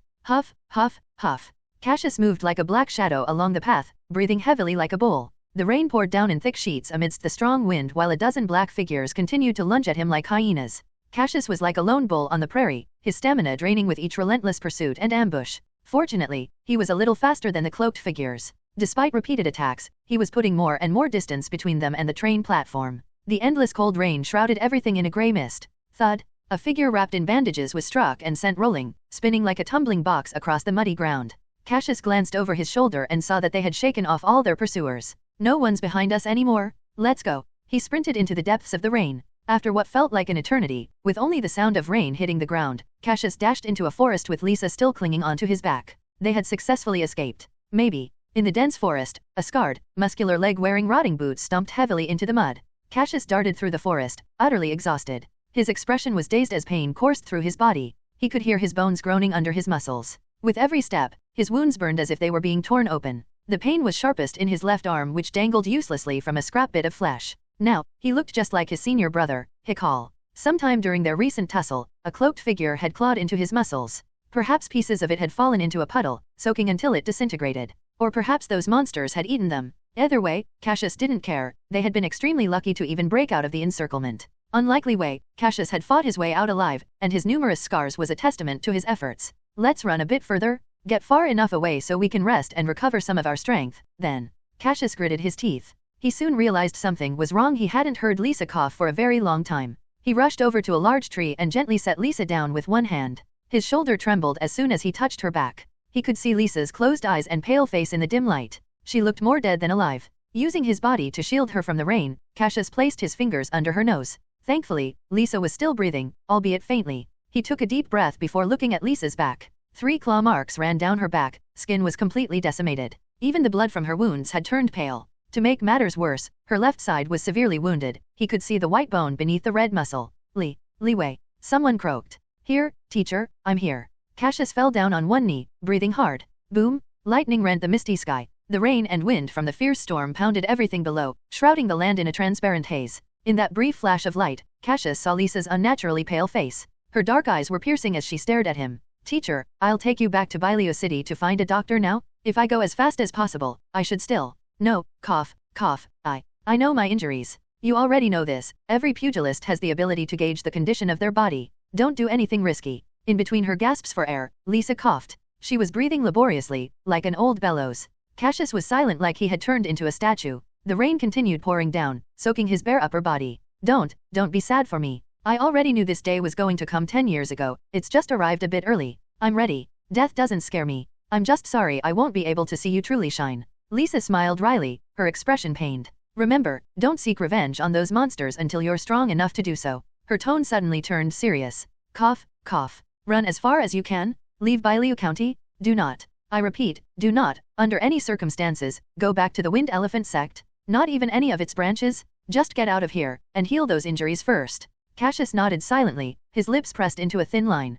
Cough, cough, cough. Lisa had another terrifying coughing fit, blood spewing from her mouth. She took 2 deep breaths and spoke again, her voice as dry and hoarse as scorched wood. And. Live on for me. For our lineage, for the Wind Elephant Sect. And do not lose the pocket watch I gave you. Lisa's breathing slowed, like a person who had drowned. With a final burst of energy, she clutched Cassius's right hand in a death grip. Then, her hand went limp. Teacher, teacher, teacher, teacher. Cassius's eyes widened. It felt like there was a void in his chest where his heart used to be. Like he had freezed something precious and beautiful, before a storm had shattered it. Dark clouds swallowed up the remaining light, and the raucous rain blocked out all sounds. Cassius looked coldly in the direction he had come from. A silent scream erupted from the depths of his heart. Wait for me, you monsters! I will get my revenge. He took a deep breath, swallowing and burying all his hatred deep inside, then reached out with trembling fingers. Just then, his eyes widened. Without a word, he picked Lisa up and he sprinted, like he never ran before, toward Byleo City. 3 months later, at the Blue Woods Sanatorium in East Sea County, the sun shone brightly after a night of heavy rainfall.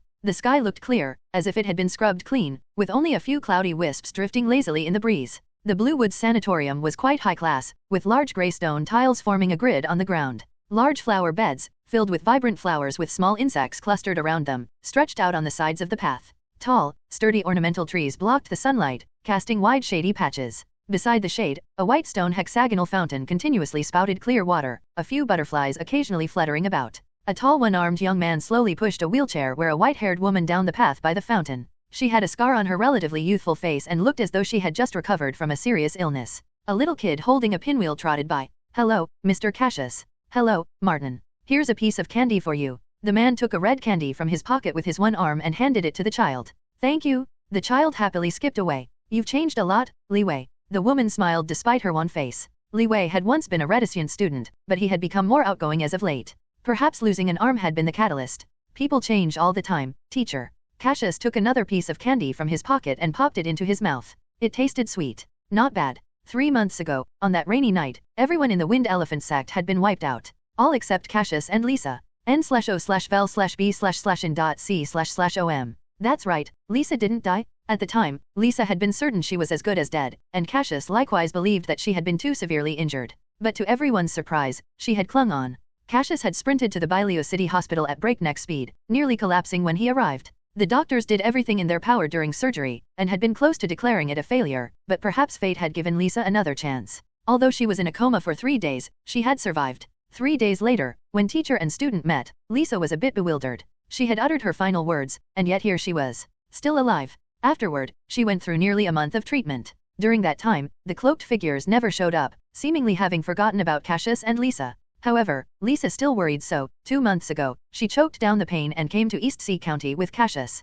Cassius used his real name Cassius to admit Lisa to the sanatorium, and they spent 2 extremely peaceful months there. Lisa sat in her wheelchair by the fountain, scooping up some cool water with her hand. Cassius stood beside her like a tree. Out of the blue, he blurted out, "Teacher, I'm going to start practicing covert martial arts again tomorrow." "Good." Lisa nodded emphatically. "But promise me that you won't investigate those monsters for at least 5 years." "Of course." Cassius squinted. He wouldn't do anything during this time travel this time around. He'd suppress his hatred for now. When it comes time to activate the 3rd time travel node, that would be the time for him to take revenge. He hoped the double enhancement from the Shadow Demon wouldn't disappoint him. What was going to happen if his mastery of the Wind Elephant Fist in its 2nd stage doubled? The summer sun shone down warmly, casting the white fountain's shadow over half of Cassius's body. He gazed up at the exceptionally blue sky. It was so pure, Cassius thought this must be how the skies looked when souls went up to heaven. From that day on, Cassius resumed his days of relentless training at the Wind Elephant Sect. Except this time, there was no one left to instruct him. He had to rely solely on his own understanding to practice.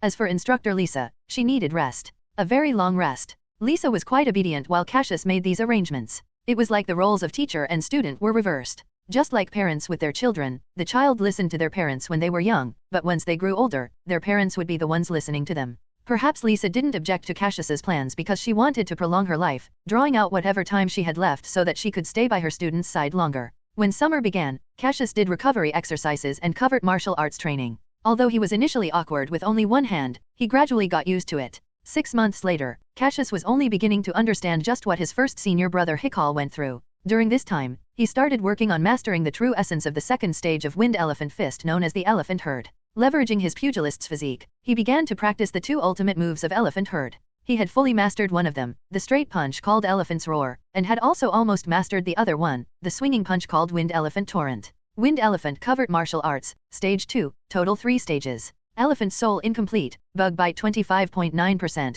total 3 stages. Wind Elephant Fist incomplete, Elephant Herd 47.5%, total 3 stages. This was the fruits of his year-long cultivation. The 2nd stage of Elephant Soul went from about 5% to 25%, and Wind Elephant Fist increased from about 32% to 47%. The reason for the latter starting at 32% was due to the frequent fights between covert martial artists in Bailio County coupled with that rainy night where their lives were hanging in the balance. In fact, it was evident from his progress that it was becoming increasingly difficult to gain each and every percentage of Wind Elephant covert martial arts later stages. Talent alone was useless for many things in life. He would still need time, and a lot of it, to perfect things. Fortunately, there was a sort of cheat or experience pack waiting for Cassius to come collect in the real world. Cassius got up right on schedule, made breakfast for himself and instructor Lisa, then took a cold shower to wake himself up. After breakfast, he went on a walk with her, going to a nearby garden close to the city center to chat. When he got back, he went into the basement to practice covert martial arts until it was almost noon before taking a shower and making lunch. After lunch, Lisa took a nap while Cassius continued practicing the Wind Elephant covert martial arts. Around 2 p.m., he packed up and went to work at the neighboring martial arts gym as an instructor. When it was nearing dinner time, Cassius returned to cook, then they went for another walk. After the walk, Cassius did not go into the basement to practice covert martial arts as usual, and instead went into Lisa's bedroom. He found a chair to sit on and kept chatting. Lisa was quite curious about Cassius's unusual behavior that day, but Cassius shook his head, brushing it off as nothing. That was, until a certain moment. His brain shook, and the entire room began to tremble and spin, with everything around him slowly fading away in a peculiar way. Snap! It was as if a membrane had been punctured. As soon as Cassius's blurred senses became clearer, he realized the faint floral scent was no longer there. Instead, all he detected was the smell of decaying wood. He opened his eyes to a familiar scene. It was a dimly lit abandoned warehouse on the outskirts of the city. Cassius sat in a chair next to a pile of goods stacked in a corner. Crack, crack, crack. His body groaned, bones cracking, as he stood up abruptly. His clothes, which used to fit him, exploded due to his robust muscular frame and tall stature, leaving strips of fabric hanging on his body. Cassius moved his body slightly. He had also brought along the power he gained from his time travel. He lifted his left hand awkwardly, a familiar yet strange sensation surging in his heart. He clenched and unclenched his fist, before finally letting it hang by his side. After over a year of being accustomed to having only one hand, having two again felt strange. It seemed he would need a few days to return to how he used to move around. Glancing down at whatever scraps of fabric were on his body, Cassius picked up a large box from the corner and quickly changed into a set of casual clothes which he had prepared in advance. He took out an oil lamp, lit it, and placed it on the ground. Glancing at his watch, the silver hand pointed to 7:05 p.m. It was July 3rd, the shadow demon manifestation would occur on July 4th at 6 p.m., so there was still a day to wait. N/O/vel/b/in.c//om. Waiting one more day wasn't a problem for Cassius's patience. He didn't plan on sleeping. Instead, he went straight into practicing covert martial arts in the warehouse. Daylight flickered until dawn lit up the entire sky. It was July 4th. Same old, same old. He remained in the warehouse to train, with the only times he went out was to eat. Tick. The hand moved. It was 5:30 p.m. After a short nap, Cassius opened his eyes. He was practically bursting with energy, eager to enjoy the enhancement from the shadow demon. Hey, White Wolf, we have the key. No need to climb through the window, a middle-aged man's voice came from outside the warehouse. Then let's go in through the door and wait inside for the Blackfire gang. They should be here in 15 minutes with that shipment of goods, another slightly hoarse male voice said.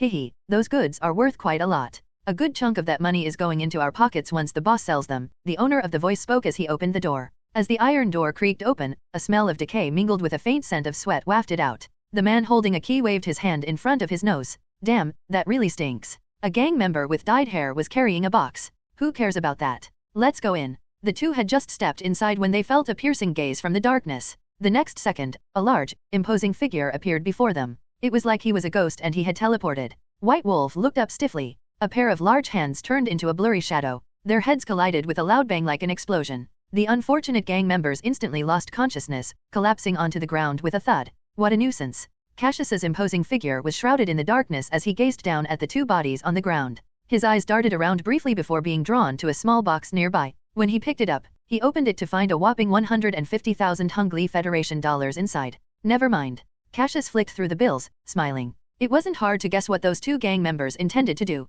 Many gang transactions took place in abandoned warehouses on the outskirts of the city. These individuals were from Baishuan City's local gangs, so it was not unusual for them to have one or two trading spots. They just so happened to run into Cassius, who had been waiting for the shadow demon at the same place. It wasn't his fault that they had come like lambs to slaughter. As for the 150,000 Hung Li Federation dollars, there would be no hemming and hawing about keeping it. After all, it was gang money, so it was likely that it did not come from the cleanest of sources. He wasn't exactly wealthy in the real world, so he considered this an act of robbing the rich to aid the poor, him being the poor.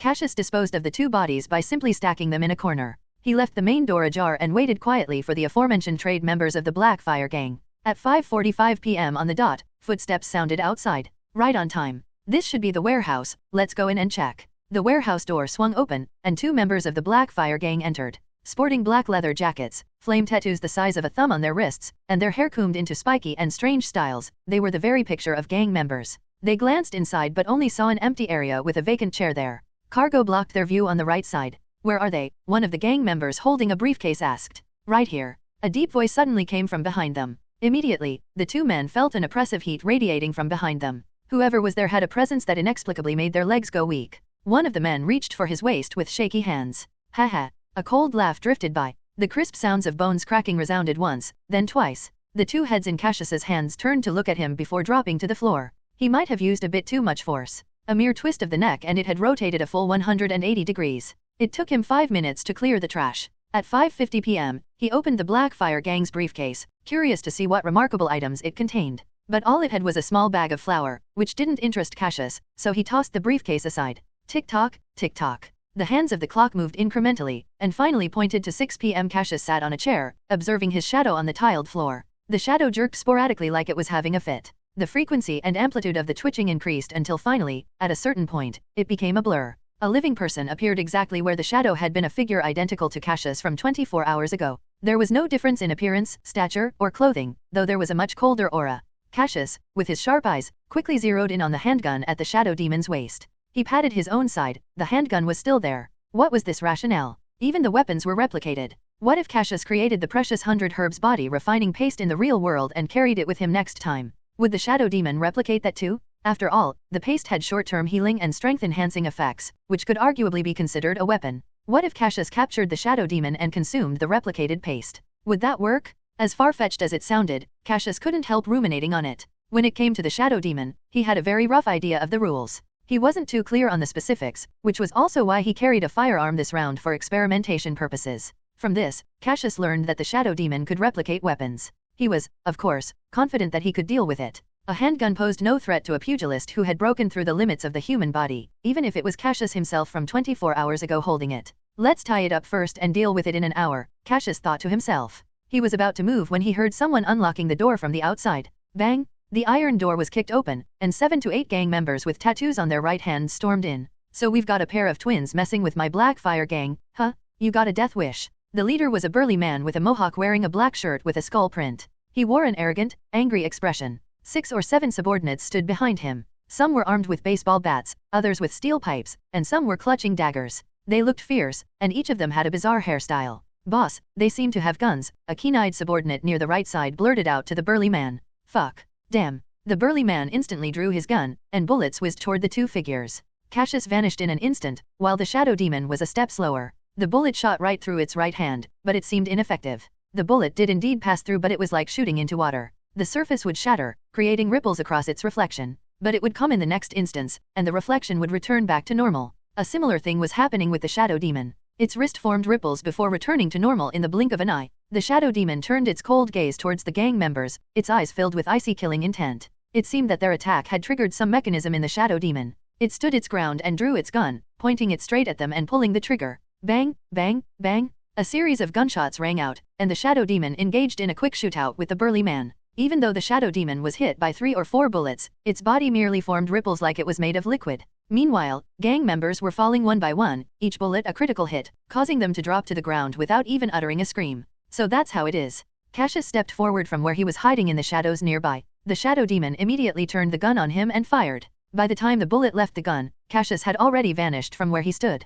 The shadow demon quickly scanned its surroundings, but found nothing but a wide expanse of shadows. It was past 6 p.m., and the sun was currently descending below the horizon. Inside the warehouse, it was dark with an obstructed view. The door was flung wide open, letting in the evening light. Instead of leaving, the shadow demon, grasping its handgun, opted to head toward the back of the warehouse where the goods were stored. It moved like a trained detective, treading lightly with its legs bent to lower its center of gravity. The handgun was always held aloft and level with its line of sight. The area was dead silent all around. The shadow demon proceeded cautiously, playing the part of a detective hunting down criminals in a warehouse perfectly. The main parties to the transaction had been dealt with, leaving only one offender left. Where might the most dangerous culprit be hiding? N/O/vel/b/in.c//om. Bang! A humongous figure charged out at lightning speed, knocking squarely into the shorter shadow demon and sending the figure flying. Thud. The handgun and the person hit the ground together. The test is over. A tall figure appeared next to the shadow demon, pressing a heavy foot down on its back until he almost cut off its breathing.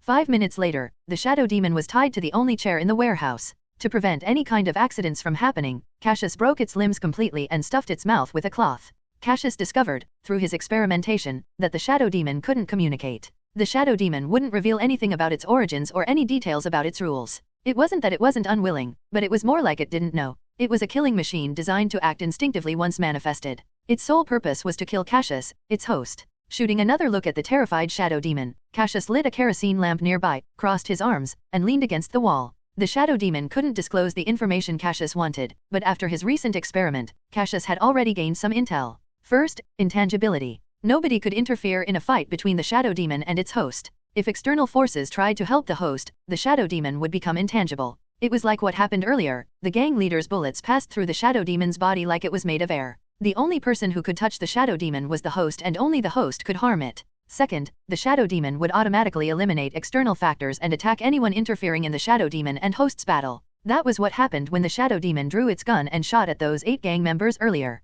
This meant that if anyone tried to interfere in Cassius and the shadow demon's battle, they would likely be attacked by both. Third, the shadow demon could replicate weapons. This part was pretty obvious. Fourth, the shadow demon could only replicate combat techniques from the owner's memories, but would not be able to perfectly replicate Cassius's personality, nor access his other memories. Fifth, the shadow demon wouldn't run away in the middle of a battle and instead would fight the host to the death. This was seen earlier, when the shadow demon chose not to leave even though the warehouse door was open. Instead, like a moth to a flame, it traversed deeper, searching for Cassius, with a gun in hand. The gang members who had accidentally intruded had given their lives to hash out the rule's finer details. With his strength, Cassius could have easily broken the shadow demon's limbs the moment it manifested, but he deliberately stepped back to observe its behavior. Cassius was quite curious about such a strange phenomenon. This was, obviously, just a small experiment. Cassius had many more strange ideas he wanted to try. For example, would the shadow demon manifest as someone on the brink of a nervous breakdown if he stayed awake for 3 to 4 days until he was mentally exhausted, before falling asleep for the next 12 hours? Or what about greatly weakening his body by taking a non-lethal poison, and when the time came, quickly take the antidote within that day? Or how about ramming a truck into the shadow demon? What would happen if he stood on the edge of a cliff, casting his shadow onto the rock wall so that when the shadow demon manifested, it would materialize midair and fall to its death? There was no end nor limit to Cassius's wild imagination. They were not absurd ideas, nor were they useless. He couldn't guarantee that he could fulfill the owner's lingering attachment every time he time traveled. If he failed, Cassius wouldn't get any stronger, and he would have to face the shadow demon on equal footing. In that case, it would be much better to have some underhanded tricks up his sleeve. It might not be ethical, but who cared as long as it worked? Why should he waste any good qualities with a monster? Time passed slowly until the clock hands reached 7 in the evening. The shadow demon's body on the black chair suddenly swelled. Its muscles grew bigger, and it also grew taller, stretching the clothes inch by inch. Even the ropes binding it was pulled extremely taut. However, there was no point for the shadow demon to grow stronger. Its limbs had all already been dislocated and broken. Only its head remained intact, and now a strong hand latched onto its neck. Cassius crouched behind the shadow demon. His right arm curved around to grip the neck, while his left hand pressed down on the shadow demon's head. Cassius's gaze remained icy as ever. Goodbye. Crack. Cassius exerted all his strength, twisting the shadow demon's sturdy neck a full 180 degrees to ensure its death. It's over. He looked ahead, and the limp corpse on the chair began to melt peculiarly, turning into a writhing shadow. Swish. The shadow shot out and attached itself behind Cassius. A torrent of information flowed into his mind in an instant, flooding it with an endless stream of combat techniques, including numerous insights into the Wind Elephant Fist Gale and Elephant Herd stages, as well as the application of the 4 ultimate moves. Originally, Cassius had only learned half of the 4th ultimate move, Wind Elephant Torrent, but with this, he instantly grasped the concept. It was like he had mastered it a long time ago. N/O/vel/B/in.C//OM. 2 years of training in the time travel era flashed before his eyes like a movie. Every key point and flaw of the Wind Elephant Covert Martial Arts was etched into his memory. In the upper right corner, Wind Elephant Fist incomplete, Elephant Herd 67.1%, total 3 stages.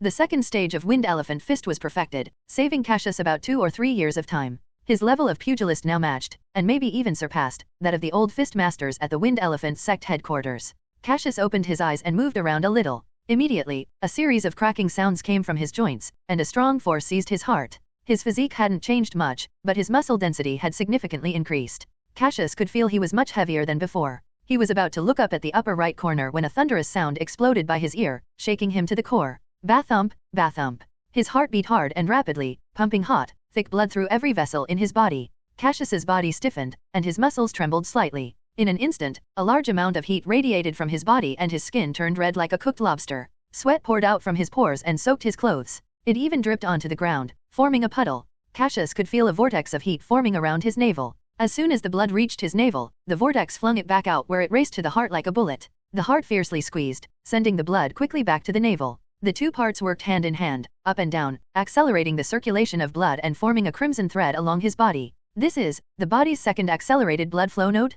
Cassius's eyes widened, sweat dripping from his eyelashes and blurring his vision. In the pitch-black warehouse, the only thing he could hear was the beast-like thumping of his heartbeat. In the next instant, there was a drum-like thud. Cassius's body quivered, the movement making his muscles shake off all the sweat on his body and onto the walls. He opened his eyes and exhaled a breath of hot air. Pugilist second realm, second level accelerated blood flow. Instructor Lisa had once told him that a pugilist could use the core techniques of the covert martial arts to train their physique beyond human limits, allowing their spirit to sense and control the acceleration of blood flow within their body. There were 3 main nodes, the heart, the navel, and the forehead. Each time a node was opened, the speed of the accelerated blood flow would double, and in turn, the burst of strength and speed would also double. As a pugilist who had achieved a breakthrough, Cassius could already double his blood flow acceleration, but with this, he could accelerate it threefold. At this moment, Cassius's physique had already surpassed human limits, and he could easily punch through a car's metal body. Now, what if he tripled that strength? If he were to punch a human body with that level of strength and speed, it would be like punching a water-filled balloon.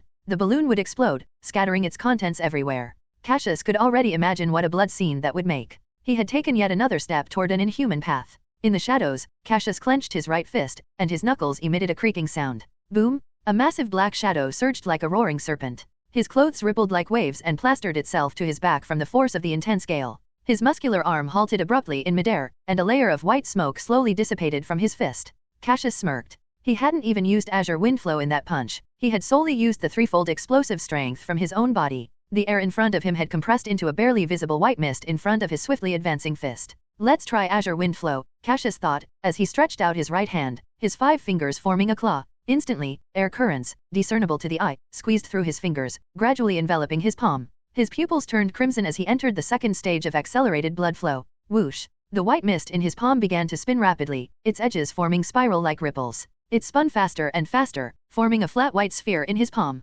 Just before the sphere could be completed, boom! The air mass exploded, and a strong wind swept through a 10-meter radius. It sounded like a basketball had burst. Did I almost create a raise-non? No. Wait, that's copyright infringement. Tornado sphere, 1. Cassius was astonished. He hadn't expected the power of Azure Wind Flow to increase that much in the second stage of accelerated blood flow. The spiraling airflow generated a tremendous grinding force. If he pressed it against a wall, he would likely break through. It might even be powerful enough to punch through concrete. Unfortunately, the air bullet had failed. Cassius lacked the control to be able to use the air current properly. To truly succeed, Azure Wind Flow would need to reach the second stage, and Cassius was not far from getting there. Azure Wind Flow, stage 269.1%, 2 stages. This achievement was largely thanks to the Shadow Demon's generous gift. Cassius clenched his fist tightly. He felt like he could now defeat several of his former selves. He even suspected that senior brother Hikal, who had been a pugilist for 5 to 6 years and was constantly on the lookout for strong opponents to spar against, might not even be his match. In other words, if he participated in the Bailiu County Exchange Tournament again, he might emerge as the champion in the individual competition, which would deem him as the strongest under 30 among all covert martial arts sects. Strength is the foundation of everything, Cassius murmured. He was brimming with joy and satisfaction for being able to wield a greater power. Phew, don't get ahead of yourself. He exhaled deeply, chastising himself. Instructor Lisa had drilled this into his mind over the past few years. Confidence is strength, arrogance is foolishness. Embarking on the covert martial arts path meant finding the way forward for one's fist. n/o/vel/b/in.c//om. Cassius turned to look at the pile of bodies in the corner. It was going to be troublesome cleaning up those gang members' bloody bodies. The Shadow Demon's method of killing was too crude. Firearms were messy and inconvenient compared to the clean efficiency of snapping a neck.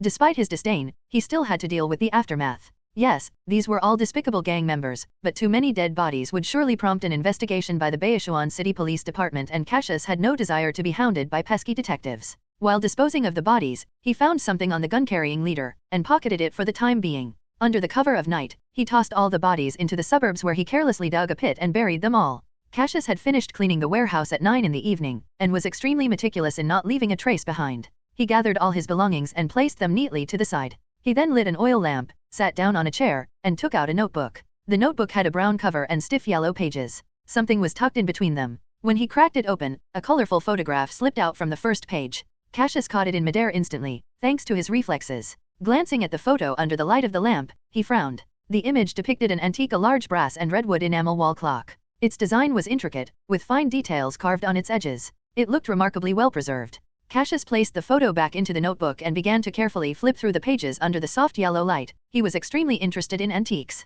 As he flipped the pages, Cassius's eyebrows raised. A particular keyword caught his attention: dust storm. This rising power was currently challenging the Ace of Spades in Bailiu County. Their operations were extensive, covering things like contraband, antiques, flour, and murder, among other things. Blackfire Gang, the local gang in Baishuan City, had secretly allied with them, providing various services to the organization. This notebook contained a list of antiques to be transported to Baishuan City. The gun-wielding leader he encountered earlier was the Black Fire gang member responsible for handling these transactions. Cassius recalled the conversation he overheard at Phil's family estate, where Phil's father mentioned Duststorm's plan to hold an antique exhibition in Baishuan City. The notebook detailed the warehouse address in Baishuan City at 118 Baika Street with the transport scheduled for midnight on July 25.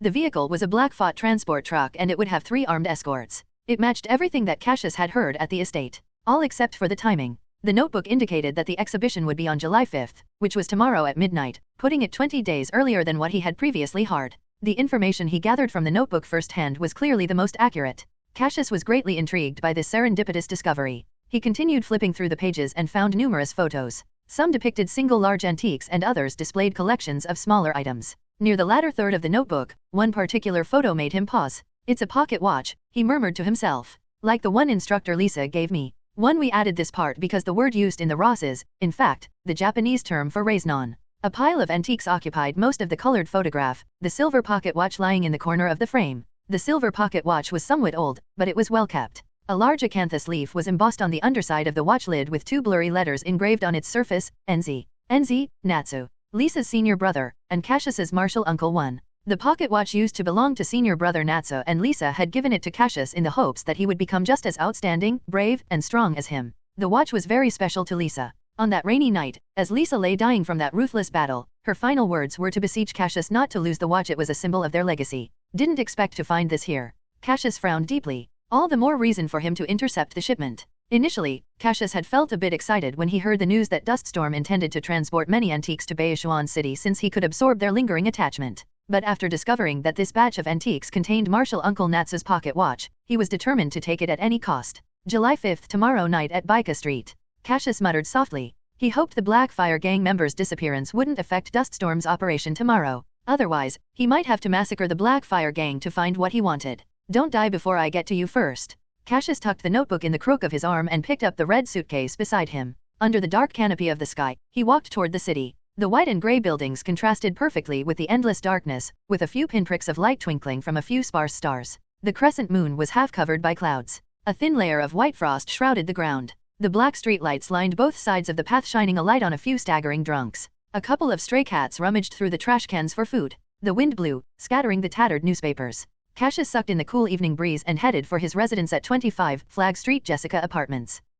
Cassius whipped around. His senses were exceptionally sharp after his recent breakthrough. Someone was running in the alley on the right. Thud, thud, thud, thud, thud. A man in a jacket with radical-looking metal chains appeared. Was he a gangster? "You here for me?" Cassius sensed the man was focused entirely on him. He glanced down at the heavy wooden suitcase in his right hand where 150,000 Federation dollars lay. "You." The man rushed up to Cassius. Boom! Cassius's kick launched the man into the air, his butt scraping against the alley floor before rolling around several times. "Damn. A thug robbing me this close to Wright Street? Baishuan City's security is going down the drain." Cassius spat, picked up his heavy suitcase, and hurried away. He didn't want to kill here, it was too close to the city. Besides, he needed to ease up on the number of dead bodies he had been collecting. He had been killing too much lately. In the silent gray and white alley, a man lay curled on the ground, coughing, under the dim moonlight. He lay there for a while before shakily using the wall to stand up. Fuck, why didn't he let me finish talking? The man wasn't handsome, and in fact, could even be called somewhat sleazy. He had thick sideburns and his hair framed his ears. A shiny metal chain hung around his neck. He wiped the saliva from his mouth that had dribbled out when Cassius kicked him. "He didn't mistake me for a thug, did he?" The man glanced at his attire and felt it was highly likely. He never thought his fashion sense would one day make him look like a thug. What a huge insult to Wolfdog Hugo! He walked a few steps to the intersection and found the main street empty. "Fuck," he exclaimed as he retraced his steps. In a house in the Wright Street residential area. "Hugo, someone kicked you so hard you were sent flying?" a beautiful woman in a black dress said teasingly, glancing over. She couldn't help feeling a little surprised. Hugo was not an ordinary person, nor an ordinary thug. He was an elite member of the Shadowless clan, one of the top experts among the parasitized. Having defeated the Shadow Demon 3 times, Wolfdog Hugo's body was more than double the size of an ordinary person's. He was also skilled in various combat moves, making him a core member of the combat group. And yet, someone had been able to kick him like that? Perhaps he had been careless, but the other person was clearly a martial arts expert. Such a master must be recruited into the organization? Those Shadow Demon's minions were not allowed to touch even a hair on that man. "Don't bring it up," Hugo said irritably. He is quite strong. It may have been a surprise attack, but he's likely quite skilled in martial arts. Not as good as me when it comes to one-on-one battles, but he should have 70 to 80% of my strength. Hugo and the woman came from an organization called the Shadowless Clan. In Cassius's current era, technology advanced rapidly and every day was different. Big cities gradually rose in power and influence due to the thriving economy. However, every bright and shiny place had its filthy and dark sewers. The monsters lurking in the sewers would greedily peer through the gaps of the bustling city and prey on humans, specifically, fragile humans. Born in the darkness, the Shadowless Clan was the offspring between those monsters and humans. All of its members had been parasitized by the Shadow Demon and all had survived each Shadow Demon manifestation. In searching for a way to avoid assimilation with the Shadow Demon, their collective desire to survive brought them together. Shadowless Clan members were all hosts of Shadow Demons. Not only did they have to fight off the threat that was the Shadow Demon, but they also had to fight off the minions drawn in by their scent. Therefore, they formed an organization to help each other survive and find ways to recruit new companions. They came to Baishuan City this time because they had tracked down the gathering of Shadow Demon's minions. The Shadowless Clan had special detection tools to find people similar to them in the crowd. Unfortunately, when Hugo found Cassius, Cassius mistook him for a robber and kicked him away before he could explain. In the room, Hugo let out a slow breath. I won't hold a grudge against him for that kick. I'll look for him again in a few days. Hopefully, his assimilation level doesn't exceed 70%. Yes, assimilation. It was a term Cassius had never heard before. Hugo's understanding of the Shadow Demon's rules was vastly different from Cassius's. At its root, both of them understood that the Shadow Demon manifested a replica of the host. However, everything after that was completely different. As far as Hugo was aware, losing to the Shadow Demon didn't mean it would directly replace the host, but it would partially assimilate with them. The first time he lost to the Shadow Demon, he had been about 5% assimilated with the Shadow Demon, with each subsequent defeat increasing the assimilation amount. The host would have to lose about 9 times for the Shadow Demon to fully assimilate and replace the host. In other words, there were 9 chances to fail. Cassius was flummoxed. 1 times 9 equals 9. Why would he need 9 lives when he could use 1 to become a legend?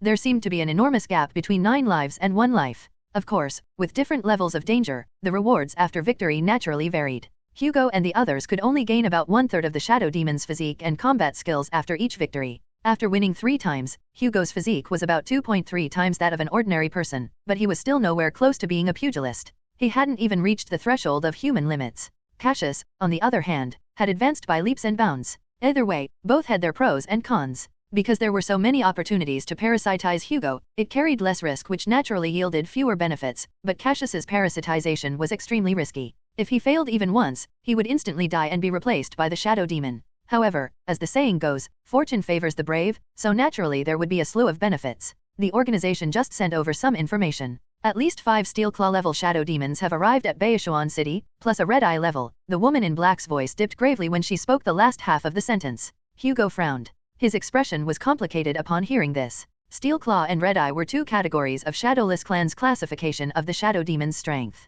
Steel Claw, as the name suggested, referred to Shadow Demons that had claws as sharp as carefully honed blades. With bodies that neared human limits, supplemented by the original host's combat skills, each Shadow Demon was a top assassin. Even humans at the same level as the Shadow Demons were of no match. While Hugo was fairly strong, he could barely hold his own against a Steel Claw level Shadow Demon, and that was if the others helped him. If he were to face one solo, he would surely die. The Red Eye level Shadow Demon was even more formidable, having completely surpassed human limits. There was once a case where a Red Eye level Shadow Demon had killed 100 gang members armed with guns in the dark. The name Red Eye was also self-explanatory. The Shadow Demon's eyes burned like fire in the dark as they slaughtered their prey. Why are so many Shadow Demons gathering in Baishuan City? And all of them high level. Hugo widened his eyes. Could there be other hosts in Baishuan City besides that man? Or are these Shadow Demons just passing through? Hugo shook his head. He couldn't see how the Shadow Demon's grand maneuvers were connected with the somewhat trained in martial arts Cassius. The Shadow Demons likely had a bigger plan in store. They must have some other operation planned.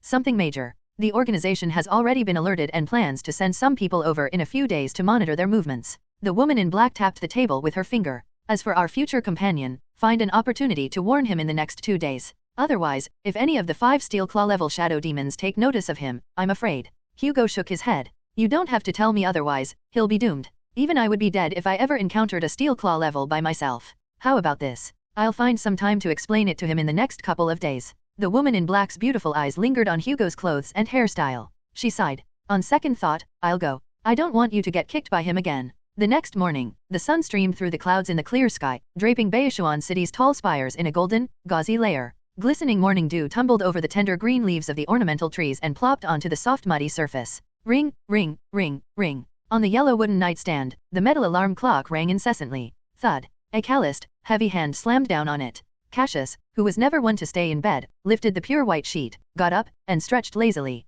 He opened the curtains carelessly, letting in a stream of bright sunshine. Most of the grey road was obscured by the ornamental trees lining the path, but he could still spy black cars driving by through the gaps in between the leaves. After standing by the window for a while, Cassius walked into the bathroom to wash up and change. In truth, everything around him felt a bit foreign, considering he had spent 2 years in an era from 70 years ago. The sudden shift in setting left him somewhat dazed. Fortunately, Cassius was a very adaptable person. After washing up, he quickly shook off the vague sense of unfamiliarity. However, he soon encountered another problem. His clothes were too small and none of them fit. Standing in front of the wooden cabinet mirror, Cassius tugged at the black and white striped casual shirt he wore. Even though he had managed to put it on, the shirt around his shoulders and upper arms was stretched tight. Moreover, it was too short. If he zipped it up, it likely wouldn't even cover his belly button. A crop top.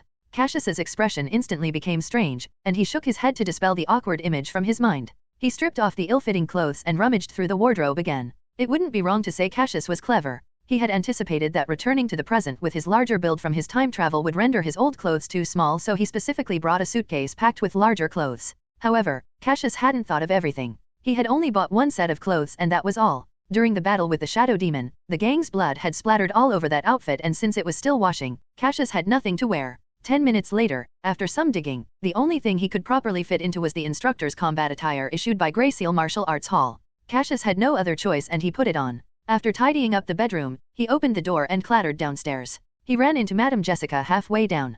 "Good morning, Madame Jessica." "Oh, good morning, Mr. Azimbak." Cassius nodded, flashing a smile, and quickly left the apartment. Madame Jessica had called him Mr. Demetrius last time, and now, it was Mr. Azimbak. In short, one shouldn't hold grudges against someone with severe amnesia. A row of camphor trees blocked the strong sunlight, leaving golden flecks dancing on people's faces. Cassius reached the north side of Flag Street, where the breakfast shops were already open. The air was filled with the smell of grilled sausages. He randomly chose a breakfast shop, sat down, and ordered some food. While eating, he watched the constant flow of people and vehicles zooming past on the avenue. Year 156 of the Hungly Federation was drawing closer, while the world from 70 years ago was gradually fading away. Illusions are ultimately illusions. I can't change anything in that era. All I can do is just watch silently. Cassius scratched the corner of his mouth before sinking his teeth into a juicy sausage. He chewed once, twice, then swallowed. He extracted the colored photo from his pocket and gazed at it, deep in thought. The old pocket watch in the corner looked so inconspicuous.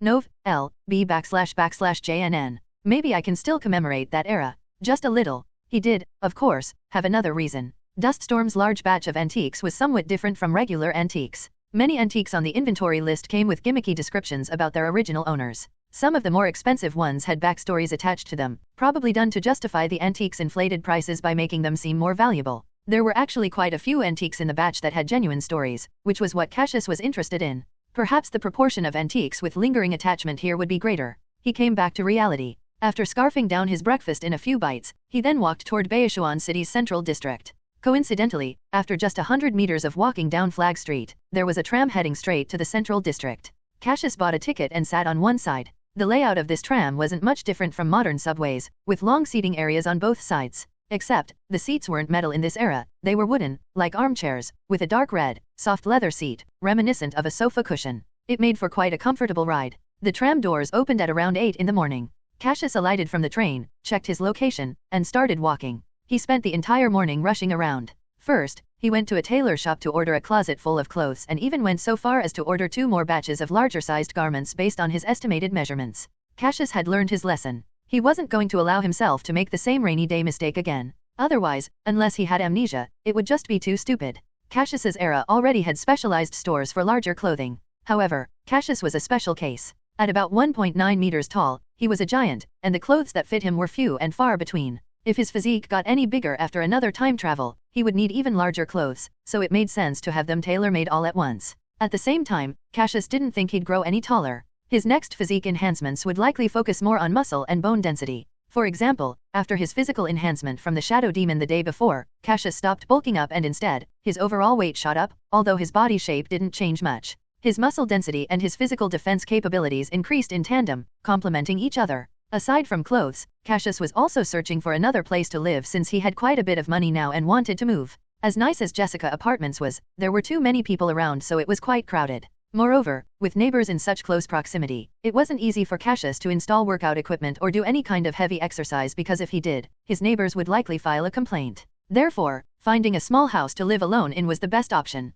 Cassius had quite a bit of money. 150,000 Hung Li Federation dollars from the gang, plus the 70,000 from Phil's father, plus around $20,000 to $30,000 from Covert Martial Arts Hall. Even after subtracting his expenses, he still had over $200,000 in his hands, which was enough for a small house. Unfortunately, after spending the morning searching and visiting 2 to 3 real estate companies, Cassius couldn't find a place that was to his liking. Then, he thought of his student, Phil. Maybe he could visit the Covert Martial Arts Hall in the afternoon, and ask Phil and his brother Matthew. After all, their family ran a company and had a wide network, so they might have connections in the property business. Cassius decided not to waste his time and energy searching blindly. After eating lunch in the Central District at noon, he boarded the tram, wearing the new black jacket and baseball cap that he had just bought. Since it would take some time for him to receive the tailor-made clothes, Cassius went to the famous Green Lotus clothing store in the Central District and bought a few sets to wear until the custom ones were ready in half a week. Time flew by, and before he knew it, it was the afternoon. A tall, strong figure pushed the door of the Covert Martial Arts Hall open, and walked in, toting a shoulder bag.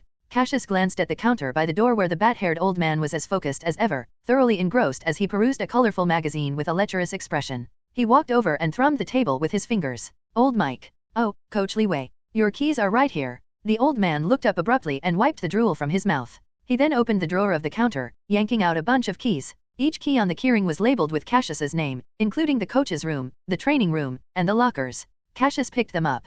"Thanks." He remembered to add, "Take care of yourself. Hey, all I'm doing is looking. This, here, is a feast for the eyes. Besides, when you get to my age, it doesn't matter how much the spirit wants. Nothing can be done when you don't have the energy for it." Old Mike sighed. "Coach Li Wei, I envy how strong and tall you are. You haven't noticed it but you've had a lot of pretty female coaches and students in the martial arts hall watching you. Is that so?" Cassius raised his eyebrow slightly. He picked up his bag of clothes, grabbed a white towel off the wall rack, and draped it around his neck with a flick. As he walked along the corridor, people kept greeting him on both sides. He was quite the popular guy in Covert Martial Arts Hall. "Hi, Coach Li Wei." A pretty girl wearing gym clothes that hugged her figure waved at Cassius, beaming. Her black hair was tied into a ponytail. Her tight top accentuated her curves, while her skin-tight pants perfectly showcased her long, toned legs. Her name was Hannah, a frequent visitor of Covert Martial Arts Hall who had recently been booking Cassius's combat classes. "Ah, hello, Hannah." Cassius nodded. He must have been influenced by old Mike's reminder earlier because he found himself scrutinizing Hannah's gaze. He noticed her eyes lingering on his firm chest and toned waist, before occasionally drifting to his strong inner thighs. Cassius's sturdy frame shivered. He could now somewhat understand what it felt like for pretty girls to be ogled by men on the street. It was a complex mix of shyness and anger. "I didn't expect Coach Li Wei to remember my name." Hannah smiled so wide she squinted. Her lips glistened like a juicy peach and there was an alluring hint in her face. Her subtly aggressive gaze swept over him. "Huh? Coach, you seem taller and stronger than before." "Fuck." Cassius cursed inwardly and quickly walked away, pretending not to hear a thing. That woman was trying to seduce him, although that word was maybe a bit of an overkill. Perhaps lure was more appropriate. Afterward, many people greeted Cassius from the foyer to the locker room. A large proportion of them were female, and at least half had strange glints in their eyes. Cassius hadn't realized before how popular he was. He finally reached the locker room where he opened the locker and changed into the yellow combat attire of the Covert Martial Arts Hall. He then pushed open the door and strolled out. Cassius washed his hands in the restroom next door while he stared at the mirror. The man opposite him wasn't handsome, but he had deep and defined features, and his cold, silent demeanor gave off a cool vibe. Together with his tall stature and strong figure, Cassius had unconsciously developed a unique male charm. Was he considered a hottie in women's eyes? Heh. He smiled helplessly and splashed a handful of water onto his face. He left the restroom and headed toward the training room. Click. Cassius turned the doorknob and walked in. The room was quite spacious, and in fact, was much larger than his living room in Jessica Apartments. The floor was evenly covered with gray tiles, and the white walls were quite plain. There were no extra decorations other than the 2 or 3 pots of green indoor plants in the corner. The rest of the furniture consisted of exercise equipment. Pulling open the window a crack, Cassius glanced outside at Covert Martial Arts Hall's training field where he could see several students jogging. Upon checking the time, he saw he was half an hour early. Since he had some leisure time, he immediately started working out. Many habits from his time travel continued to make its mark on Cassius. His desire to not waste a single moment gradually increased. He felt incredibly uncomfortable when he had a moment of free time and he wasn't practicing the Wind Elephant Covert Martial Arts. If practicing martial arts were a disease, he was definitely terminal. Half an hour later, the sunlight slanted into the room. A dozen students were combat training under Cassius's guidance, and among them were 3 familiar faces, Phil, his friend Milo, and combat enthusiast Tifa. Next, I want you to pair up and practice the combat techniques I've taught you from previous lessons, Cassius said. He took a few steps forward until he stood next to Philosophy. Let's begin. Immediately, everyone started looking for their partners. Very soon, some familiar pairs began sparring with each other.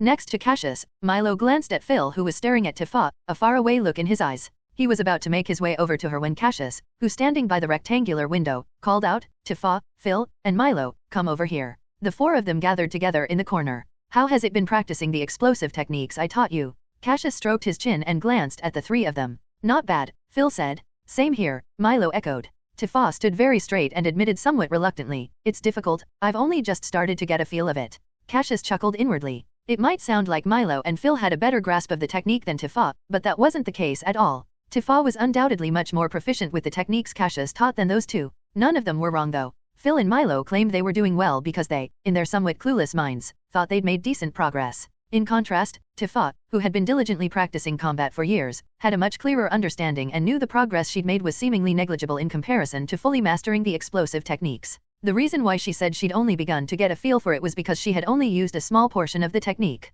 Tifa could tell her coach was truly skilled. The explosive techniques he'd recently taught her alone were far superior to what she'd learned at the Edelweiss Middle School Combat Club. Hence why Tifa was eager to take her studies more seriously and planned to formally ask Cassius to be her teacher after she familiarized herself more with the techniques. She wasn't going to bring it up right away since they hadn't known each other long, and Tifa was worried that Cassius might reject her request to be his student. "Phil, you said you were doing well, right? Then spar with Tifa so I can see just where you're at," Cassius said, a slight smile playing on his mouth. Previously, he had taught the three teenagers an explosive technique. It wasn't the complete version from the Wind Elephant Basic Combat Arts, but a watered-down version. The technique was limited to increasing someone's speed by about 1.3 times. While 0.3 appeared like an inconsequential number, it shouldn't be underestimated. In close combat, even an extra 0.1 could be lethal. Moreover, this 0.3 improved the user's basic physical capabilities. As long as they trained their bodies to be stronger and more powerful, the explosive techniques would naturally be more effective. Cassius watched the two spar. Phil started enthusiastically enough, but he was beaten down like a wilted eggplant within seconds. He could no longer hold himself up. All of the energy he had moments ago was gone. He was completely and thoroughly beaten. His so-called explosive technique was clumsy, and he was clearly inferior to Tifa, who had become quite skilled at it. Phil couldn't help feeling a little frustrated. "Don't be discouraged. You've only just started learning it." Cassius patted Phil on the shoulder. The next few hours went by without too much incident. When Cassius heard that the Edelweiss Middle School Combat Club would soon be holding an internal ranking match, he encouraged Phil to give it a try. Smiling, he said that if Phil's ranking improved significantly, other people would definitely notice. It couldn't be more obvious as to who the other people were. Cassius did this not only to encourage Phil but because he knew that the explosive techniques he taught were effective. If Phil participated in the ranking match, he would surely make remarkable progress. This would, in turn, significantly increase Cassius's value as a martial arts teacher. Being closer to Phil's family also had its benefits since Cassius still needed Phil's brother and father's help. Cassius asked Phil to pass a message to Matthew, asking for the latter's assistance in finding a suitable new residence. Phil agreed without hesitation. After finishing his work at the Grey Seal Martial Arts Hall, Cassius had dinner near Hunter Street, before returning to Jessica Apartments to prepare for his real job. On July 5th at around 10:30 p.m., someone wearing black boots stepped onto the street corner of Baishuan City's main district on Baika Street. His steps made a snapping sound on the gray pavement, breaking the silence surrounding Baika Street. The street lights cast a yellow glow on whoever was approaching's chest. A tall, burly figure silently surveyed the street, with one or two goldfish-mouth cars parked by the roadside. The evening breeze blew, rustling the leaves. A matted stray cat was curled up on the lid of a bronze trash can, sleeping. Occasionally, leaves fell and scattered across the road. N/O/vel/B/jn.C//OM. The area he was in was neither a commercial area nor a residential district, so foot traffic was sparse, especially after 10 p.m. It could be half an hour before a single person would walk by. The environment suited Duststorm's antique transport truck. Likewise, it was also perfect for Cassius, who was hankering to cause a bit of trouble.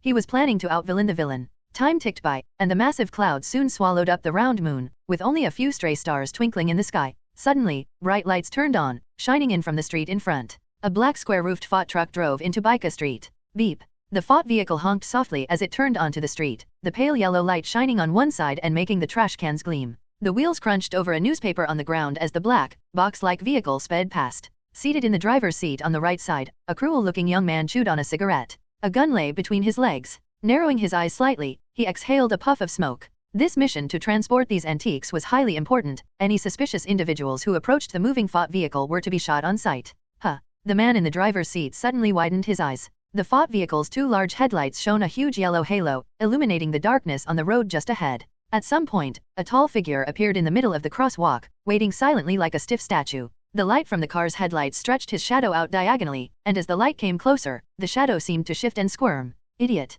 The man floored it, and the car roared forward. He grabbed the gun from beside his thigh and cocked it. Boom! Crash! The man jerked his head up, only to see a massive black iron fist smash the glass. The fist grew rapidly before his eyes like a cannonball. Boom! Crash! A head exploded. Red and white matter sprayed across the seat in a fan-like arc, covering it with a thick layer of goo. Thud! The man slumped not headfirst since his head was gone in the driver's seat. His right hand, which he had raised seconds ago, fell limp and the gun dropped with a clatter between his legs. Now where are the other two? Cassius emerged from the darkness, shaking his arm to get rid of the disgusting tomato sauce. One step forward and Cassius instantly appeared at the rear canopy of the fought vehicle. He ripped the curtain open. It was an open space inside with no one stationed on either side. There was only a pile of antiques covered by a black cloth on the floor. N/O/vel/B/C/om. Did they run? Cassius quickly turned to scan behind him, but Baika Street was completely empty. Not a single person in sight. Even the stray cat that had been napping on the trash can had disappeared. Confused, he returned to the front of the vehicle, opened the door, and threw out the dust storm member's corpse to the side. He then started the vehicle and drove into a secluded alley. Vroom, vroom, vroom. A heavily damaged fought vehicle came to a stop. The hood was warped from a long and deep dent, making the two headlights slightly askew. Click. The driver's side door opened, and Cassius quickly stepped down. He glanced at his strong right leg. His muscles and skin were intact but his pants from his knee down were shredded. Looks like I'll need to buy another pair of pants tomorrow, Cassius thought to himself. He turned off the headlights. He lifted the curtain and entered the rear of the fought vehicle. Turning on a small flashlight, he pulled the black cloth off of the antiques, and a bitter taste immediately flooded his mouth. Cassius's eyes lit up, and a smile crept across his lips. He started to quickly inspect each antique. Cassius soon found what he was looking for. There were 3 items, a large brass clock, a landscape painting, and a small porcelain vase. A cold current seeped into his arm, inch by inch, and spread through his body like steam. In the top right corner, the numbers began to jump incrementally. Lingering attachment energy, 0.8 rightward arrow 0.9 rightward arrow 1.0. It was slow but steady and continued until Cassius's arm felt frozen and stiff and the lingering attachment energy finally stopped increasing. Cassius looked again at the top right corner. Lingering attachment energy, 2.4. It went up by 1.6 in one go. Relief rushed through him. If Cassius remembered correctly, his lingering attachment energy had been at 2.3 before his second time travel, but was now higher by 0.1. It might be enough for a third time travel, though there was still a chance it would fall short. Regardless, he figured he was not far off from the required amount after the recent increase. Cassius estimated that the energy needed for the third time travel node was probably between 2.0 and 2.5. Anything more than 2.5 would be too much. Exhaling slowly, Cassius studied the various antiques in the compartment. He realized something was amiss. The pocket watch. Where was it? He immediately pulled out the antique catalog from his pocket and began checking it against the items in the compartment. He very quickly deduced that at least half of the antiques were missing. The fought vehicle he was in was transporting only half of the collection. If he considered the information he had previously received, there should have been 3 Dust Storm members escorting the antiques, and yet there was only one. Had the Blackfire gang leader's death yesterday scared Dust Storm into changing their plans at the last minute? Cassius frowned deeply. He wasn't very good at unraveling complex plots. He was better at solving problems with his fists. A word sprang to mind: Blackfire gang. Duststorm had secretly taken over the Blackfire gang, which meant if there was any change on Duststorm's end, they would likely inform the Blackfire gang, especially since the latter was likely their only underground asset in Baishuan City. The other half of the antiques must be with them. On the surface, Baishuan City was Ace of Spades territory, so Duststorm did not dare to have too many of its members in the area, as they would easily be discovered. Hence why the Blackfire gang acted as their front, or perhaps more aptly, their black hand. Should I go? The thought had barely formed in Cassius's mind before he dismissed it. Why let a duck that was already in his mouth fly away? Being able to activate the second-level accelerated blood flow gave Cassius unparalleled confidence. With his speed and reflexes, dodging bullets was just another day at work, and if he was shot? Not a big deal as long as it wasn't being fired from a machine gun. If he passed up this chance to secure a large amount of lingering attachment energy when it was right in front of his eyes, Cassius wouldn't be able to sleep at night at all. The Blackfire gang's territory is in the Western District, and their most famous establishment is the Famicca Strip Club on 17 Bright Light Street, he muttered to himself. He knew not because he'd been there before, but because the Famicca Strip Club had made quite a notorious name for itself. He'd heard many male instructors at the Grey Seal Martial Arts Hall talking about it in the locker room. With their spittle flying and lecherous grins, in those moments, they looked just like old Mike at the front desk. Bright Light Street is about 3 blocks away and isn't far from here. Looks like I'm going to have a busy night. Cassius stepped down from the fought vehicle, walked to the driver's seat and grabbed the black pistol before vanishing into the night. Wow. Hoo. Shake it harder for me, baby. Here's a reward. Ha ha ha, nothing beats this place. Excited shouts rose and fell in the faintly lit hall. The air was thick with hormones. A single spotlight shone down on a T-shaped dark red stage in the center of the round hall. About 7 silver poles adorned the stage at an equidistance apart where 5 voluptuous dancers twisted their bodies alluringly like snakes. Under the dim yellow light, their wet, honeyed bronze skin drew the eyes of every lascivious onlooker. Their gazes were fixed on certain parts of their bodies, inwardly shouting for them to strip faster. Each time a piece of clothing was removed, cheers erupted from the crowd below. Wealthy patrons threw money into the air to reward the dancers. In the underground circular hall, customers came and went, keeping the crowd consistently at over 100. There was a bar on one side of the hall where thirsty patrons could order drinks. Even though prices were considerably higher, the bar's sales rivaled those of a regular pub. The excited patrons, enthralled by the strip show, couldn't care less about spending a few extra Hungly Federation dollars. After all, the Famicca Club boasted the highest quality exotic dancers and the alluring ladies were all dangerously skilled at raking in money. A man with slicked back hair and wearing a black vest sauntered in through the entrance. He was about 1.8 meters tall. His muscular arms were exposed, revealing a black tattoo with a flame emblem on his bicep. As the man walked, his attention was immediately drawn to the dancers moving seductively on the stage. He whistled and headed toward the bar. Hey, Rona's here. Several gang members sitting on black chairs glanced over, raising their glasses in a cheery salute. As soon as Rona arrived at the bar, he excitedly slapped the table. Drinks, drinks. He was quite the old drunkard. What's it going to be today? Blue blood, Persian cat, or lemon sunrise, the bartender in a black vest spoke, leaning over as he wiped a glass with a white cloth. Naturally, he was talking about the different types of cocktails. None of that stuff, give me a burning flame. Rona handed over a large denomination bill. Whoa, you sure know how to pick the good stuff, Rona. You're really something. A gang member next to him sipped his drink. The Famicca Strip Club was an enterprise controlled by the Blackfire Gang. All members paid only half of the price for drinks but were limited to only 5 drinks a day. Additionally, Burning Flame was one of the most expensive cocktails at the bar.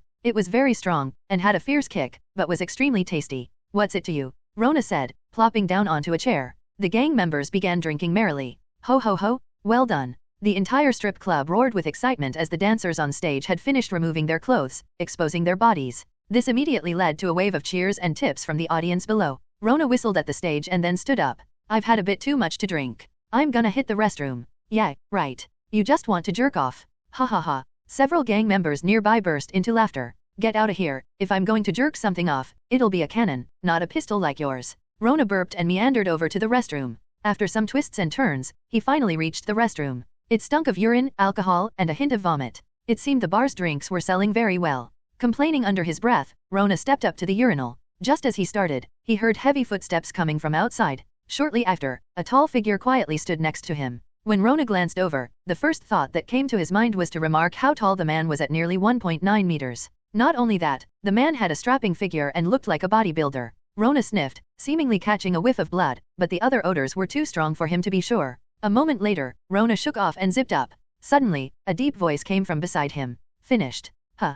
Confused, Rona turned his head. The barrel of a black gun was aimed directly at his head. Back at the bar, the gang members were still drinking and chatting. One of them said, "What's taking that drunkard Rona so long? Did he pass out in the urinal? Or maybe he's still in there going at it." Ha ha ha. It was a lively atmosphere. If Rona were here, he'd look bitter, especially since his trip to the bathroom wasn't for what they thought. With the gun pointed at him, Rona had no choice but to follow the man out of the restroom, acting all buddy-buddy as they left the club through another passage. Under the moonlight, in a dark and narrow alley. I ask the questions, you answer. Understand. I understand. If I find out you're lying to me, I won't hesitate to pull the trigger. Life is valuable, so you should cherish it.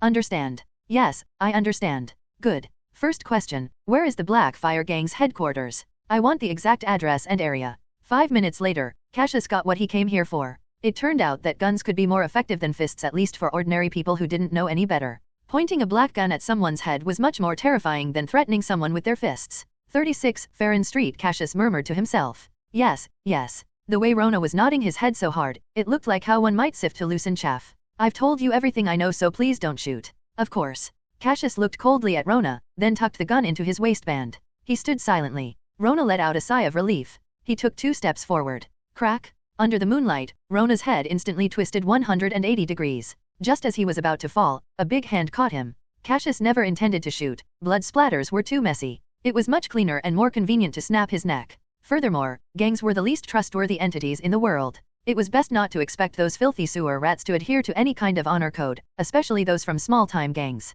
Cassius wasn't going to discuss things like morals or ethics with them. It would fall on deaf ears since the only language they understood were fists and guns. After dealing with Rona's body, Cassius had a clear goal in mind. He was going to the Black Fire Gang's headquarters. With his current skills, no small-time gang could stand against him. And if any members from Duststorm were there, then all the better. He wanted to see just how bold this newly emerging group, who was causing trouble in Bailu County, really was. At the northeast side of a moderately sized mansion at 36 Farron Street, a rectangular warehouse stood wide open. A black limousine was parked at the entrance where a man and a woman were gingerly transporting items. A dozen members of the Black Fire Gang waited nearby with several handcarts beside them and came closer as the two unloaded the goods. They held the smaller antiques while the larger antiques were placed on the carts, where one person would pull the cart from the front while another steadied the antiques with both hands just to be safe. All of them were moving extremely carefully due to how valuable the antiques were. If any were accidentally damaged or broken, Boss Edward would have their heads. Careful with those. Boss Edward, a middle-aged man about 1.75 meters tall, warned from where he stood nearby.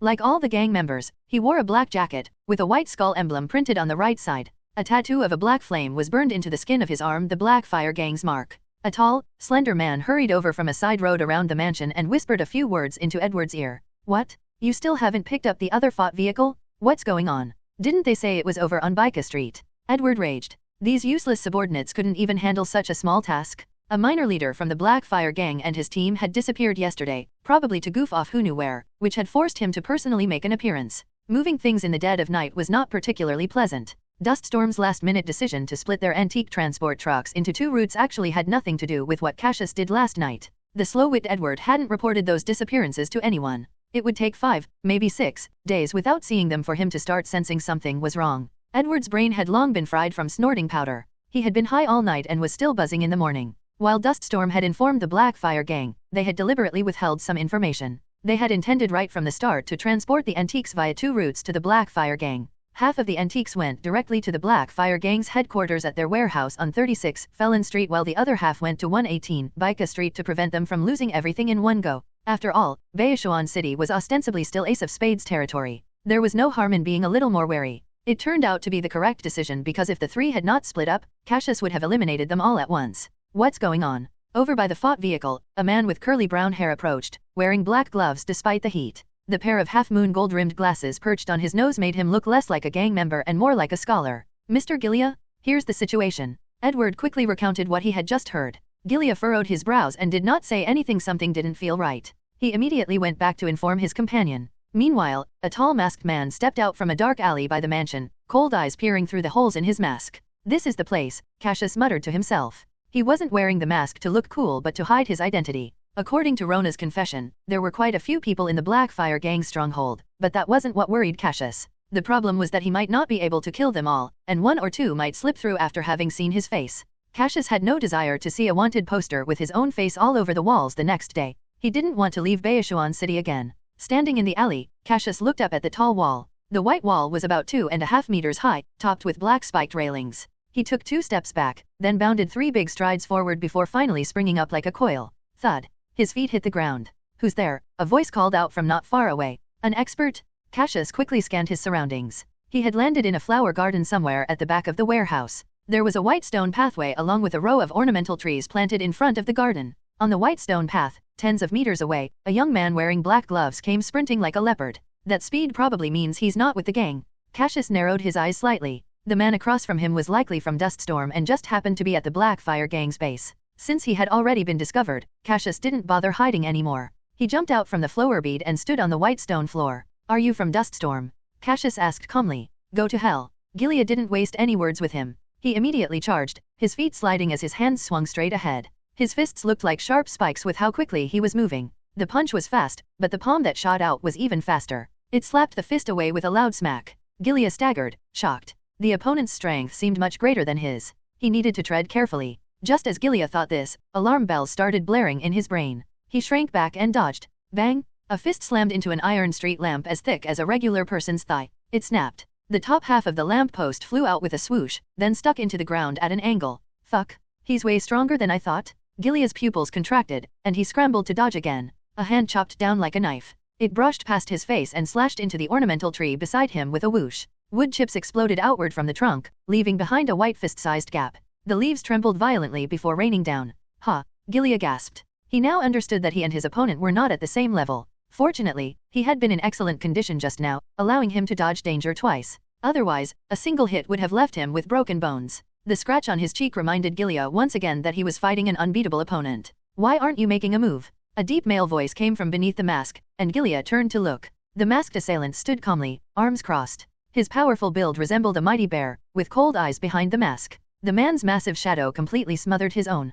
Could it be that it wasn't because of my quick reflexes? He deliberately held back? The thought sprang to mind, unbidden, especially since his opponent seemed so calm. It felt like a cat playing with a mouse. Damn it all! Gilia cursed inwardly, his Adam's apple rolling. He wanted to shout for help, but fear seized his heart and throat. His heart pounded uncontrollably as if a wild beast had set its sights on him. He broke out in a cold sweat, his back clammy. If I yell, I'm a dead man. Gilia trembled as he took 2 steps back. It felt like the other person was toying with him, and when he looked up sharply, those fierce eyes beneath the white mask were fixed on him, like a predator marking its prey. Ah! Gilia screamed and charged forward, feet scrambling to push off the ground. He snapped his right shoulder forward and punched straight.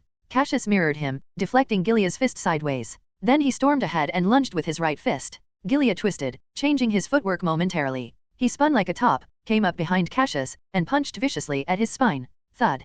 Cassius felt just how powerful that punch was. His face remained expressionless as he pivoted on his heel and swung. His strong arm whirled around like a windmill, fingers turning into blades that slashed across Gilia's chest, leaving 5 bloodied gashes. Gilia dodged sideways, pouncing at Cassius again. He combined his hands into the semblance of a knife. He threw out combat move after combat move as he circled Cassius. So it really is a style. Duststorm might have a covert martial arts expert, hiding in the shadows, who is skilled at teaching disciples. Or maybe an entire covert martial arts school. Cassius deliberately held back so he could fight Gilia longer and gauge the specific skills of Duststorm's members. If he didn't, Gilia would have died from the first punch. Cassius could sense the faint outline of a complete framework from his opponent's martial arts. It was a technique that transcended ordinary martial arts. It's about time. He slapped away Gilia's flailing arms, before stepping forward and flinging out a fierce straight punch. Bang! It was silent except for the echo of a gunshot lingering in the air. Gilia calmly held a black pistol in his right hand, a small wisp of smoke still rising from the muzzle. Times have changed. You think it's still like the old days when you can just punch someone to death? No, all you need is a single bullet. A corner of Gilia's mouth pulled up into a slight sneer. Cassius stood still, a black bullet hole having punctured the pectorals of his tower-like chest. He slowly raised his hand, pressing it against his chest. It's useless to struggle. I shot right for your heart. Gilia crowed, firing another shot. The bullet hit right next to the previous one, also at the heart. He was performing a righteous coup de grace just to be safe. With a tear, the fabric easily pulled apart. Cassius looked down at his chest under the moonlight. The 2 bullets were lodged in his powerful muscles, but it only broke the skin. A drop of blood graciously dripped from the shell. So this is a handgun. Cassius gently flicked, knocking the bullets into his palm. The only evidence that showed there were 2 slightly red dots on his chest. How could firearms be so inconvenient? What kind of monster is he? He actually took the bullets like they were nothing? Damn it! Gilia's jaw dropped in shock, his eyes larger than ornaments. N/O/vel/b/in.c//om. Fuck. Gilia's face twisted as he pulled the trigger, firing dozens of bullets frantically at Cassius. Sparks flew quickly from the muzzle. The casings clattered on the white floor tiles. Are you done shooting? It's my turn. Cassius lowered his arms, no longer shielding his face. With a flex of his muscles, he squeezed all the bullets out and they fell to the ground crisply. No, Gilia didn't get to finish his sentence. His head was wrenched around 360 degrees, lifted like a lantern, then tossed onto the road far away by Cassius. Their fight seemed to last a long time, but it was actually a matter of seconds. Members of the Blackfire gang were just starting to rush over. A head suddenly hit Edward in the face with a slap, blood splattering all over. Edward jumped like a rabbit, frantically wiping at his face. A strong smell of blood pierced his nostrils. What is this? What is this? Edward scrambled back a few steps, bumping into 2 armed subordinates. A woman from the Duststorm immediately darted over, snatching the head from the ground, and examining it in the moonlight. Her pupils constricted instantly, and her mouth trembled. No, Gilia.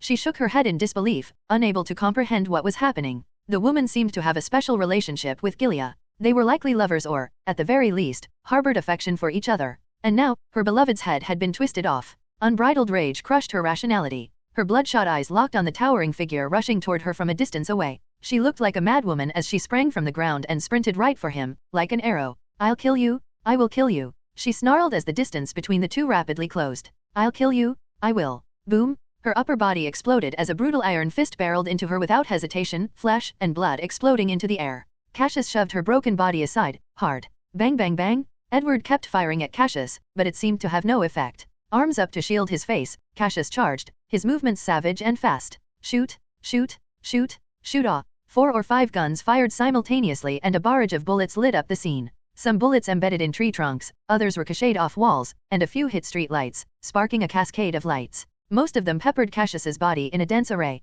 How exhilarating! Though he was being shot at, Cassius felt an indescribable thrill and a long-lost excitement. His nostrils flared, seemingly stimulated by the blood on his own body. A bloodthirsty indifference crept over him. Cassius's head shot up, bloodshot eyes wide. He leaped like a cannonball, crossing several meters to launch himself into the crowd. What followed was a cold-blooded massacre. Limbs were torn apart, heads kicked like balls. A mighty hand swung down like a baseball bat, smashing a man's head into his chest. Cassius pulled his arm back and gazed around. The moon's pale reflection, tinged with crimson blood, seemed to be swirling about strangely. All the members of the Blackfire gang and Duststorm were dead. He looked down at his bloodied hands and was inexplicably reminded of the brutal hooded men from that ruthless battle. His current behavior seemed eerily similar. Cassius turned abruptly, his blood-red eyes glaring at the shadow behind him like a ravenous demon. He said through gritted teeth, "You again? Shadow demon." It was happening for real this time. He could feel himself being influenced by something else, and it wasn't because of the covert martial arts he practiced. Cassius had suspected this before. His sensory acuity had increased slightly after every victory and absorption of the shadow demons. It seemed he had acquired some of the shadow demon's traits. And now there was another side effect. He was becoming much more savage and bloodthirsty. The benefit to this was when Cassius activated his killing intent during battle, it could demoralize his enemies and disrupt their fighting techniques. Like with Gilia and his twisted-off head. However, there were also downsides. Cassius's killings were getting bloodier, as if all he was doing was releasing pure, unadulterated violence. It wasn't an ideal situation because Cassius wanted to kill rationally. Acting impulsively always reveals one's flaws. It was only by staying calm could he remain undefeated. Huff, huff. Under the moonlight, as the cold wind blew around him, Cassius's chest heaved as he tried to suppress his excitement. He needed to be rational in most circumstances, and not impulsive. Unless he absolutely couldn't help it. He exhaled heavily, glancing at the tattered rags hanging from his body like a beggar's clothes. He gave it a good shake, and a dozen bullets clattered onto the floor, bouncing and rolling with a melodious sound. I'll need to put some ointment on these. The Wind Elephant covert martial arts he practiced wasn't particularly focused on physical defense. Cassius's resilience primarily came from the 2 levels of accelerated blood flow he had achieved.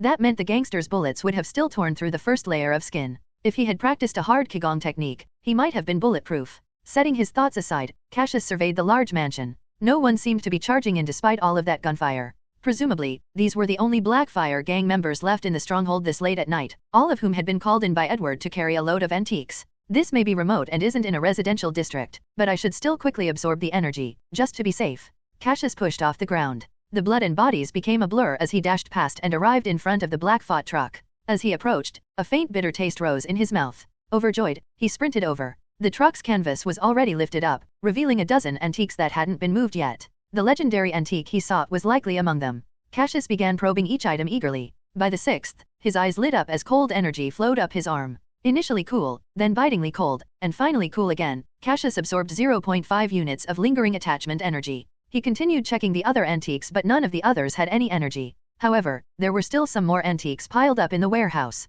Cassius entered the rectangular warehouse where all the antiques were stored for the time being. Well, that, at least, saved him the trouble of looking for them. He checked each one. Lisa's pocket watch was the only one that had lingering attachment energy. From there, he absorbed a total of 0.7 units of lingering attachment energy. It was unclear whether the energy belonged to Lisa or the watch's original owner, Lisa's senior brother Natsu, but that didn't matter. Regardless, Cassius wanted the pocket watch to remember Lisa. N/O/vel/B/jn.C//OM. He exhaled a gust of cold air and slipped the old silver pocket watch into his chest pocket. The cold metal quickly warmed against his skin. He checked his energy level. Lingering attachment energy, 2.4 plus 0.5 plus 0.7 equals 3.6. That was plenty. Cassius estimated the third time travel would require, at most, 2.5 units of lingering attachment energy. He had been very lucky to find the Duststorm's antique transport truck as soon as he had returned to the real world. He grabbed 5 legendary antiques at once. This was more than enough energy cumulatively. When was he ever going to get such an opportunity again?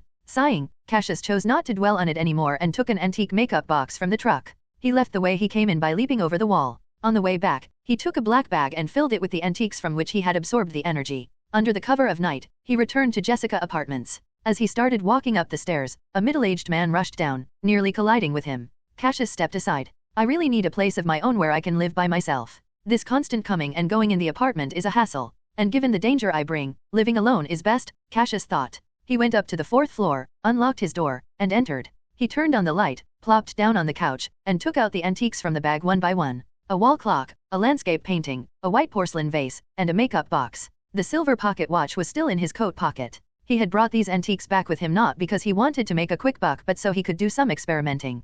Could the energy in these legendary antiques be replenished? Previous experiments suggested they couldn't, but then again, the sample size had been too small. Cassius wanted to conduct more tests to see if there were exceptions. If there were, he would have an additional way of gaining energy. His need for lingering attachment energy remained high. There was never going to be a situation where he would have too many legendary antiques. Under the light, Cassius noticed the 4 antiques had similar designs on them, in particular, the fine thorny patterns. It was like they were part of a furniture series. Could they be old items from the same mansion or castle? Why do they all contain energy? Where did Duststorm get them? Questions filled his mind as he pondered. After a while, he checked the time. It was already 2 a.m. Cassius set the items aside and went to brush his teeth and take a bath. He didn't want to disrupt his years-long sleep schedule. Sleep was paramount, everything else could wait. A good night of rest would give him the energy to train his covert martial arts during the day. Time flew, and before he knew it, it was morning. Birds chirped outside the window, and a beam of sunlight slipped through the curtain and onto the white bed. Cassius's eyes snapped open, and he sprang out of bed.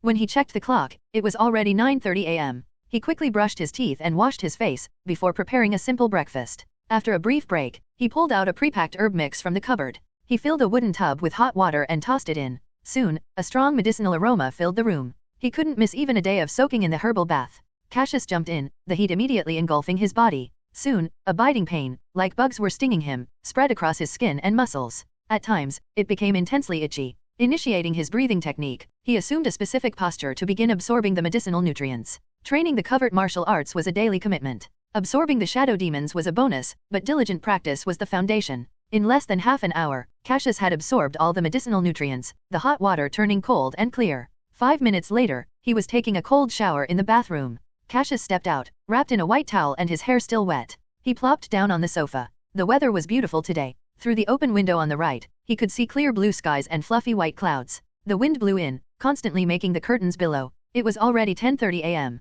After freshening up and eating, Cassius headed over to the downtown combat gym where he was an annual VIP member there. Cassius much preferred the combat gym over the Grayseal Martial Arts Hall. Not only were the equipment sets more complete, the gym more spacious, and the service better, but more importantly, there were fewer women with ulterior motives ogling his body. In fact, this era leaned more toward a rugged aesthetic with people highly favoring deep-set features and a well-proportioned muscular body. Men who weren't popular with the ladies might be popular with other men. While waiting for his hair to dry, Cassius made himself a cup of black tea. He took a few sips and then, feeling bored, picked up the bag next to the sofa, and took out several antiques one by one. He fiddled with them for a bit before he frowned. Was he feeling cool because his hands were wet from the shower or from the breeze blowing in? Or had the lingering attachment energy really been restored? Instinctively, he glanced at the top right corner. Nothing. Cassius closed the window and then reached out to touch each item individually. There really was a coolness in his palm and yet the number in the top right corner didn't budge. He was puzzled until he touched the 4th one. Cassius's right hand paused, and he blinked. The number in the top right corner had changed.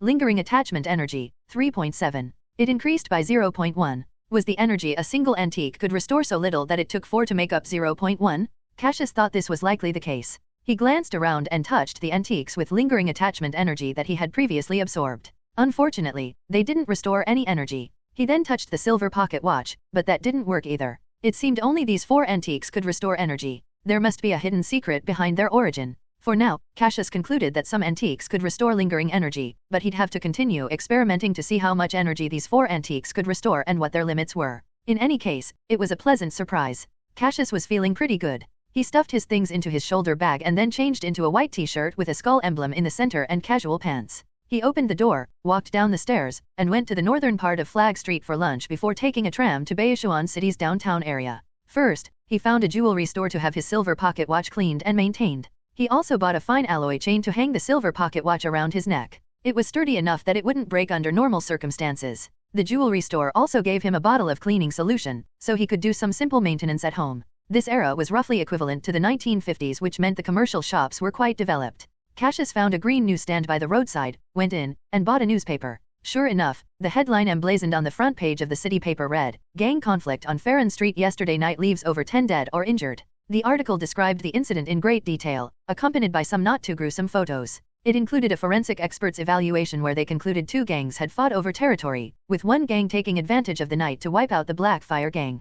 Hehe. Cassius chuckled. Naturally, Cassius, the reason behind this headline, knew exactly how the Black Fire gang members died. The evidence at the scene was likely too unbelievable that this was the only explanation the forensic expert could come up with.